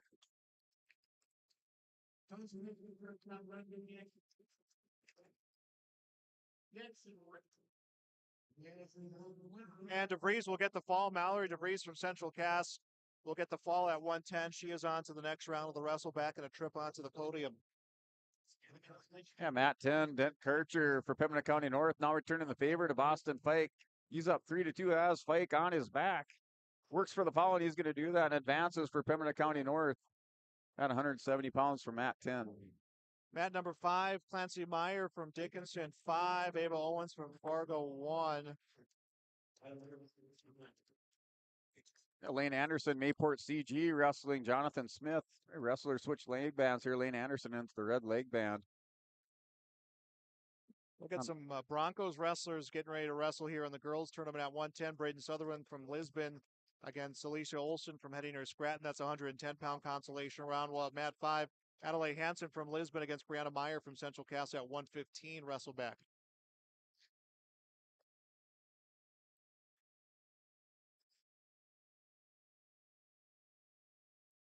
Mat number 8, Natalie Meyer from Dickinson 2, Danica Bennett from Pembina County North 0. Mat number 12 at 195 pounds, Patasic for Oaks going up against Lettenmeyer here for Lemoore, just about to get underway in the consolation wrestlebacks. And Jonathan Smith will win by fall over Lane Anderson on mat number 11 at 195-pound consolation match. They're just about ready to start our second round of consolations for the Class B boys.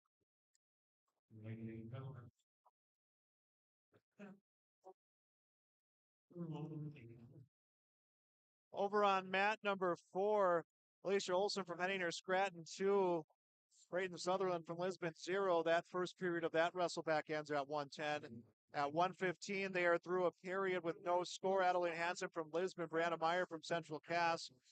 Meyer will be on top to begin the second period at 115.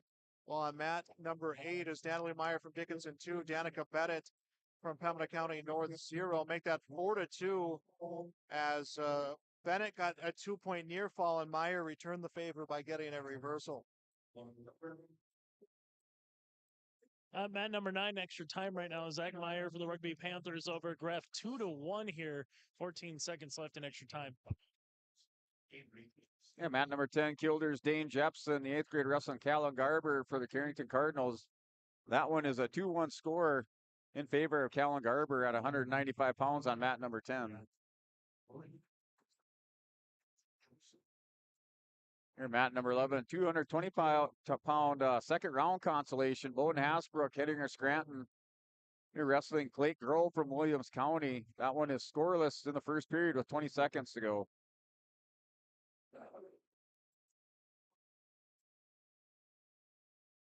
Mat number 4, Lisa Olson extends her lead to 4-0 over Braden Sutherland at the 110-pound consolation round. Mat number 5, it looks like we're going to be scoreless after 2 periods. Strike that will be a clasping, and Hansen will get a point for Lisbon. She leads Brianna Meyer from Central Cass 1-0.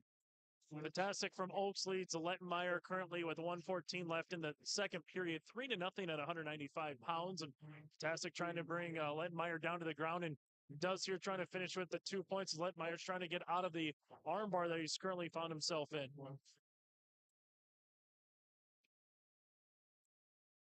Lisa Olson from Henninger Scranton extends her lead to 8-0 over Brayton Sutherland from Lisbon. That one in the second period of 110-pound wrestleback.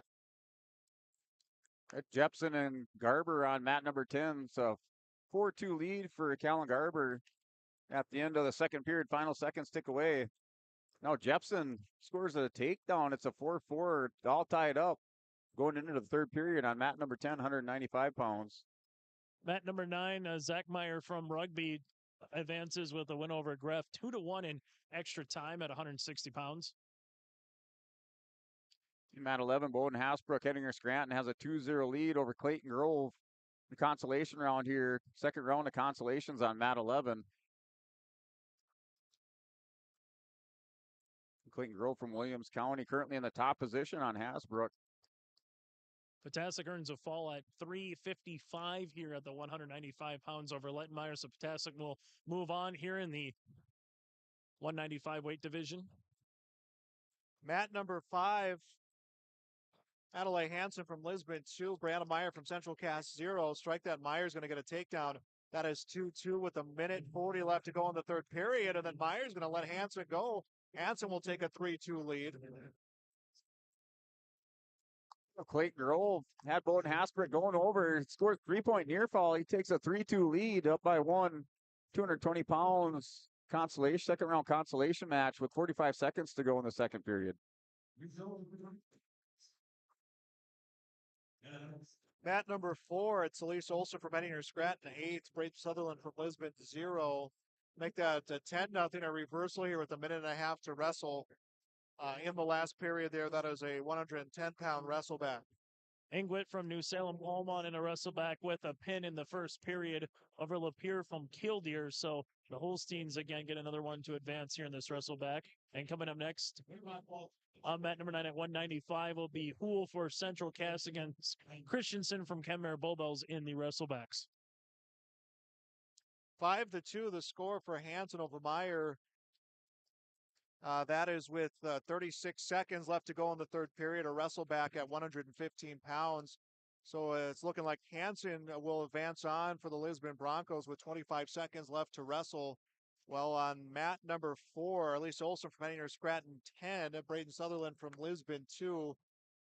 9 seconds left to wrestle in the third period there. So that one will come to an end. It'll be Elise Olson from Henninger Scranton. Will advance on in the wrestlebacks at 110 pounds. Team scoring right now in the girls tournament, Minot 93, Bismarck 82, Central Cast 78, Bismarck Legacy with 70. And final score on mat number 5, Adeline Hansen from Lisbon 5, Brianna Meyer from Central Cast 2. Lisa Olson from Henninger Scranton 12-2, a victory there at 110 pounds. And mat number 11, Clayton Grove working for the fall on Bowden Hasbrook, and he'll do that. He advances into the top 8 for Williams County. So Clayton Grove winner by foul over Bowden Hasbrook on mat number 11. Christensen earns a 2-point takedown just at the end of period number 1 against Hool here on mat number 9 at the 195-pound weight class. So he'll go up 2-0 going to start the second period, and Hool will start in the down position.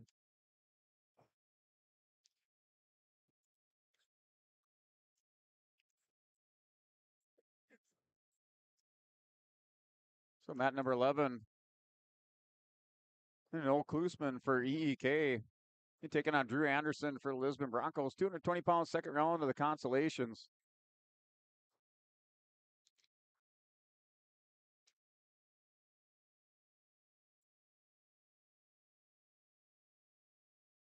Then on mat number 10, we have Carter Engelbretson wrestling John Leonard. Engelbretson, Harvey Wells County, John Leonard, Northern Lights on mat 10, 220 pounds. That match is still in a Bank North timeout over there. Referees out there discussing. And Drew Anderson gets a takedown on Klusman. He throws a leg right on Klusman. Has the leg. Anderson going to try to step around, puts him on his hip. Anderson in trouble here. Just tries to hold on.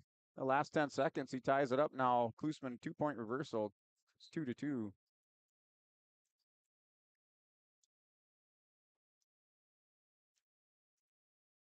Matches going on right now in the girls tournaments. At 1:15, Kylie Skadberg from Carrington against Bailey Schmidt from Bismarck. Skadberg a 5-0 lead at first period. Wrestle back almost done. 1:20, Michaela Hartlip from Beach against Kulan Bajar from Bismarck Legacy. And then at 1:15, it's Sophia Johnson from Bismarck Legacy against Shelby Miller from Ellendale Edgeley Cullum. And it's a 115-pound wrestleback. It's like for the second round of wrestlebacks on the boys, Class B side are down to 3 mats.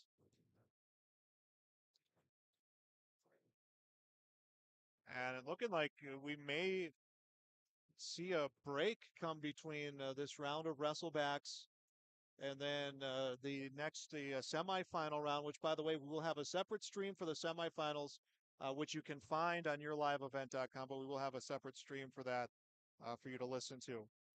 Christensen right now working on top of Hool with 10 seconds left in the second period at 195 pounds. And the wrestlebacks on mat number 9, currently with a 4-0 edge, as we'll enter the third period here upcoming shortly.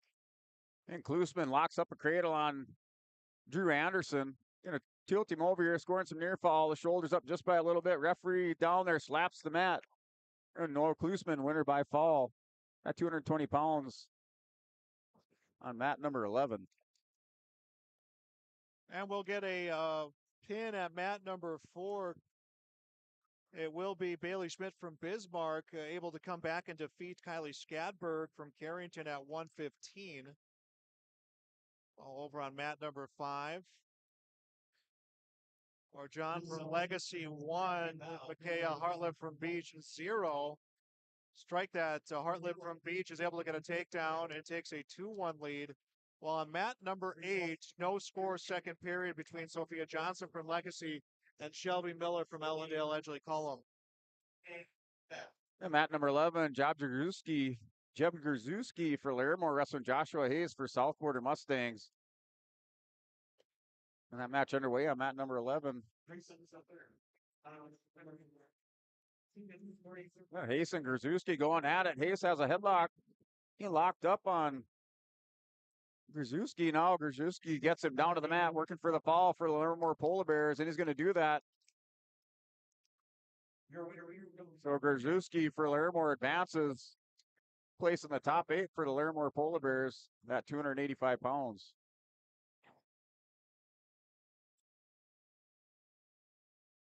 This is coverage of the state wrestling tournament here on yourliveevent.com. Days 1 and 2, individual tournaments coverage. And Saturday, dual coverage. We'll have both Squirrels wrestling teams as well as the Lisbon Broncos. Results of the remaining 2 rounds will be 2 minutes, 14 seconds. Mat number 10, we're all tied up at 220 pounds. Second round of consolations between John Leonard from the Northern Lights and Carter Engelbretson from Harvey Wells County. The wrestlers in the second period currently locked up. They're head-to-head working collar ties. Results of be in a score of 2-1. Christensen right now on mat number 9 trying to ride out this one on top of Hool, up 4-0 of the 195-pound wrestlebacks from Kenmare Bullbells. And right now he's got Hool in a good spot just on the mat, just keeping him down. And that will be your final here, a 4-0 decision. Christensen from Kenmare Bullbells will knock out Hool here in the wrestlebacks at 195 pounds from Central Cass. At mat number 5, Hartlib with an 8-2 lead. That one has about a minute left to wrestle at 120-pound wrestleback. At mat number 4, just underway, Jordan Whiteford from Ray against Kaylee Klingman from Mondak. That is in the first period of 125-pound wrestleback. And then mat number 8, Sophia Johnson from Bismarck Legacy 2, Shelby Miller from EK 0. That's 115-pound wrestleback. Mat number 10, Carter Engelbretson has a 5-4 lead on John Leonard from Northern Lights. A 220-pound second-round consolation match. Mat number 9, Gabe Lackaduk from Belva, wrestling Hudson Gelden from Rugby. Results at At 11, fellow teammate to John Leonard, Bryce Prouty from Northern Lights, wrestling Peyton Lee from Williams County. And a result, 190 pounds. And Prouty takes a 2-0 lead at 285 pounds on mat 11, 285-pound consolation match.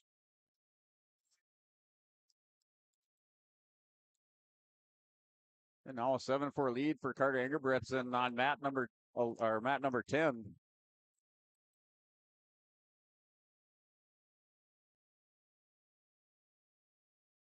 Two of a final on mat number 5. It's Micaiah Hartlip from Beach gets a win at an 8-2 decision at 120. Shelby Miller from EEK will get a win over Sophia Johnson from Legacy 3-2 at 115-pound wrestleback. And on mat number 4, there is still no score between Jordan Whiteford from Ray and Kaylee Klingman from Mondak. And Engelbretson has John Leonard rolled over. He's going to win by fall. It advances into the top 8, 220 pounds. That was on mat number 10.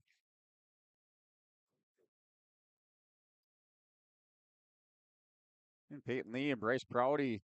It's a 2-1 lead for Bryce Prouty of Northern Lights. Lead for Williams County Firestorm. Prouty gets around 2-point takedown. He's up now 4-1 on mat 11.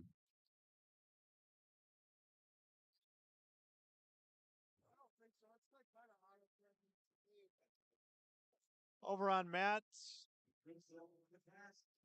number 5, it's Brianna Erickson from Hope Christian against Deegan Kirschman from Valley City. That's a 120-pound wrestleback.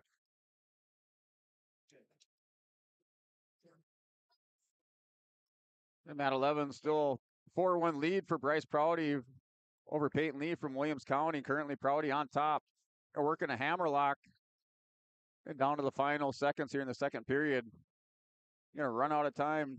2 near falls scored at the end of the second period for Prouty. He's up now 6-1.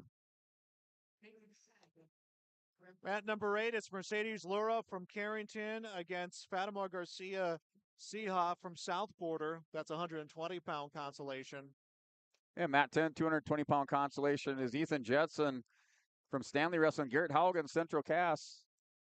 It's all tied up at 2 apiece in the first period. The final 5 seconds with Haugen in the top position.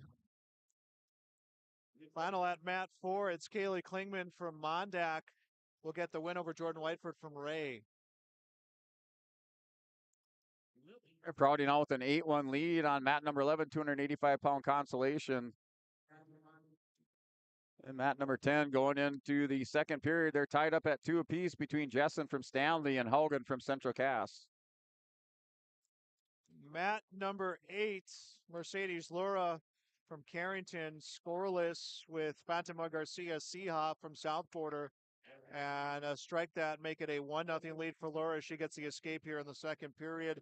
Mat number 5, Brianna Erickson from Hope Christian, 0. Deegan Kirschman from Valley City, 0. And Garrett Haugen with a 2-point takedown in this second period, now up 4-2 at the minute 35 mark. 220-pound second round consolation match on mat number 10.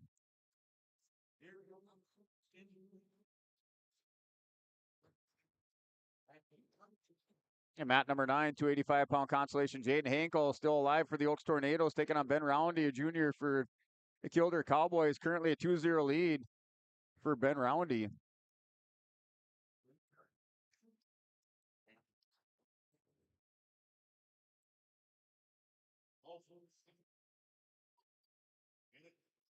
This is our wrestleback round here, the state wrestling tournament on yourliveevent.com.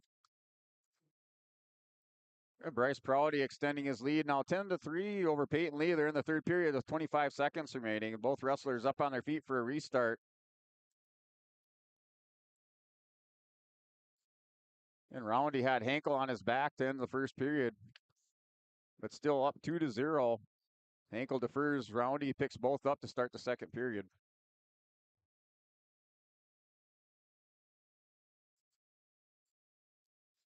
Over on mat number 5, Erickson from Hope Christian, 0. Kirschman from Valley City, 0. That one in the third period of the wrestleback at 120. At mat number 4, Victoria Lemus from Minot against Brindley Hartstotch from West Fargo United. That one in the second period wrestleback at 125. At mat number 8, Mercedes Lura 1 from Carrington. Fatima Garcia Sia from South Quarter. No score for her. Garrett Haugen rolls over Ethan Jessen. They had him on his back, got three near fall, so put now up 7-2 over Ethan Jessen from Stanley at 220 pounds. They're going into the third period. They got a Bank North timeout there for some blood time over on mat number 10.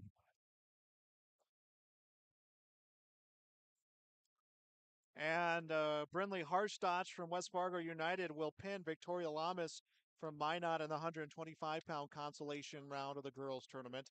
So it's Harstotch to advance on to the next round. Well, over on mat number 5, Deegan Kircherman from Valley City 1.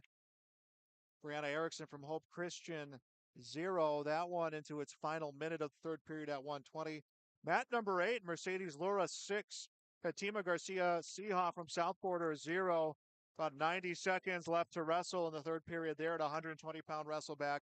And Lura in a position to get a pin. And mat number 10 still in the Bank North timeout, attending to Garrett Haugen over there with blood time. He's up 7-2 in the third period.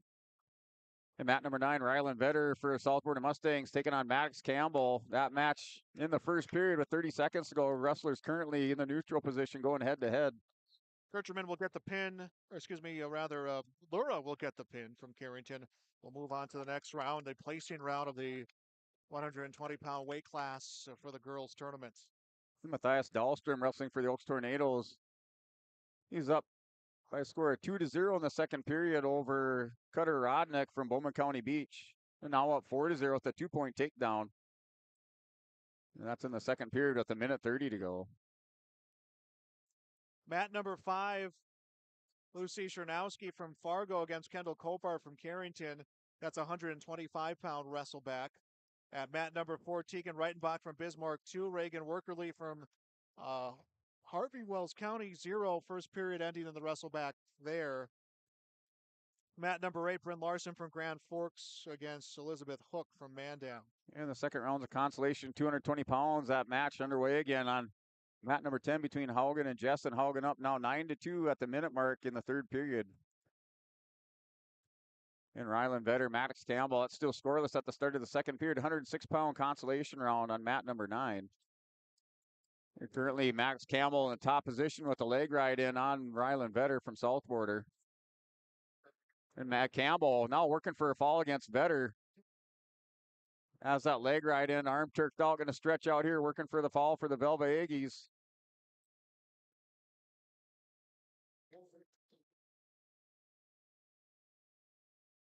And Rylan Vetter still fighting off his back, able to get belly down. Campbell will pick up a 3-point near fall. Vetter working for reversal now. Campbell gets high.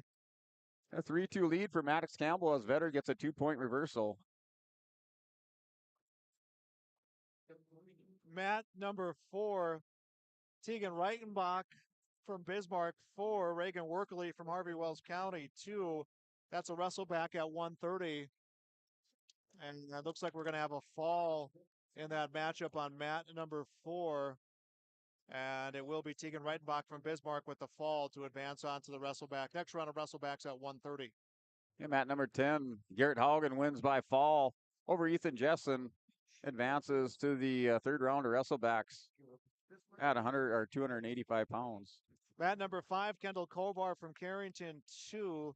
Lucy Sarnowski from Fargo 1. That's a 125-pound wrestleback for the girls. Mat number 8, Bryn Larson from Grand Forks 2. Elizabeth Hook from Mandan 0. That's a 125-pound wrestleback. And Maddox Campbell on mat number 9 now up 8-2 over Rylan Vetter. Campbell has a cradle locked up on Vetter, takes him over to his back, working for a fall again is Maddox Campbell for the Velva Aggies at the end of the second period.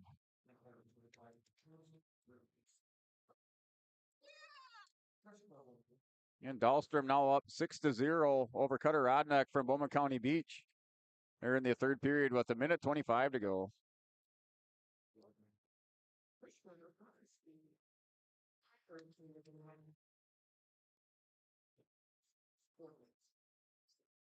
Mat number 5, Chernowski from Fargo 3, Kovar from Carrington 2.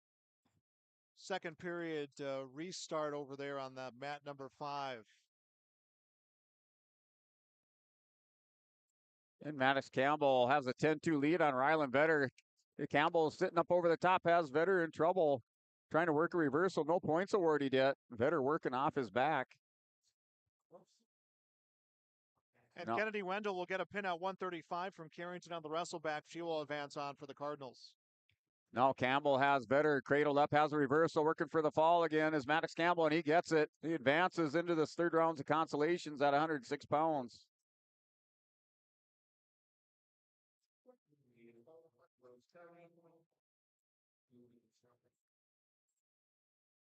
And Dahlstrom still with a 6-0 lead. Third period, 20 seconds to go, in command of this match at 106 pounds on mat number 11.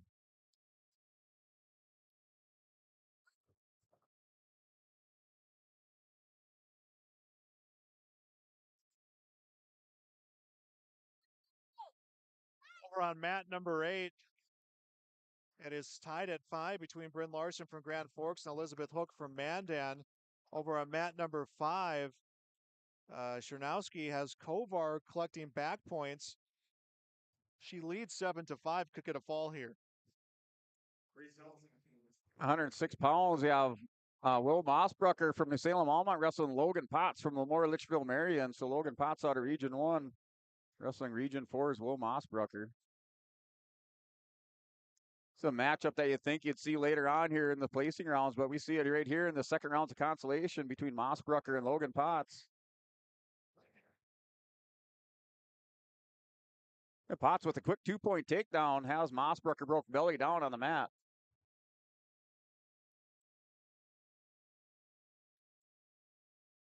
And we're going to get a fall on mat number 5. Lucy Czarnowski from Fargo will pin Kendall Kovar from Carrington. So Zarnowski on to the next round of wrestlebacks at 125. On to the placing round at 125.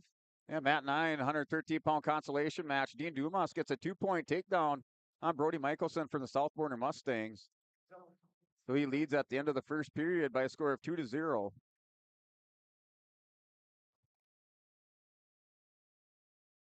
Over on mat number 8, Bryn Larson from Grand Forks 6, Elizabeth Hook from Mandan.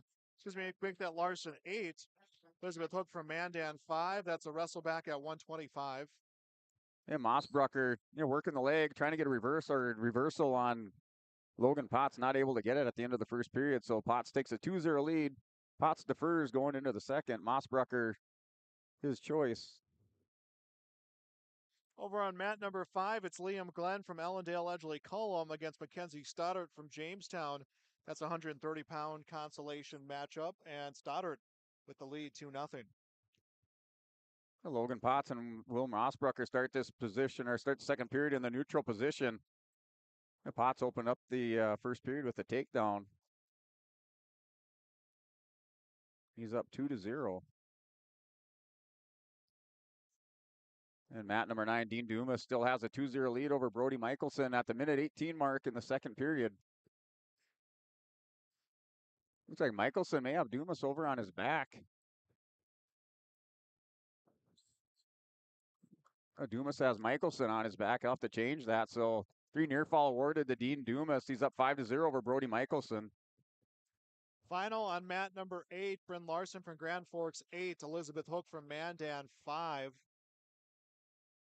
Over on mat number 4, Josetta Buffalo Boy from Standing Rock 4, Mason Reams from Bismarck 1. That's a 130-pound wrestleback, 135. At mat number 5, 130, Mackenzie Stoddart from Jamestown with a headlock on Glenn. Leads 4-2, gets the fall, so Mackenzie Stoddart from Jamestown gets the pin and advances at the next round of wrestlebacks at 130. And Mossbrucker, Logan Potts in a good scramble here. Potts looking to come out on top of this takedown attempt. Gets 2 points. He's up now 4-0, working for some near fall. Logan Potts gets a couple swipes of the mat from the official. So he's up 6-0. Wrestlers go out of bounds, no change of position here at the 36-second mark of the second period. Mat number 8, Ellie Roslin from Hettinger Scranton against McKenna Seitz from Bismarck Legacy. That's a Consi match at 130. Mat number 5. Yeah, Logan Potts looking to make it through these wrestlebacks round and place last in the first round. And an upset This restart, he starts in the top position, has a half Nelson buried in, now goes across the neck and trying to work a guillotine. And Mossbrucker working his own reversal at the end of the second period. Logan Potts just trying to hang on, not give up any points. Janine Keller will get a fall over Cameron Potts just trying to get belly down, so it's a 6-2 lead.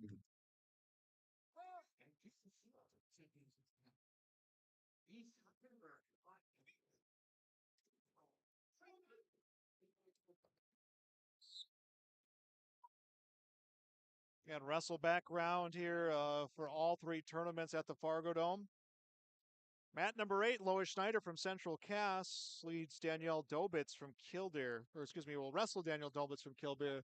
That's a wrestleback match at 135 pounds. Oh, Will Mossbrucker with a quick 2-point takedown, opening up this third period. Now a 6-4 lead for Logan Potts at the minute 30 mark to go. And Dean Dumas has a 7-2 lead over Brody Michelson on mat number 9, 113 pounds. And it will be a takedown for Schneider over Dobitz and immediately puts it into back point. So at least a 5-point move could potentially be the end of the match if she can adjust. She does have an arm in the head. Trying to get the pin here is Lois Schneider.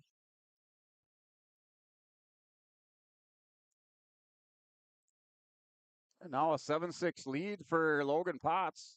No, an 8-6 as Will Mossbrucker is going to let Potts go at minute 8 mark in the third period. So we got a good one going here.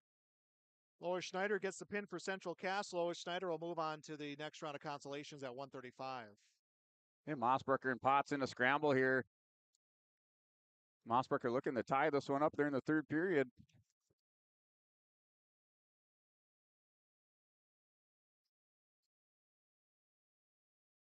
Potts able to get stood back up on Mossbrucker. Takes him down. Potts has Mossbrucker. A little bit of trouble.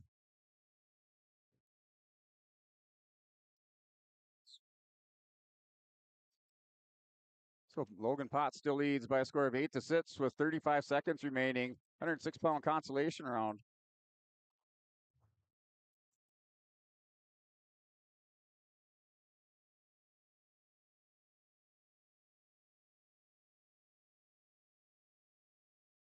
Logan Potts just trying to outlast Will Mossbrucker here at 113 or 106 pounds.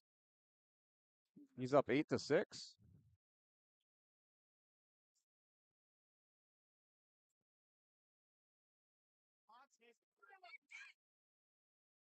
Now Mossbrucker on a double leg. Potts backs out of bounds. And Potts just trying to coast into this, just hanging on here, down 8-6. Now Potts warned with stalling. 1 point to Mossbrucker. Down to 4 seconds. And Logan Potts will last and a place in the top 8 coming through the consolation rounds. And nice job by Potts. I mean, he got hit with that stall and he gave up that point, but he burned off enough time is what he needed to just sprawl out and ride out those last few seconds.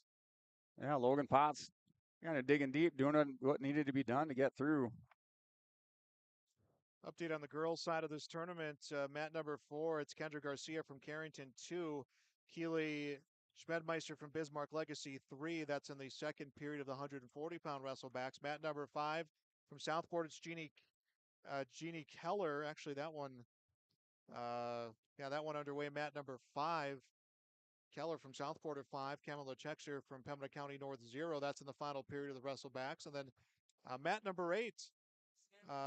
Mary Peltier from Turtle Mountain against Caitlin Vetter from Minot.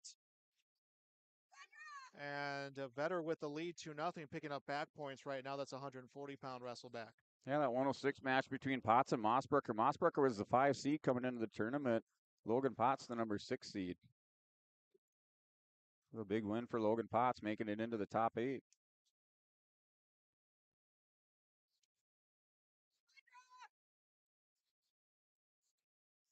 And at 11, 113-pound Joey Hyde for Lemoore Litchfield Marion Lobos, trying to make it 2 in a row, wrestling Riley Hasbrook, heading her Scranton. Match in the first period on mat 11. And mat number 913, Jager Sand, Illinois Combe, wrestling Cale Hayes, Harvey Wells County. Cale Hayes currently has a 2-0 lead on mat number 9. Mat number 8, Samantha Houghton from West Fargo against Aubrey Overson from Bismarck. That is a 145-pound wrestleback match.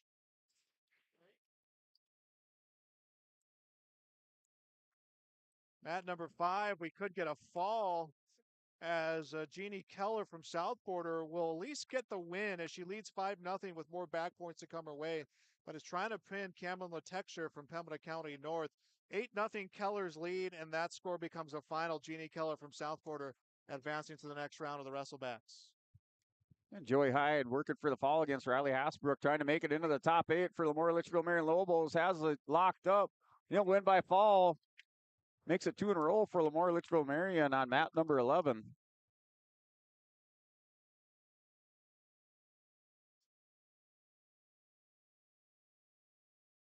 And mat number 9, Cale Hayes wrestling Jager Sand. Still a 2-0 lead for Cale Hayes in the second period with 10 seconds remaining.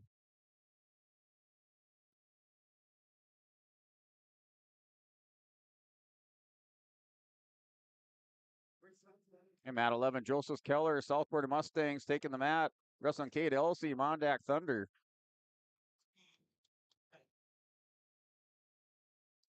Consolation round of the state wrestling tournament. We're going to take a break. We'll come back with more on yourliveevent.com. The friendly staff at Lemoore Drugstore reminds you from school supplies, greeting cards, or prescription requests, you can find it all at Lemoore Drugstore. They deliver any day of the week upon request and will answer any general health questions you have. Watch out for the monthly flyer for monthly sales. Let Lemoore Drugstore be your one-stop shop. Lemoore Drugstore is located in the center of Lemoore in the Bank North Mall. For more information, go to LemooreDrugstore.com. That's LemooreDrugstore.com.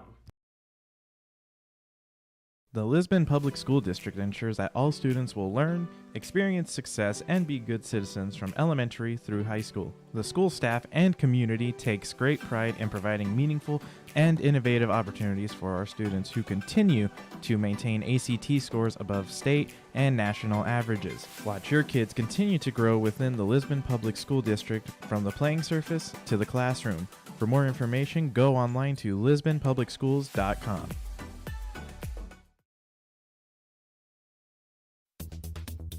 Successful teams need a place to practice when the weather doesn't cooperate or the teams just need an extra swing. The Mayport Youth Center provides that option for the Mayport CG School District, summer baseball and softball teams. The Mayport Youth Center is an indoor facility that includes batting cages and field turf. In the winter, the facility is home to the Mayport Ice Dog hockey team. Good luck to the Mayport CG Patriots from the Mayport Youth Center.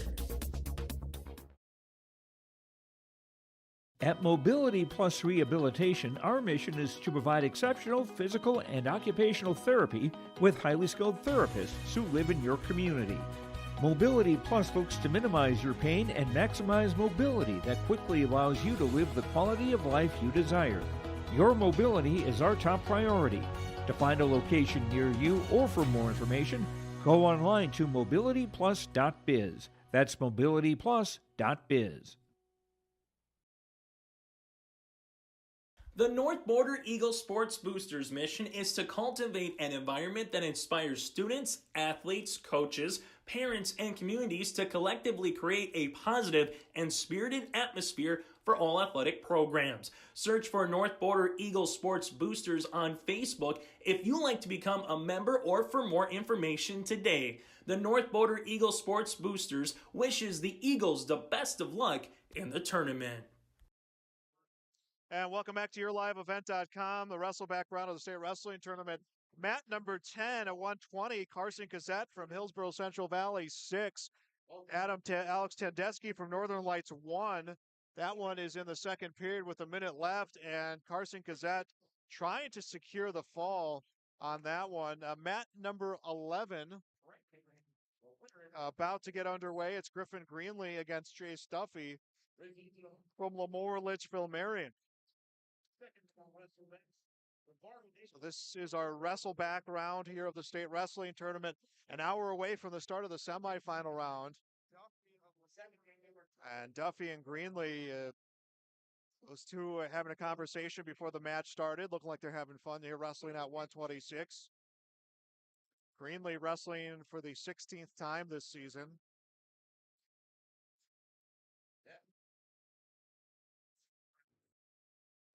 Cazette leading 9-1 with 15 seconds left to go in the second period on mat 11. Mat number 9, Josiah Crandall from Central Cass against Mark Bauman from Beulah Hazen. That will be a wrestleback match at 120 pounds. And trying to get the takedown right now is Josiah Crandall. There'll be a scoreless first period between Greenlee and Duffy at 126. 11-1 the lead for Carson Cassette at the end of the second period. Wrestle back at 120 on mat 10. Greenlee gets a decision in the second period and will decide neutral to begin against Jace Duffy.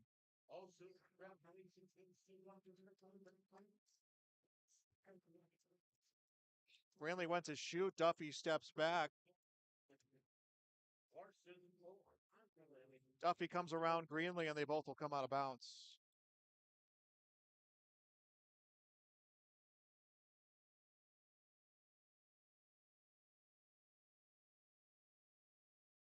Third period begins at mat 11. It's going to be mat 10. Cazette from Hillsborough Central Valley, 13. Tandeschi from Northern Lights, 1. Less than 90 seconds left to go in the third period there.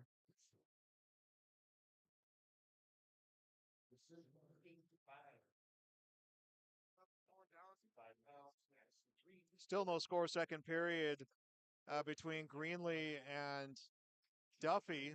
Mat number 9, Theolgis from Kindred against Kyler Sandeski from Hedner Scranton. That's a 126-pound wrestleback match.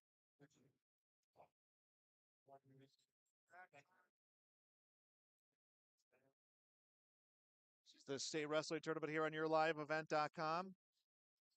50 seconds to go between Greenlee and Duffy in the second period. Still no score. Cazette leads 13-1. He is on top here with 40 seconds left in the third period. I think it's safe to say that Cazette will be making his way on to the next round of wrestlebacks at 120 pounds. As a takedown for Greenlee will get behind Duffy, and Duffy will come to his feet. Greenlee hanging on. Duffy trying to clear that hand. As looking for a big mat return is Greenlee. He'll get the mat return, and then Duffy will roll through. Greenlee will stay behind him and looking to secure Duffy. Duffy has never stopped moving as Greenlee puts the cradle in and has Duffy on his back. Near fall points coming for Griffin Greenlee as he'll adjust with Duffy. 2 seconds left to wrestle in the second period, and it might not be enough time for Greenlee. He'll get a 3-point near fall, so a 5-point move to end the period for Griffin Greenlee. He leads 5-0 against Jace Duffy. Yeah, mat number 9, Miles Seal just wrestling Kyler Shaleski. That's a 2-0 lead for Kyler Shaleski from Heddinger Scranton.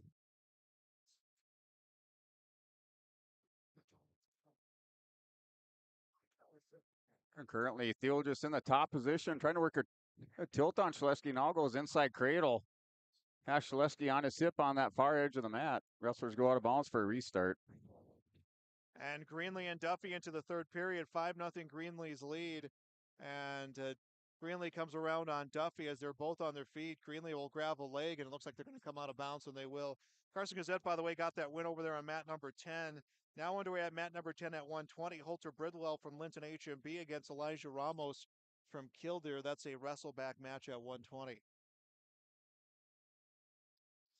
Going to shoot is Greenlee. Has a single leg, trying to turn it into a double, has elevation against Duffy, puts Duffy down and right on his back, 7-0 Greenlee. Near fall points being counted right now. Lemoore Litchfield Marion trying to make it 3 in a row over here. Picked up wins at 6 and 13.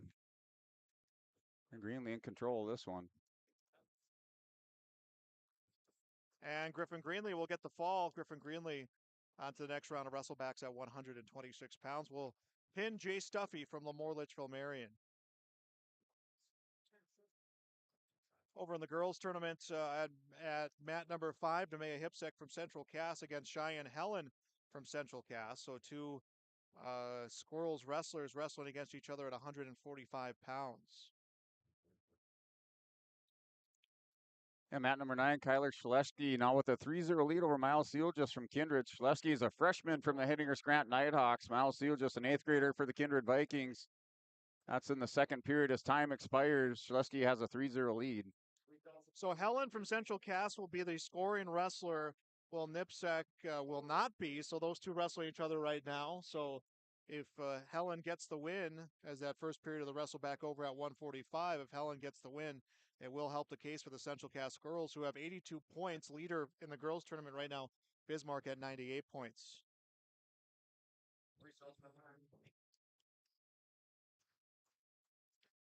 At mat 10, Holter Bridwell, Elijah Ramos. It's a 5-1 lead for Elijah Ramos in the second period with 1:26 to go. Here, Bridwell in the bottom position. Ramos on top for a restart. Helen gets a turn on Nipstad, or excuse me, a hip stack, and we'll get the fall. So Cheyenne Helen on to the next round of wrestlebacks at 145 for Central Cass. Defeats her teammate Nevaeh Hipsack via fall. That one happening in the second period. And Miles Theo just scores a takedown. That's Shaleski up. So it's a 4-2 score. Kyler Shaleski so up 4-2 at the minute 3 mark on mat number 9 in the third period.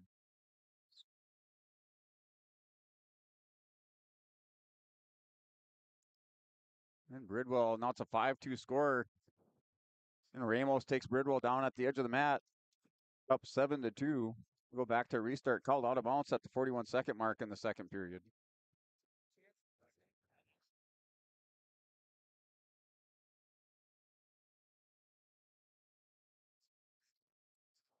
Some of our local wrestlers, we do have some coming up here. Grady Link will be wrestling at mat number 11 coming up here in 2 matches. St. Allender will be wrestling. We'll also see Cashton Wadeson against Daxon Esslinger at 132. That'll be coming up on mat number 9. That will be a Region 1 matchup coming up between those two. Over on the girls' mats right now, mat number 4, it's Alexis Arison from Jamestown 2, Jasmine Schaefer from Fargo 1. That's in the second period of the 155-pound wrestlebacks. Mat number 5, Jordan Rosada from Williston against Elizabeth Dahl from Legacy. That's a 155-pound wrestleback. Dahl leads 2-0. And at mat number 8, it's Aubrey Locken from Stanley 4, Gabby Romans from Jamestown 0. And winner on mat number 9 is Kyler Shaleski. Wins by decision 5-4. Miles Sealgis. Sealgis ties it up. Shaleski gets an escape at the end of the period to win at 5-4. Advances to the top 8 at 126 pounds for mat 9.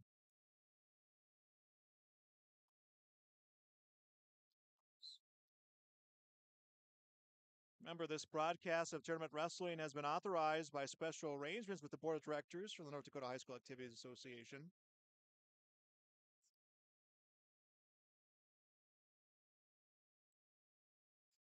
This is our wrestleback round.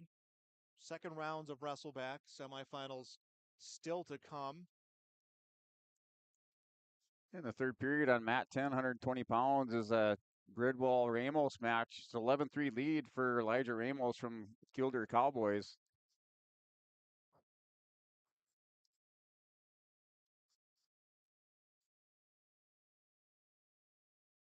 Ramos kind of wrestling behind here, has a 22-24 record. Trying to make it into the top 8 at 120 pounds. Now Bridwell scores a 2-point reversal. It's 11-5. Holter Bridwell trying to make a comeback here in this third period.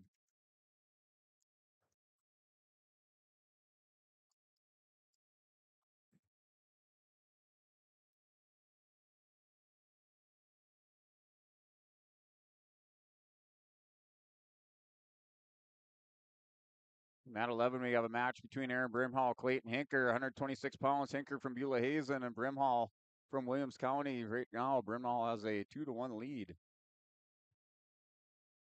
That's in the second period on mat number 11. And mat 10, Bridwell Ramos. It's 12-5. Ramos shoots on a double on Bridwell, picks him up, takes him down to the mat for a 2-point takedown. He's going to go up now 14-5 in the third period.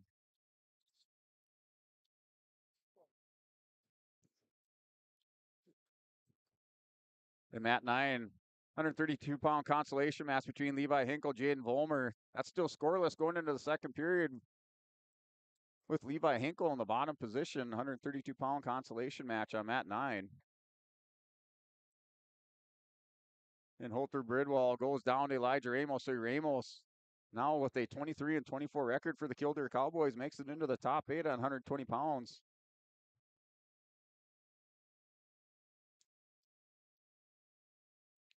And that brings up on mat number 10, 126, John Junt wrestling Brexton Yanish from Velva, 7th grader. And that match just underway on mat number 10.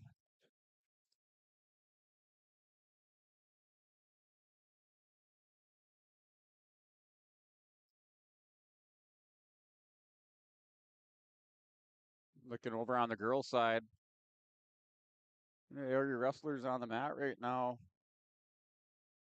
And nobody really from the east side of the state. We do have Gabby Romans from Jamestown wrestling Aubrey Locken from Stanley. That match just went final. It's like Locken is your winner. And by decision, that was 170 pounds on mat number 8. In mat number 5, 155 consolation round is Elizabeth Dahl from Bismarck Legacy wrestling Jordan Radassa from Williston. Right now, Radassa has a 4-2 lead in the third period on mat number 5. And then mat number 4, 155 consolation is Carly Lessman from Carrington wrestling Paige Spooner, Bismarck Century. That is a 4-2 lead for Paige Spooner. Spooner, a 4-2 lead with 30 seconds to go in the first period, 170 pounds, 155 pounds. And match just underway, mat number 8 between Jaylee Jetty, Bismarck Century, and Ava Gullison from Central Cass, a sophomore for the Squirrels. That match just underway, 170-pound consolation match.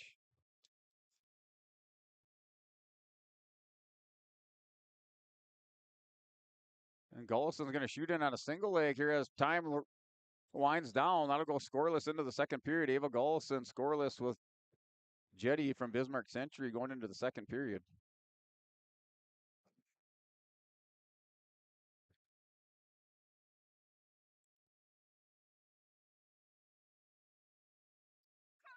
Back to the boys' side. Coming up on mat number 11, we have Riker Vetter for the Southborder Mustangs wrestling Christian Ramos for Kildare Cowboys.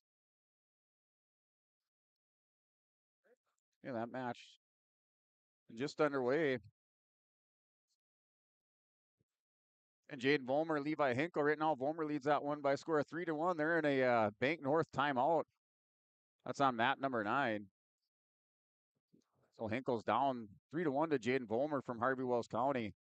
And Vetter scores a 2-point takedown. And 2 near fall, so he's up 4-0 over Christian Ramos.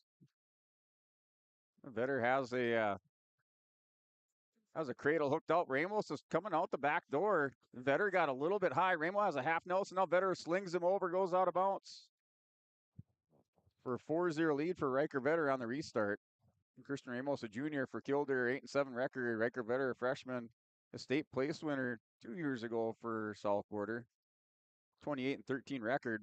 Immediately rolls Ramos over into a tilt. Going to pick up some near fall at the end. So it's a 7-0 lead for Riker Vetter at the end of the first period.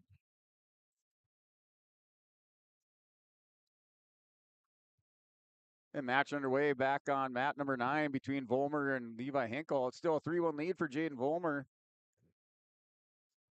Trying to get this win over Levi Hinkle. Hinkle currently in the top position on mat number 9, 132 pounds. Now Volmer tries to hit a stand-up. Hinkle returns him back down to the mat.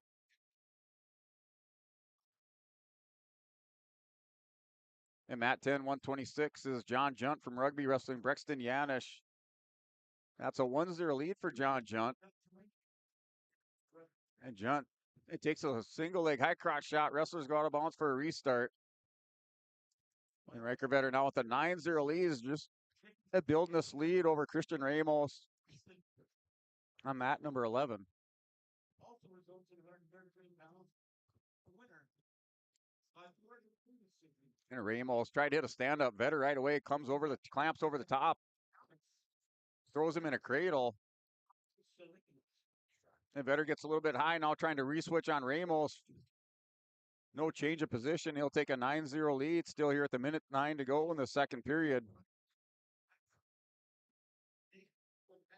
So Riker Vetter, South Border Mustangs up 9-0 in the second period over Christian Ramos under a minute to go.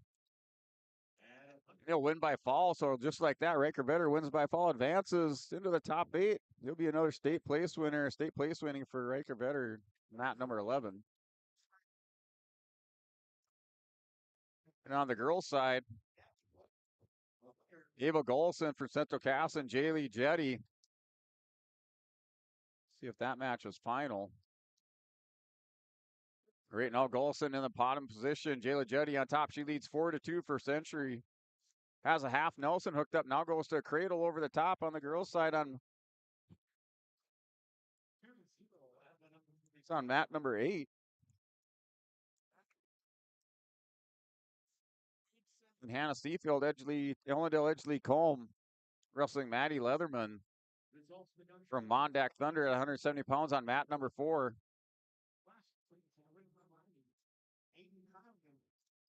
And they're currently in a Bank North timeout on mat number 4. That one just went final for mat 4. Looks like Seafield's your winner over Maddie Leatherman from the Mondack Thunder at 170 pounds.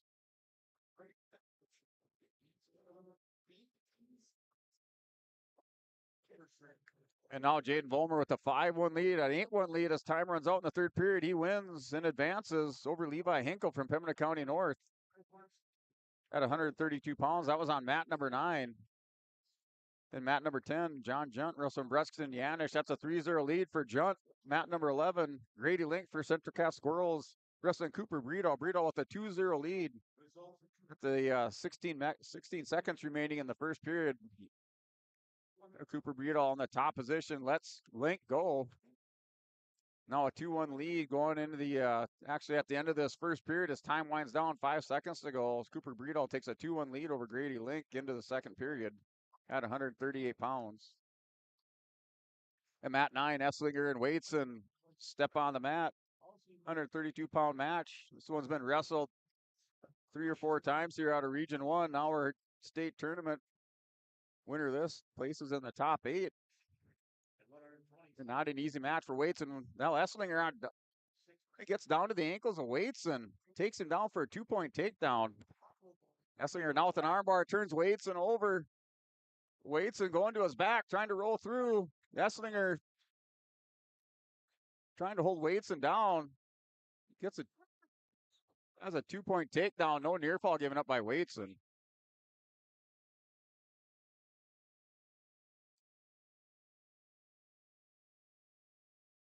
Oh, Esslinger has Waitson over on his back.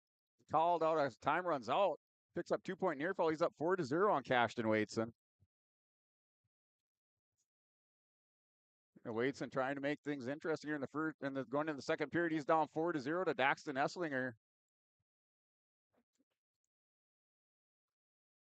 And Grady Link trying to lock up a cradle on Cooper Breedall. Breedall gets stood up to get potentially dangerous. Back for a restart. That's a 7-3 lead for Cooper Breedall over Grady Link.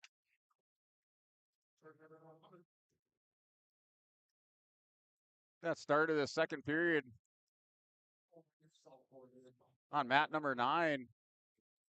Still 4-0 lead for Esslinger. He's riding on top of Waitson. Takes weight, throws Waitson down. Waitson trying to stand up again on Esslinger. Now grabs the leg on Esslinger. Goes high crotch. Esslinger's going to roll Waitson over, catches him on his back. Waitson scrambles through. Scores a 1-point escape. Now a 4-1 lead for Daxton Esslinger from the Bowling Gackle Streeter over Cashton Waitson. And Grady Link working for the fall on Cooper Breedall. Has his near fall locked up, so he will have 3 near fall coming at the end of the second period. Breedall able to get back belly down. Now we're trying to reverse it on Link. Stands up for an escape, so it's an 8-6 lead for Cooper Breedall going into the third period. Esslinger goes up 6-1, getting some near fall on Cashton Waitson. Waitson on his back. Esslinger working for the fall against Waitson. Waitson's going to roll out of bounds. It's still a 6-1 lead. That's no more near fall coming for Esslinger. Esslinger able to stay in bounds. He's going to pin Cashton Waitson. So Waitson goes down. He will not be a state place winner this year for the Lisbon Broncos.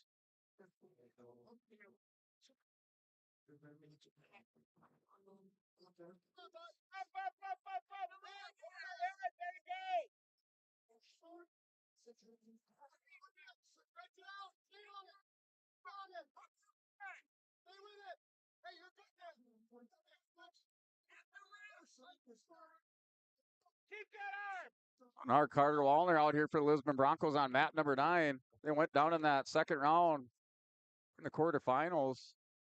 He's wrestling Grant Wagner. The winner of this places top 8. So Carter Wallner trying to stay alive in the state tournament. Teammate Cashton Waitson just went down.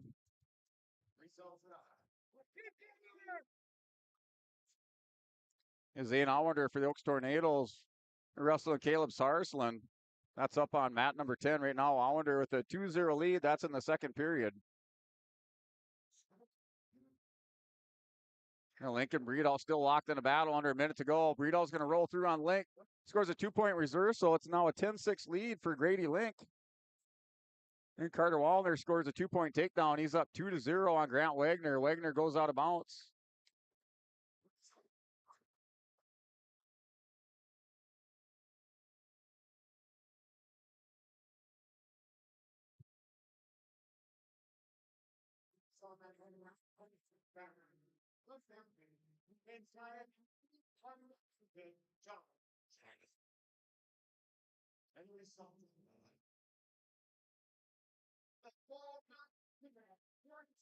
Link and Cooper Breedall still going at it on mat number 11. Breedall has a half Nelson locked up on Link's going to try to turn him over at the end of the period. He's up 10-6. Link in trouble here, giving up the fall to Breedall. Cooper Breedall is going to win this one by a score of 13-6 for Deslax Burlington at 138 pounds. And Wallner has a 2-0 lead going into the second period over Grant Wagner. On the whistle, Wagner stands up. Wallner takes him down to the mat.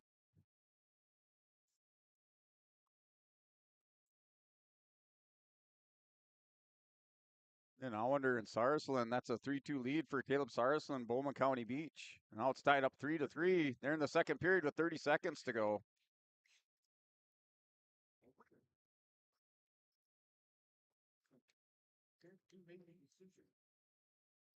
These girls' second round matches, second round consolations, they're over with. Getting ready for the semifinals to start on the girls' side.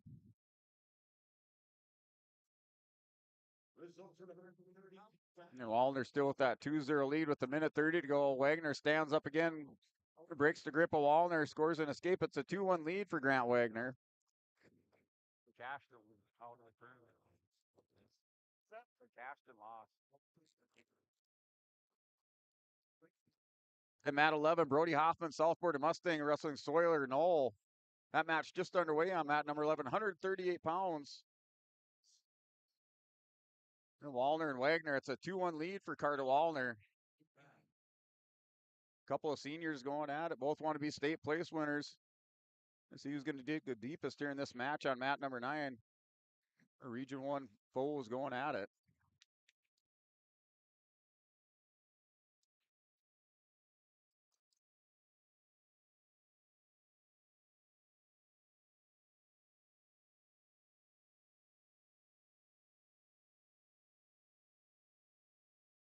So Brody Hoffman, Sawyer Knoll, it's still scoreless here going into the second period.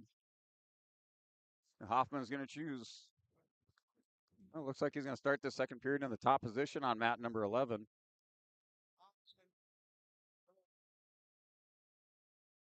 Wagner and Wallner still a 2-1 score in the second period with Carter Wallner from Lisbon up 2-1.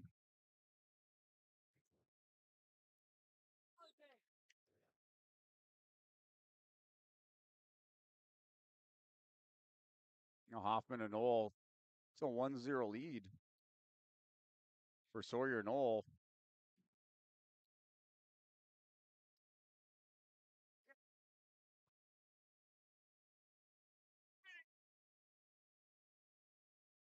Looking at the girls tournament as they're through their 2 rounds of wrestlebacks. Team score right now: Minot 101, Bismarck 98, Central Cass 86, Legacy 72, Fargo 57. Got Wallner and Wagner on mat number 9. Carter Wallner in the bottom position. Wagner on top. That's a 2-1 lead for Carter Wallner at the minute 40 mark of the third period. Over on mat number 10, Sarsland from Bowman County Beach 6, Allender from Oaks 4. 15 seconds left to wrestle there. Allender's going to need a move here to extend this match at least into sudden decision overtime. Goes for the throw. If he can pop his head around, maybe we'll get points for a takedown. The official has not said he's established control, so Allender waits for that final move, pulls the trigger, but Sarsland's going to hang on for the win by a final of 6-4, and Zane Allender will lose here in the second round of wrestlebacks. Yeah, under a minute to go now. Carter Wallner scores an escape. He's up 3-1 to Grant Wagner. Wallner leads Wagner back to the center of the mat here for the final 50 seconds of this match on mat number 9.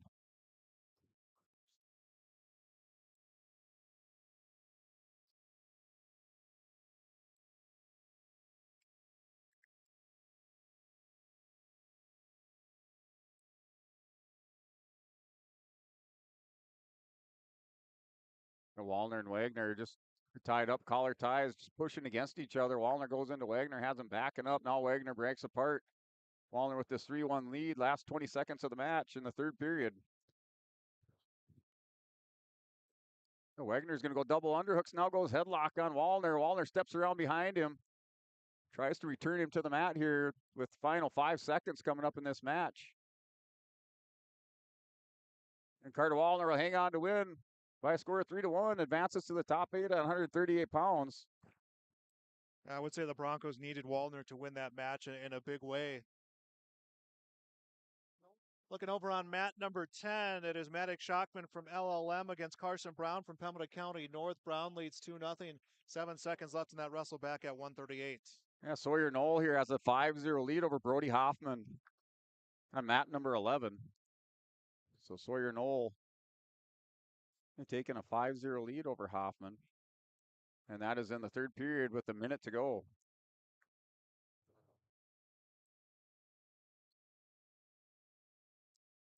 First period will come to an end on mat number 10.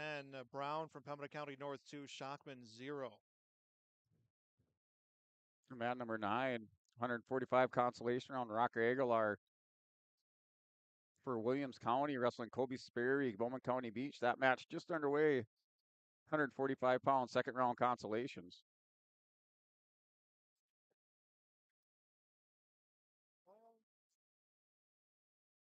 And Sawyer Knoll has Brody Hoffman over to his back. Third period, last 20 seconds. Knoll in command of this one now. He'll be up 8-0. He's going to work for a fall against Hoffman.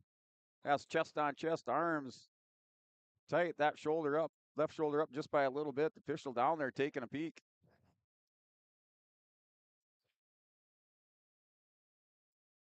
Second period underway on mat number 10. Carson Brown, the down position, leading 2-0. A minute and a half to go in the second period. And that is a wrestle back at 138.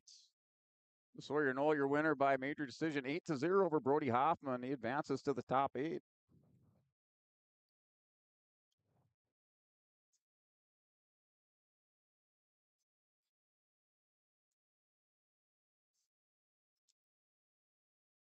And coming up, we have Case Allender wrestling Riley Dahl for New Salem Almont. So Region 1 looking for some help here with Case Allender against Riley Dahl for New Salem Holsteins on mat number 11. Mat number 10, Carson Brown leads 3-0 over Maddox Shockman at 138 pounds. 45 seconds left in the second period there in that wrestle back. And Riley Dahl with a quick 2-point takedown. Goes to a crossface cradle. I wonder, able to get a little bit of hand control here, working this near edge of the mat. Dahl's up 2-0 with the 32nd mark of this first period. And Aguilar and Sperry at the start of the second period, that's scoreless.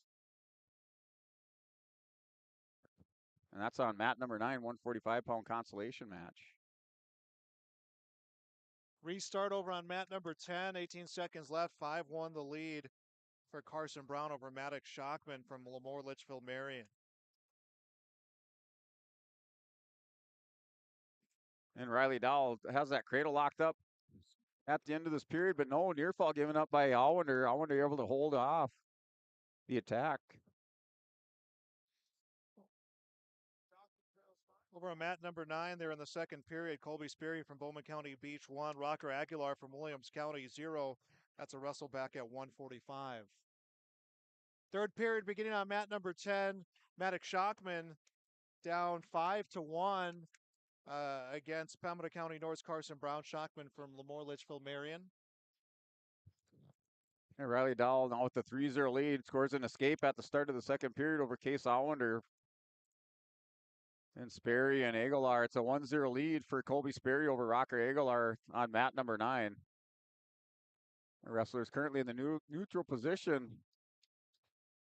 Aguilar trying to work a go behind, not able to get it as Sperry holds him off.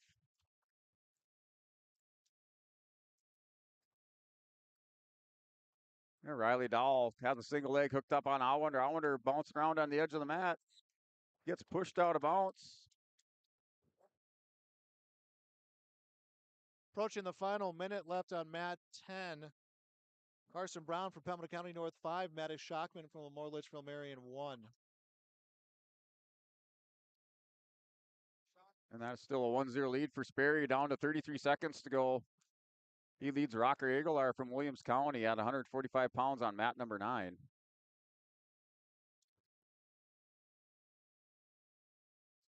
And Allender still down 3-0 to Riley Dahl from New Salem Almont.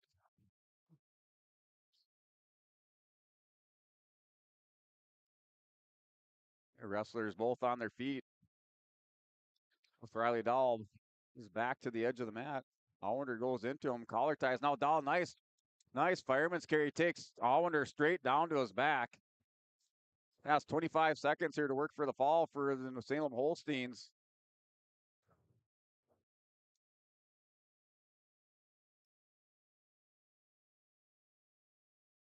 Ten seconds left to go in the third period on mat number 10. And it's looking at Carson Brown trying to get one last turn against Maddox Shockman. Brown from Pembina County North leads 5-1, and he's getting near fall points right now. And it ends, I believe it's going to be an 8-1 final score. Yeah, Allender able to get out of that pinning combination, gets into the third period against Riley Dahl from New Salem Alma. Dahl takes an 8-0 lead into the third period.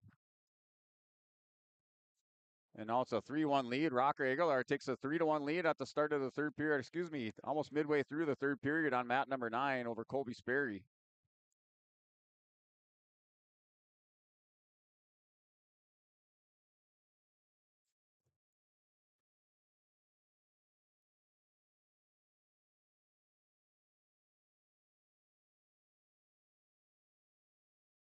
Mat 10, Carson Glazeman from South Porter against Harrison Schwartz from Des Lacs, Burlington.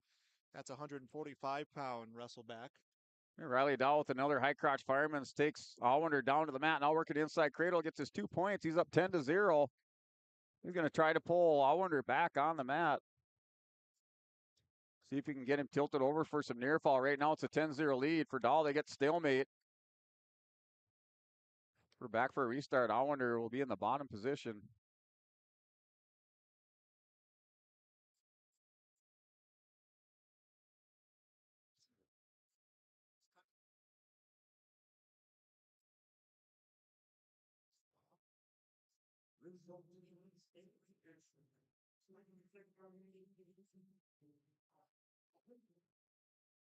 Daniel Sherman is winner of the Delta Play B17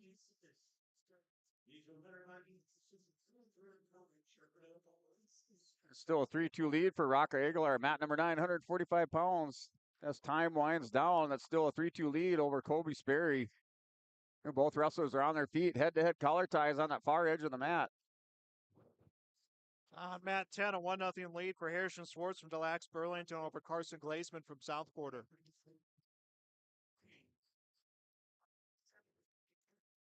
Riley Dahl, Case Allender, match still going here. Final 10 seconds. Dahl maintains that 10-0 lead over Case Allender.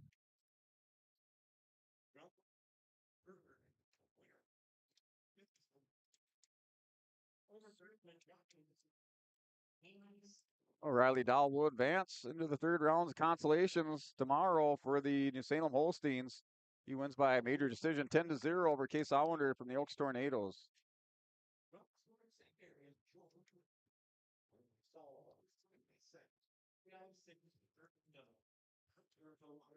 Minute 9 and counting left in the second period on mat number 10.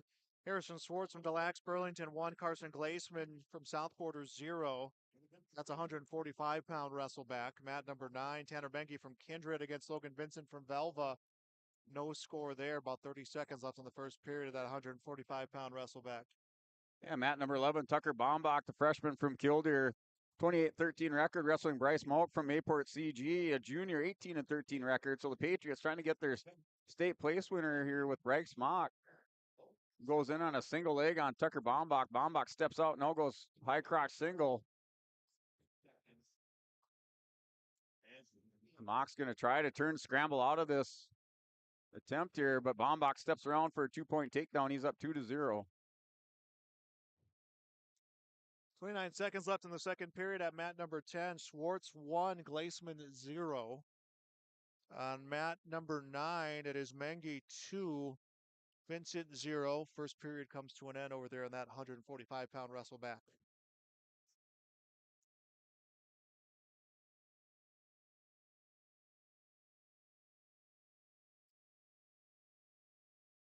And Bombach has a half Nelson locked up on Bryce Mock's going to turn him over, picking up the near fall. That thing's tight, and we got a potentially dangerous.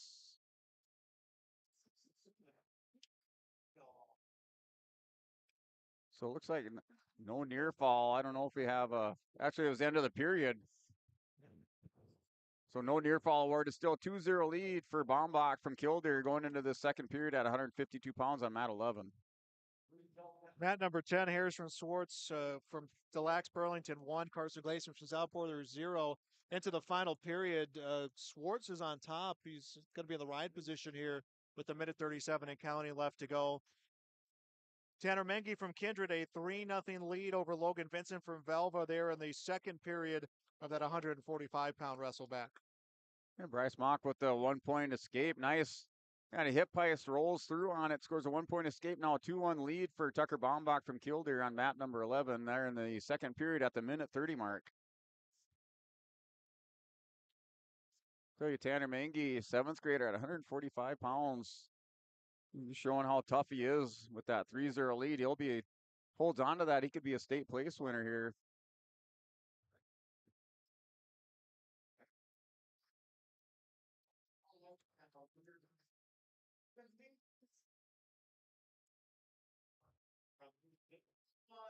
Less than a minute left to go on mat 10. Schwartz and Glazeman now tied at 1 apiece.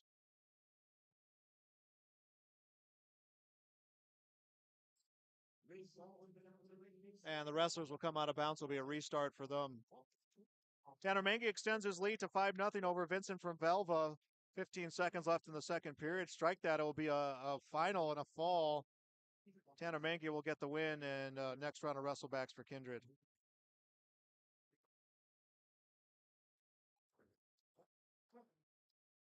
Final 20 seconds over on mat 10. Glazeman and Schwartz still tied at 1. They'll restart again with 21 seconds left to go. Bombach and Mock on mat number 11. It's a 4-1 lead with Tucker Bombach on top. Has a half Nelson buried in deep. You got a potentially dangerous or restart back in the center of the mat. And Glaceman gets a late takedown in the final 7 seconds. And Carson Glaceman, who trailed much of the match, will get a 3-1 win over Harrison Swartz, the South Porter wrestler, on to the next round of wrestlebacks at 145. We got a Bank North timeout here. This is on mat number 10 or mat number 11. And Mock being tended to by the trainers. He's down to Tucker Bombach 4-1 on mat 11, 152-pound consolation match. Then mat number 9, 152-pound consolation round is Kayla Hebo for Lemoore Litchfield Marion Lobos, 152 pounds, wrestling Mason Schumacher from Velva. Schumacher up by a score of 2-0. Scores the first takedown with 20 seconds to go in the first period.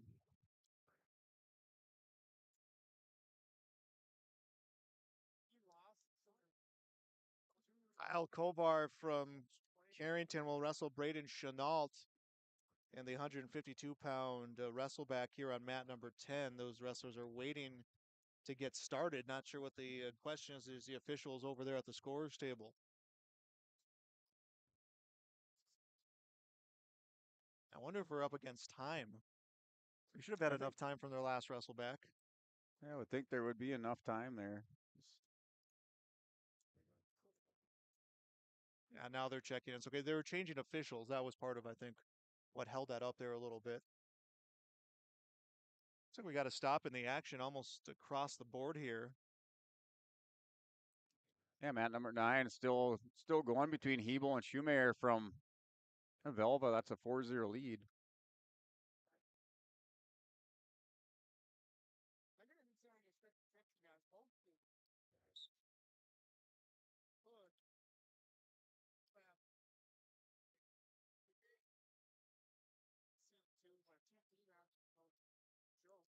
And that's in the second period, down to a minute 35. They got to restart. Back to the center of the mat. Both wrestlers will be on their feet, with Mason Schumacher leading Cale Hebel by a score of 4-0. And Mock's going to score 2 points at the end of the second period after that timeout there. It's a 4-3 lead now for Tucker Bombach going into the third period.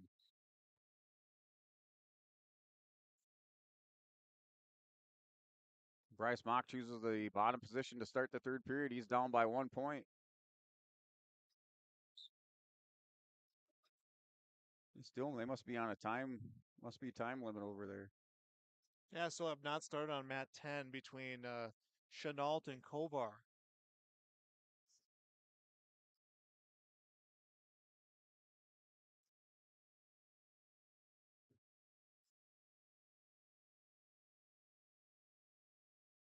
And Bryce Mock able to roll off his back. Bombach had him jerked over for just a brief moment.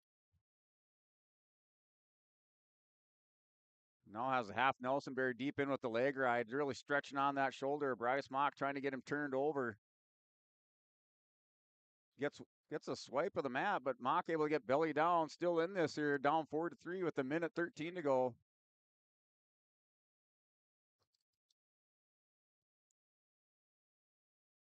Mat 9, it's a 4-2 lead for Mason Schumacher from Velva over Cale Hebel. Hebel closing the gap here just a little bit at the end of the second period, down 4-2 with 10 seconds remaining.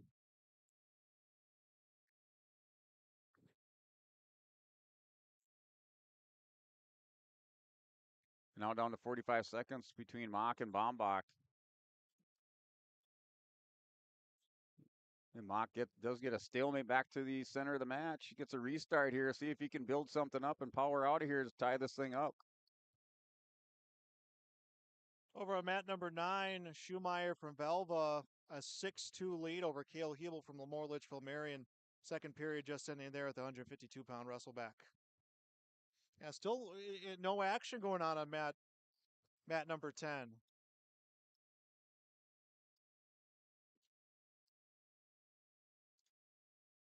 And Tucker Bombach working the right out here on Bryce Mock, trying to get himself into the top 8. Down to 15 seconds left. Mock just has to get up and get away. He's going to go hand control. Bombach's going to try to run him out of bounds. Now goes on his back. As Bombach catches a head and arm, takes him down. He's going to win by fall and seals the deal here to make it into the top 8 for Tucker Bombach. on mat number 11 at 152 pounds. Mat number 9, a 6-2 lead for Schumacher. Make that a 8-2 lead for Schumacher. 90 seconds left. Schumacher from Velva over Lemoore Litchfield Marion's Cale Hebel. And now we're going to get our match going on mat number 10 between Kovar and Chenault.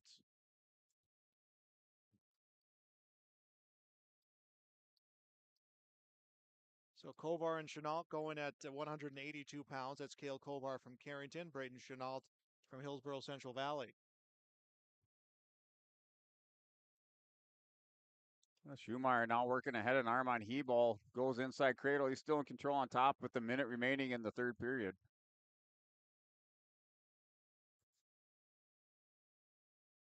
And underway, mat number 11, Bowman County Beaches, Emery Knoll, a sophomore, 32-8 record, wrestling Ethan Stegman from Pembina County North, a senior, 37-12 at 152 pounds. And currently Stegman working over the top, front headlock position, trying to drag Knoll down. Now we got a body lock and a head and arm by Knoll, has a head and arm. Stegman trying to counter, scoots out the back door for a 2-point takedown. Over on mat 10, Cale Kovar, 2 from Carrington. Braden Chenault from Hillsborough Central Valley, 0. First period ends there on that 152-pound wrestleback. And Emery Knoll hits a switch to tie it up on mat number 11. So 2-2 as time runs expires in the first period. Knoll able to tie it up going into the second. About to get a final over on mat number 9.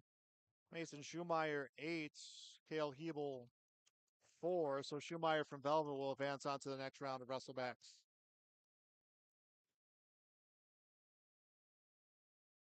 Kovar gets another takedown to begin the second period. Has Chenault on his back. Chenault working to belly out.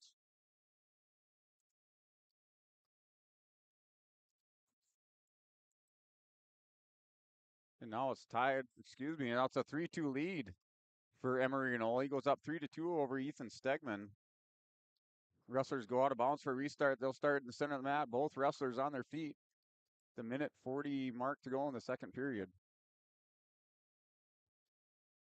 Mat 9 will be Kate Olson-Tinglestead from Central Cass against Will Roundy from Killdeer. This is a 160-pound wrestleback.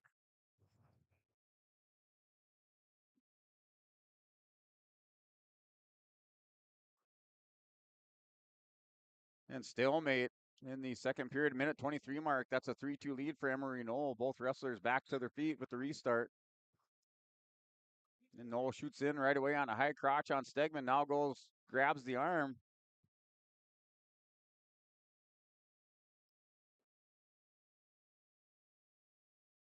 Cato T has a 2-0 lead against Will Roundy. 20 seconds left to go in the first period, trying to pick up some near fall points, maybe potentially get the fall, and then 160-pound wrestle back.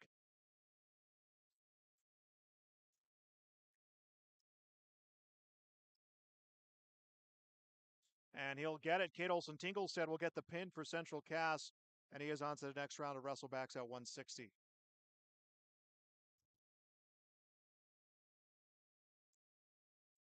So final 35 seconds of the second period between Knoll and Stegman. That's still a 3-2 lead for Emery Knoll. Knoll currently in the bottom position of the situation. In a scramble here with Stegman. Stegman has a quarter Nelson. And Knoll now able to get stood back up to his feet.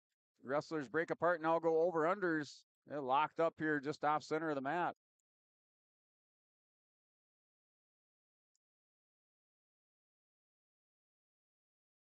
Yeah, mat number 9, 160-pound between Beulah Hazen's Cade Harm, a senior, wrestling Cole Stock for the South Border Mustangs. Stock, a sophomore, 29-12 record.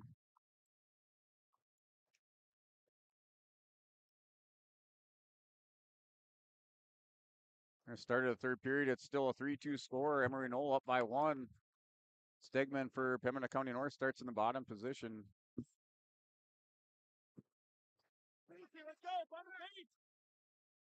Going into the final 33 seconds of the second period on mat number 10.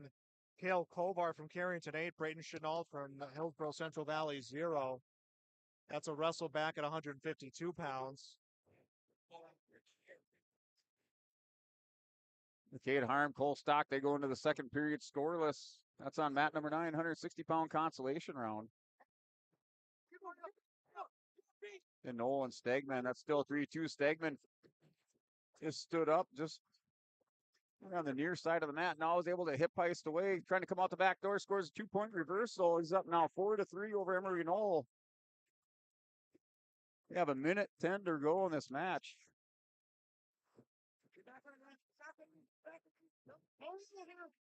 You got a 1-0 lead on mat 9 for Cade Harm over Cole Stock. That's in the second period at 1:39. Stegman lots up a head and arm. Takes Knoll down to the mat. Still 4-3 lead for Ethan Stegman from Pembina County North. And Kovar gets 2 points on a near fall against Chenault. 1:37 left to go in the third period there at 152-pound wrestle back and an arm and the head and the shoulder with control of Kovar. He's trying to get the fall here to get the pin. Kovar from Carrington trying to get on to the next round of wrestlebacks at 152. And he'll get it. Cale Kovar from Carrington pins Braden Chenault from Hillsborough Central Valley. And Cade Harm, Cole Stock still locked in a battle. It's a 1-0 lead for Cade Harm on mat number 9. 160 pounds with a minute to go.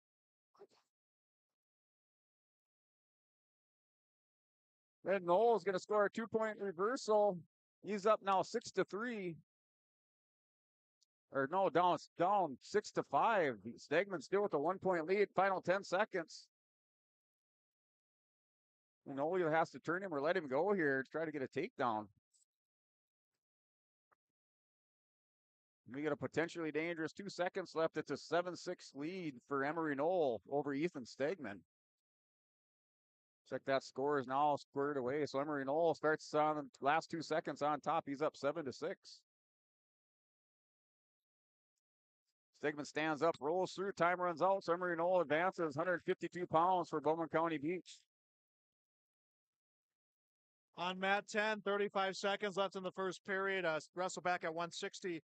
Maverick Ford from the Kenmere Bowbells Honkers against Christian Mertz from the Harvey Wilkes County Hornets. And it is Ford who is bringing down Mertz, has not gotten points for a takedown. We'll get him now as he comes around. Cade Harm, Cole Stock go into this third period. It's a 1-0 lead for Cade Harm. Stock starts in the bottom position. We'll see if he can work the magic like Glazeman. Now Harm's going to let Stock go. Ties it up 1-1 to start the third period. Sometimes when I see that, I would say just ride him out and see how it goes on top. And if you don't feel comfortable, just let him go. But he's going to give it to him right away to start the third period to tie it out.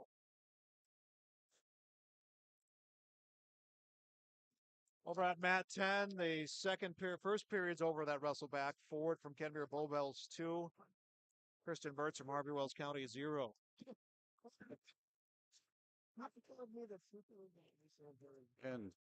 And mat number 11 between Bailey Zachmeyer, Coulter Thorsel. Zachmeyer in on a high crotch fireman. Thorsel able to sprawl out, trying to work a goal behind on the edge of the mat. Thorsel working a cross face, has the ankle, steps around for a 2-point takedown at the end of this period. He's up 2-0 over Zachmeyer from Rugby. Back over on mat 10, Christian Mertz was able to come around on a reversal. So Mertz and Ford now tied up at 2. That's 160 on that wrestle back. Yeah, mat number 9 at 160 pounds. Cade Harm and Stock still tied up 1 apiece with 55 seconds remaining.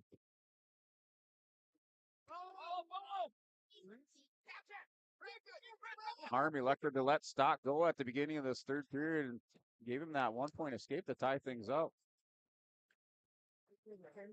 They're down to 45 seconds now in the third period, tied up 1 apiece on mat 9.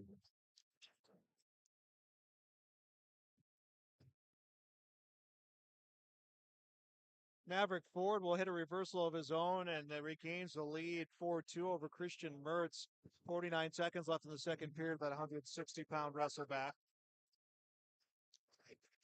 Team points right now, New Salem Alma at 95, Lisbon 83, South Border 75, Kildare 61, For the Class A tournament, Bismarck 90.5, Bismarck Century 82.5, West Fargo 81, Cheyenne 73. The strong man for Livermore Polar Bears, Coulter Torsel, wins by a fall over Bailey Zachmeyer from Rugby, advances to the top 8 into the third rounds of consolations here from mat number 11. And Harmon Stock on mat number 9, still tied up 1 apiece as time runs out.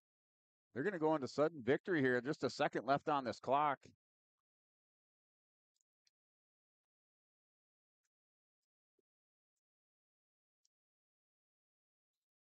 Second period ends on mat 10. Maverick Ford from Kenmere 6, Christian Mertz from Harvey Wells County 4. And mat number 11, 170 second round consolation between DeAndre Anderson, Kimmer Bowbells, Carter Miller, Deslax Burlington. And Anderson opens up with a 2-point takedown on Miller at 170 pounds. He goes up 2-0. And Stock and Harm here in sudden victory with 45 seconds to go. Harm shoots in. Stock's going to try to step around. Still going. Is Cole Stock. Harm's going to stand up.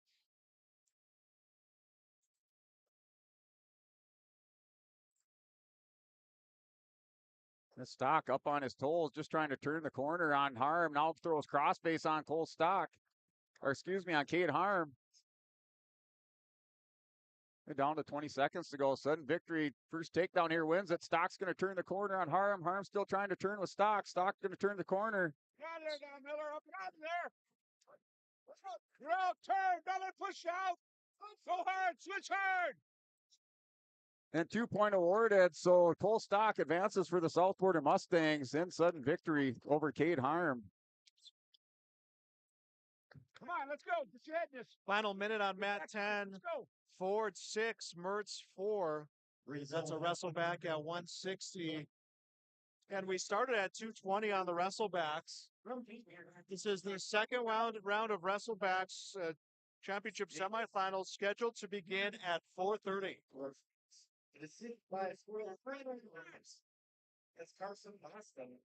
37 seconds left to go on mat 10. It is Ford 7, Mertz 4.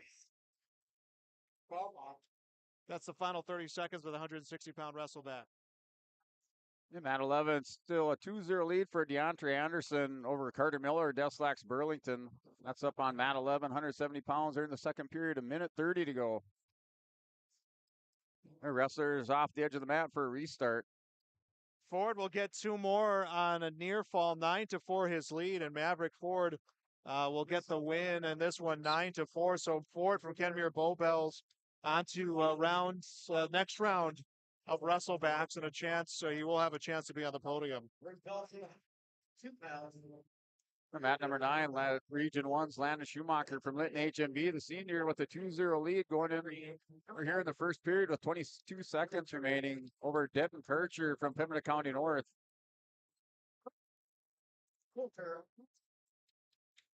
All your offense now, partner.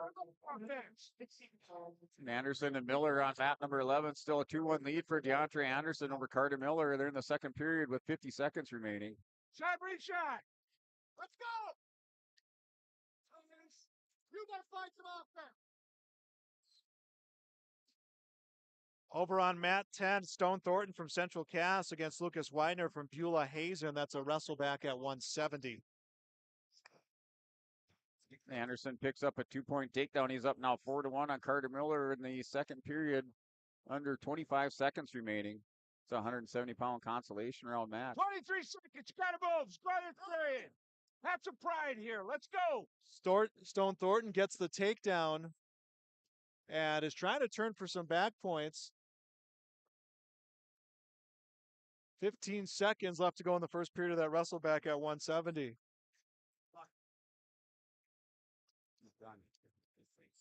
Yeah, Landon Schumacher now has a 3-0 lead at the start of the second period, wrestling Denton Kircher from Pembina County North.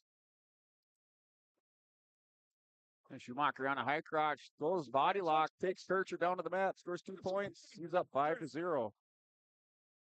And the first period will end at mat 10. It's a 2-0 lead for Stone Thornton for Central Cass. Squirrels qualifying this year in dual competition. They're currently sitting in 8th place here in this individual tournament. Schumacher now up 5-0. Under a minute 30 to go in the second period. He leads 5-0 over Dent Kircher from Pembina County North. And Anderson on mat 11, still with a 4-1 lead with a minute 24 to go in the third period.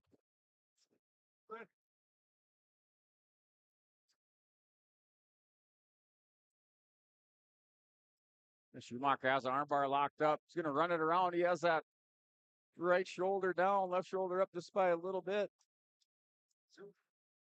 The official Scott Carpenter down there taking a look. It's on mat number 9. Your winner by fall is Landon Schumacher. Advances into the third round of consolation at 170 pounds. Mat 10, it is 3-0 in the lead for Stone Thornton from Central Cass over Lucas Widener from Beulah Hayes. And all three mats right now going at 170 pounds. 45, let's go. Pick one out, go. And DeAndre Anderson, Carter Miller. Anderson maintains that 4-1 lead in the third period with 35 seconds remaining. Miller goes Russian tie. Now Anderson's going to shoot. Outside single. And trying to drag Miller down to the mat. Thornton gets another takedown, 5-0 his lead. 47 seconds left to go in the second period on mat 10. Thornton, the junior, 12-4 on the year against Widener, 16-3 from Beulah Hazen. Mat number 9, New Salem Almont's Gavin Enwich wrestling Austin Schneibel from their rugby. Enwich in with a single leg, high cross single leg, takes Schneibel down to the mat for a 2-point takedown. That's your final. DeAndre Anderson wins by a 5-3 decision over Carter Miller at 170 pounds on mat 11. 25 seconds to go in the second period on mat 10. Stone Thornton, a 5-0 lead for Central Cass over Lucas Widener from Beulah Hazen. And now Enwich picks up 2 near fall. He's up 4-0 over Austin Schneibel.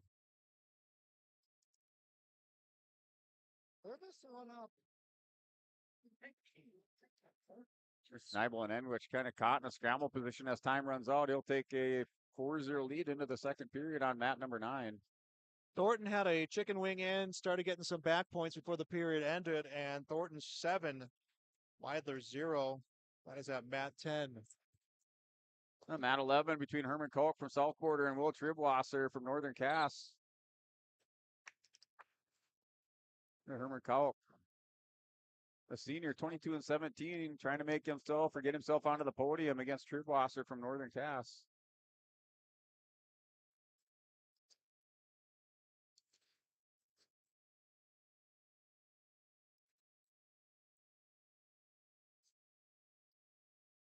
Final period underway at mat 10. Thornton leads 7-0. And he'll get an escape to add to that lead. 8-0 now the lead for Stone Thornton from Central Cass. And Herman Koch throws on a cow catcher. He's going to win by fall. Advances to top 8. We'll see him tomorrow morning in your third round of wrestlebacks.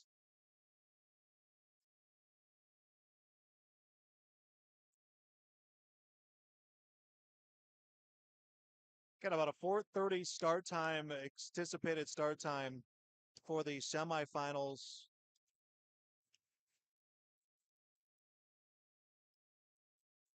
Looking over at mat number 9 from New Salem Almont. Gavin Enwich from the Holsteins 4, Austin Stable from Rugby 2.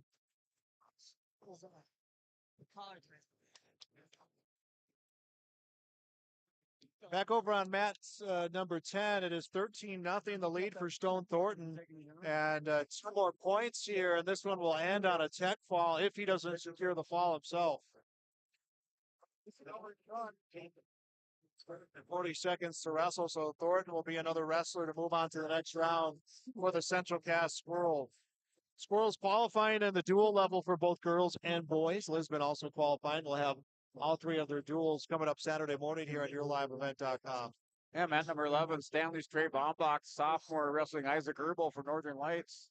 That's at 182 pounds on mat number 11.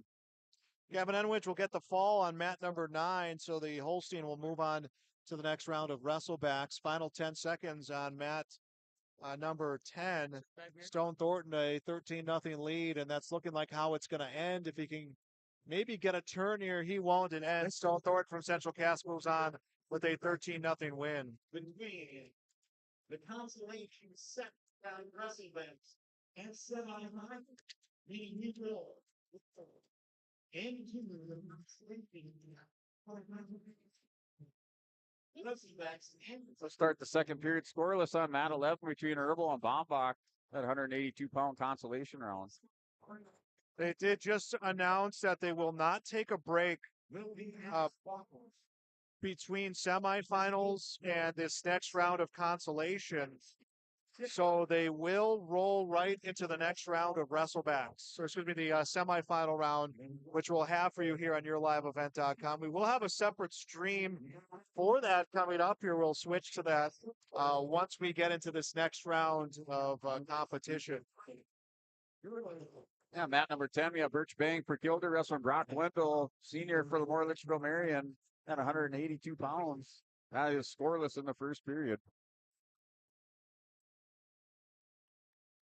Mat 9, Caden Rose coming to County North wrestling Trevin Sago for Beulah Hazen. That match going into the second period, that is also scoreless. Match number 10, Kildeer's Birch Bang against Brock Wendell from Lemoore Litchfield Marion. That's a 182-pound wrestleback match. And mat number 11, Trey Bombach, Isaac Herbal in the second period at a minute 18. That is scoreless. Sago on mat 9 takes a 1-0 lead at the second period at a minute 30 to go.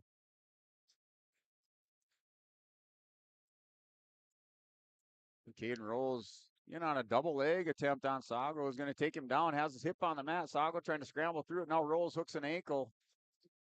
Trying to pull his head out. Now has to go forklift position.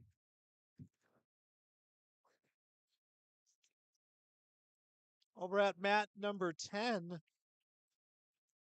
first period ends between Birchbank from Killdeer and Brock Wendell from Lemoore Litchfield Marion. Wendell leads 2-0.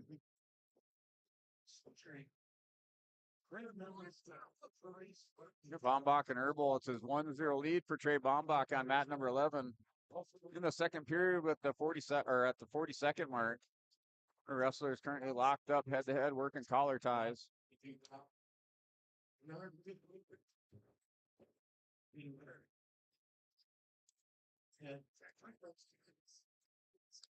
Wrestlers called out of bounds on mat number 11 with Bombach in the lead by a score of 1-0. Now Herbal warned with a caution for a false start. And Sago on mat number 9 with the 3-1 lead over Caden Rose from Pembina County North in the second period with 20 seconds remaining. Both wrestlers stood back up on their feet, working their way to that far edge of the mat. 1 minute left to wrestle over on the second period on mat number 10. Birchbank from Killdeer trailing Brock Wendell from Lemoore Litchfield Marion 4-0 as Wendell hit that reversal, now trying to get some back points, potentially a pin.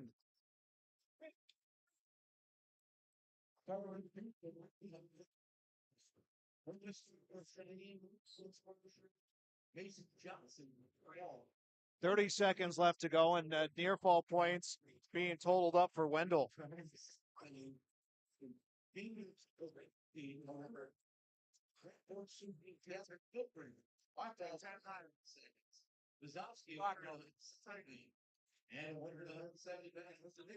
Bombach and Herbal in the third period. It's a 1-0 lead for Trey Bombach. And they're at now under a minute 30 to go in this third period with that 1-0 lead for Bombach on mat number 11. Second period will end. Wendell gets a 3-point near fall and a 7-0 lead. Sago from Beulah Hazen still maintains a 3-2 lead over Caden Rose from Pembina County North. They're in the third period. And Rose, he has Sago's shoulders, kind of has him in a crucifix position, just trying to hold him down to get a takedown. The referee not awarding any points as Sago's able to scramble through, get stood up over Rose. And blood time over on mat 10.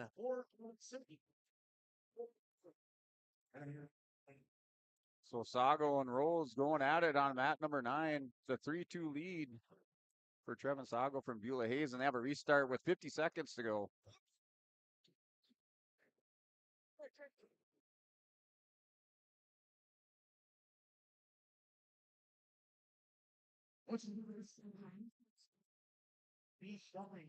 Bombach and Herbal go out of bounds. Bombach hits a head and arm. These weren't for stalling on Herbal. Down to 25 seconds to go. Bombach now shoots a single leg. He's going to try to just hold on here and ride this one out. He has a 1-0 lead.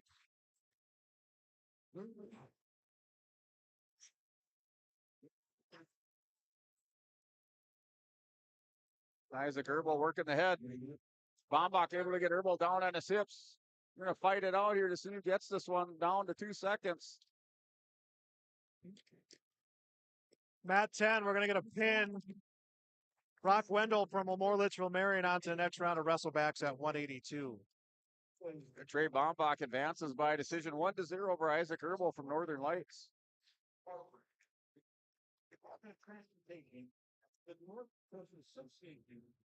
And we are in the second round of wrestlebacks. The semifinal round will begin, and we will be flipping streams to a different one once we get to that semifinal. You can find the link for that at yourliveevent.com. Here, Rodney Wolf, Andrew Christensen stepping on the mat on mat number 9, 195-pound consolation mat. Rodney Wolf, sophomore from the Kindred Vikings. That match just underway on mat number 9. 195 pounds will be the last weight class we will have here of this consolation round, as we did start with 220. And mat 11, 195-pound consolation match between Jonathan Smith, Jesslax Burlington wrestling Nick Anderson, Hittinger Scranton. And Smith in on a high crotch single on Anderson. Anderson able to get that leg away, is going to scramble out, get stood back up in the center of the mat. Mat number 9, Rodney Wolf from Kindred, a 2-0 lead over Andrew Christensen from Kenmere Bull Bells on mat 10. No score. Now we will have scores for Eric Hoffman from Larimore. He leads Dane Jepson from Killdeer 2-0. We've had a few of these, Brent, similar color singlets wrestling against each other. With Larimore and Killdeer, we had a few of them. First period will end on mat 10, and Hoffman will have a 2-0 lead. Yeah, I think some of these teams, it seems like every 2 or 3 years they have a new singlet. You just get used to the one they're wearing, and then they change it up on you. I think the biggest one came at Class A level. And it wasn't new singlets as much as it was that co-op between Breckenridge and Wapaton. Oh, yeah. We went from the Huskies all of a sudden from their eye-catching purple and gold to all of a sudden going black and white. Yeah. Yeah, and when they wrestle the Border West Buccaneers from Minnesota, it's kind of hard to distinguish between the VWs on the front. Second period beginning on mat 10 and a 2-0 lead for Eric Hoffman from Larimore. Again, these 195-pound matches, there's 4 of them. 4 of those bouts scheduled. That would be the end of the second round of wrestlebacks, and then we will begin the championship semifinal round. And mat number 9, Rodney Wolf with a 3-2 lead on Andrew Christensen from Kenmere Bull Bells. Wolf a sophomore, Christensen a senior. Well, Rodney Wolf's going to score a 2-point reversal, so he goes up 5-2 on Christensen. And Smith and Anderson on mat 11. It's Smith with a 2-0 lead. And Jonathan Smith, just a freshman. Rodney Wolf from Kindred, a 5-2 lead. They're going to have a Bank North timeout, blood time over on mat number 9. Mat number 10, a minute left to wrestle, and Hoffman a 4-0 lead. Jepson will come to his feet. Hoffman will keep control, couldn't get the mat return. Jepson comes free and makes it 4-1. That's Hoffman from Larimore, Jepson from Killdeer.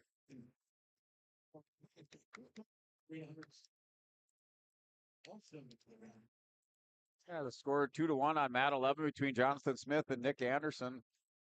The final 20 seconds of the second period, both wrestlers stood up on their feet, working underhooks. resulted in a 3-2 the winner of They're still at blood time with that Bank North timeout. Over on Mat 9 with that Rodney Wolf lead from Kindred by a score of 5-2. then the winner by And Mat 11 going to the third period. Jonathan Smith leads by a score of 2-1 over Nick Anderson. Matt 10, 10 seconds left in the second period. Looking to add to his lead was Hoffman.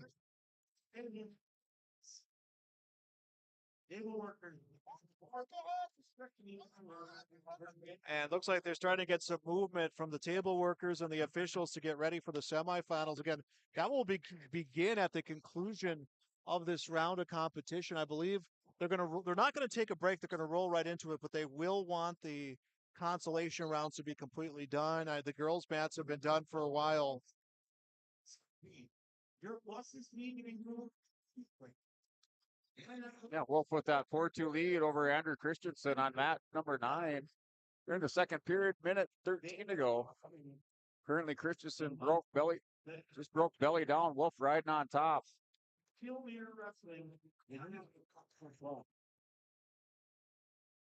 Over at Mat 10, Hoffman with a 5-1 advantage over Jepson. That's in the final period, a minute 28 left to go there. And Mat 11, Jonathan Smith for Deslax Burlington takes a 4-1 lead, scores a takedown. He's up 4-1 over Nick Anderson from Hettinger Scranton.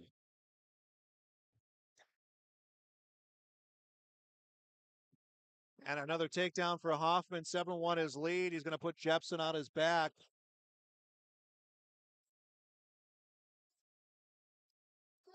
They'll get 3 for the near fall and a 10-1 advantage now for Eric Hoffman from Larimore. Mat number 9, Rodney Wolf, a 4-2 lead over Andrew Christensen. 20 seconds left in the second period there. And now an escape from Jepson on Mat 10, and that makes it 10-2. And Jonathan Smith for Deslax Burlington. He'll try to secure the win here. Anderson's going to scramble out. Scores a 1-point escape. It's a 6-3 lead. 3 seconds left. On Mat number 11. Clock winds down. The winner, Jonathan Smith, the freshman from Deslax Burlington, advances to the third round of consolation tomorrow morning at 195 pounds. 17 seconds left in the third period on Mat 10. It is 12-2, the lead for Eric Hoffman. So the Larimore Polar Bear wrestler on to the next round of wrestlebacks at 195. And I believe that will be the last match. That will be the last match there at Mat 10.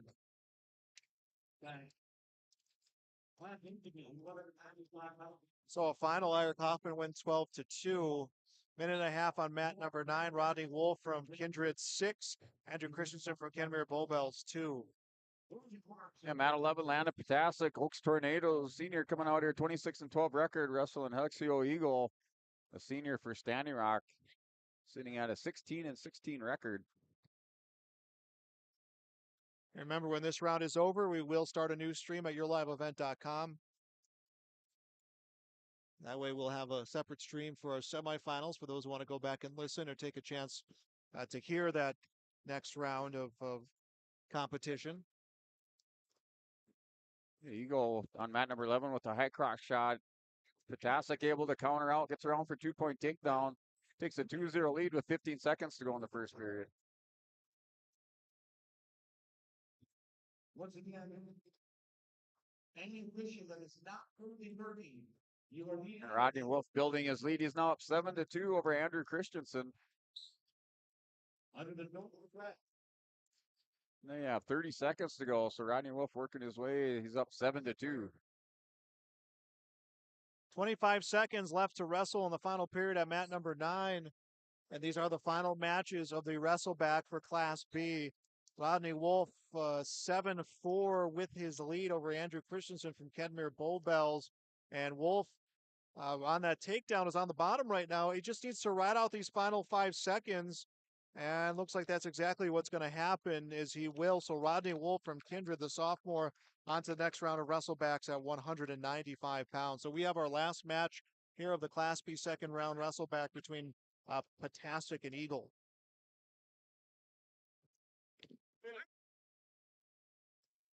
Yeah, we're near the last match of the round. All eyes on this match. On that left between Potassic and Eagle. Class A down to their final two matches as well.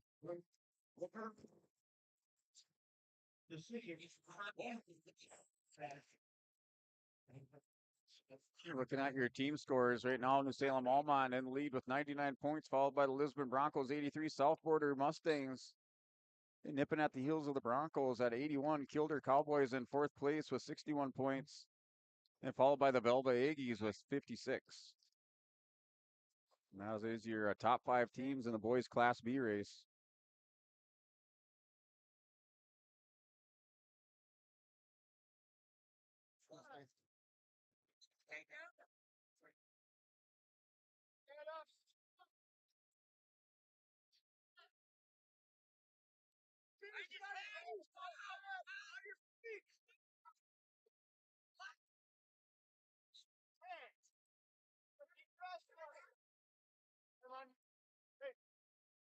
Going into the championship semifinals for the girls, Minot, it is Minot, Bismarck, Central Cass, and Bismarck Legacy. They will be the top 4.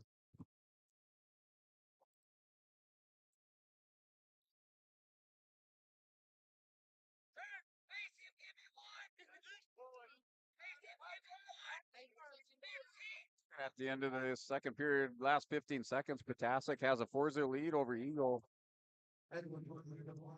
Eagle has Potassic high. He's going to try to see if he can score a reversal here.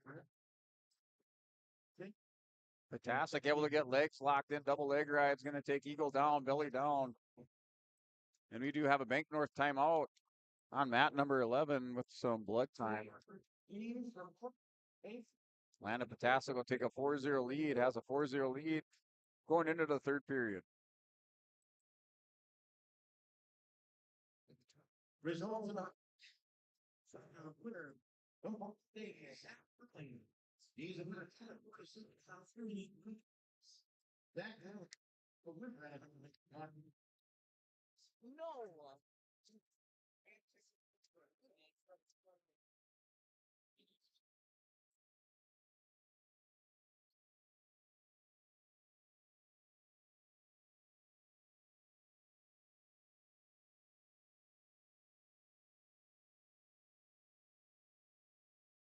Still Bank North timeout, blood timeout on mat number 11. And Potassic over there being tended to by the coaches. And I'll take his inhaler, takes a puff his inhaler, is ready to get back out there. For the start of this third and final period on mat number 11 between Potassic and Eagle.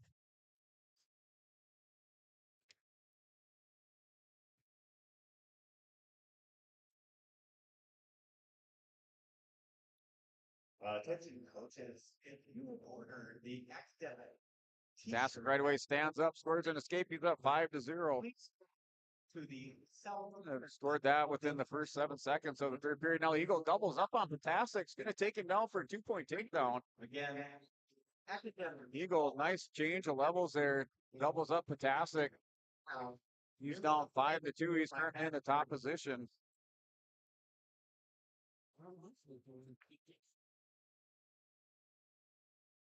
I am a member of the Potassic will reverse. Eagle now is a 7-2 lead for Potassic.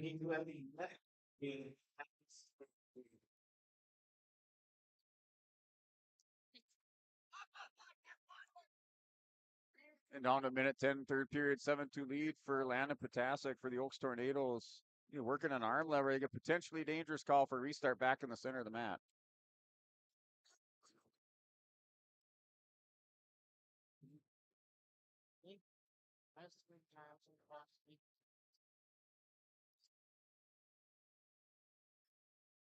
And Eagle's going to try to hit a Peterson.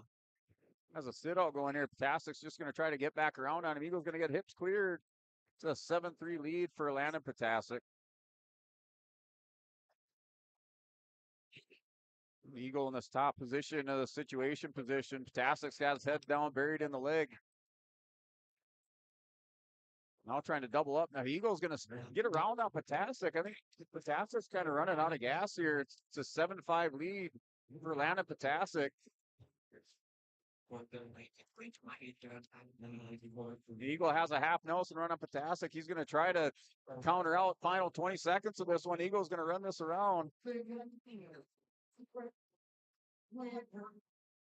The last 15 seconds, Potasek just trying to hold on. Eagle has a half Nelson buried.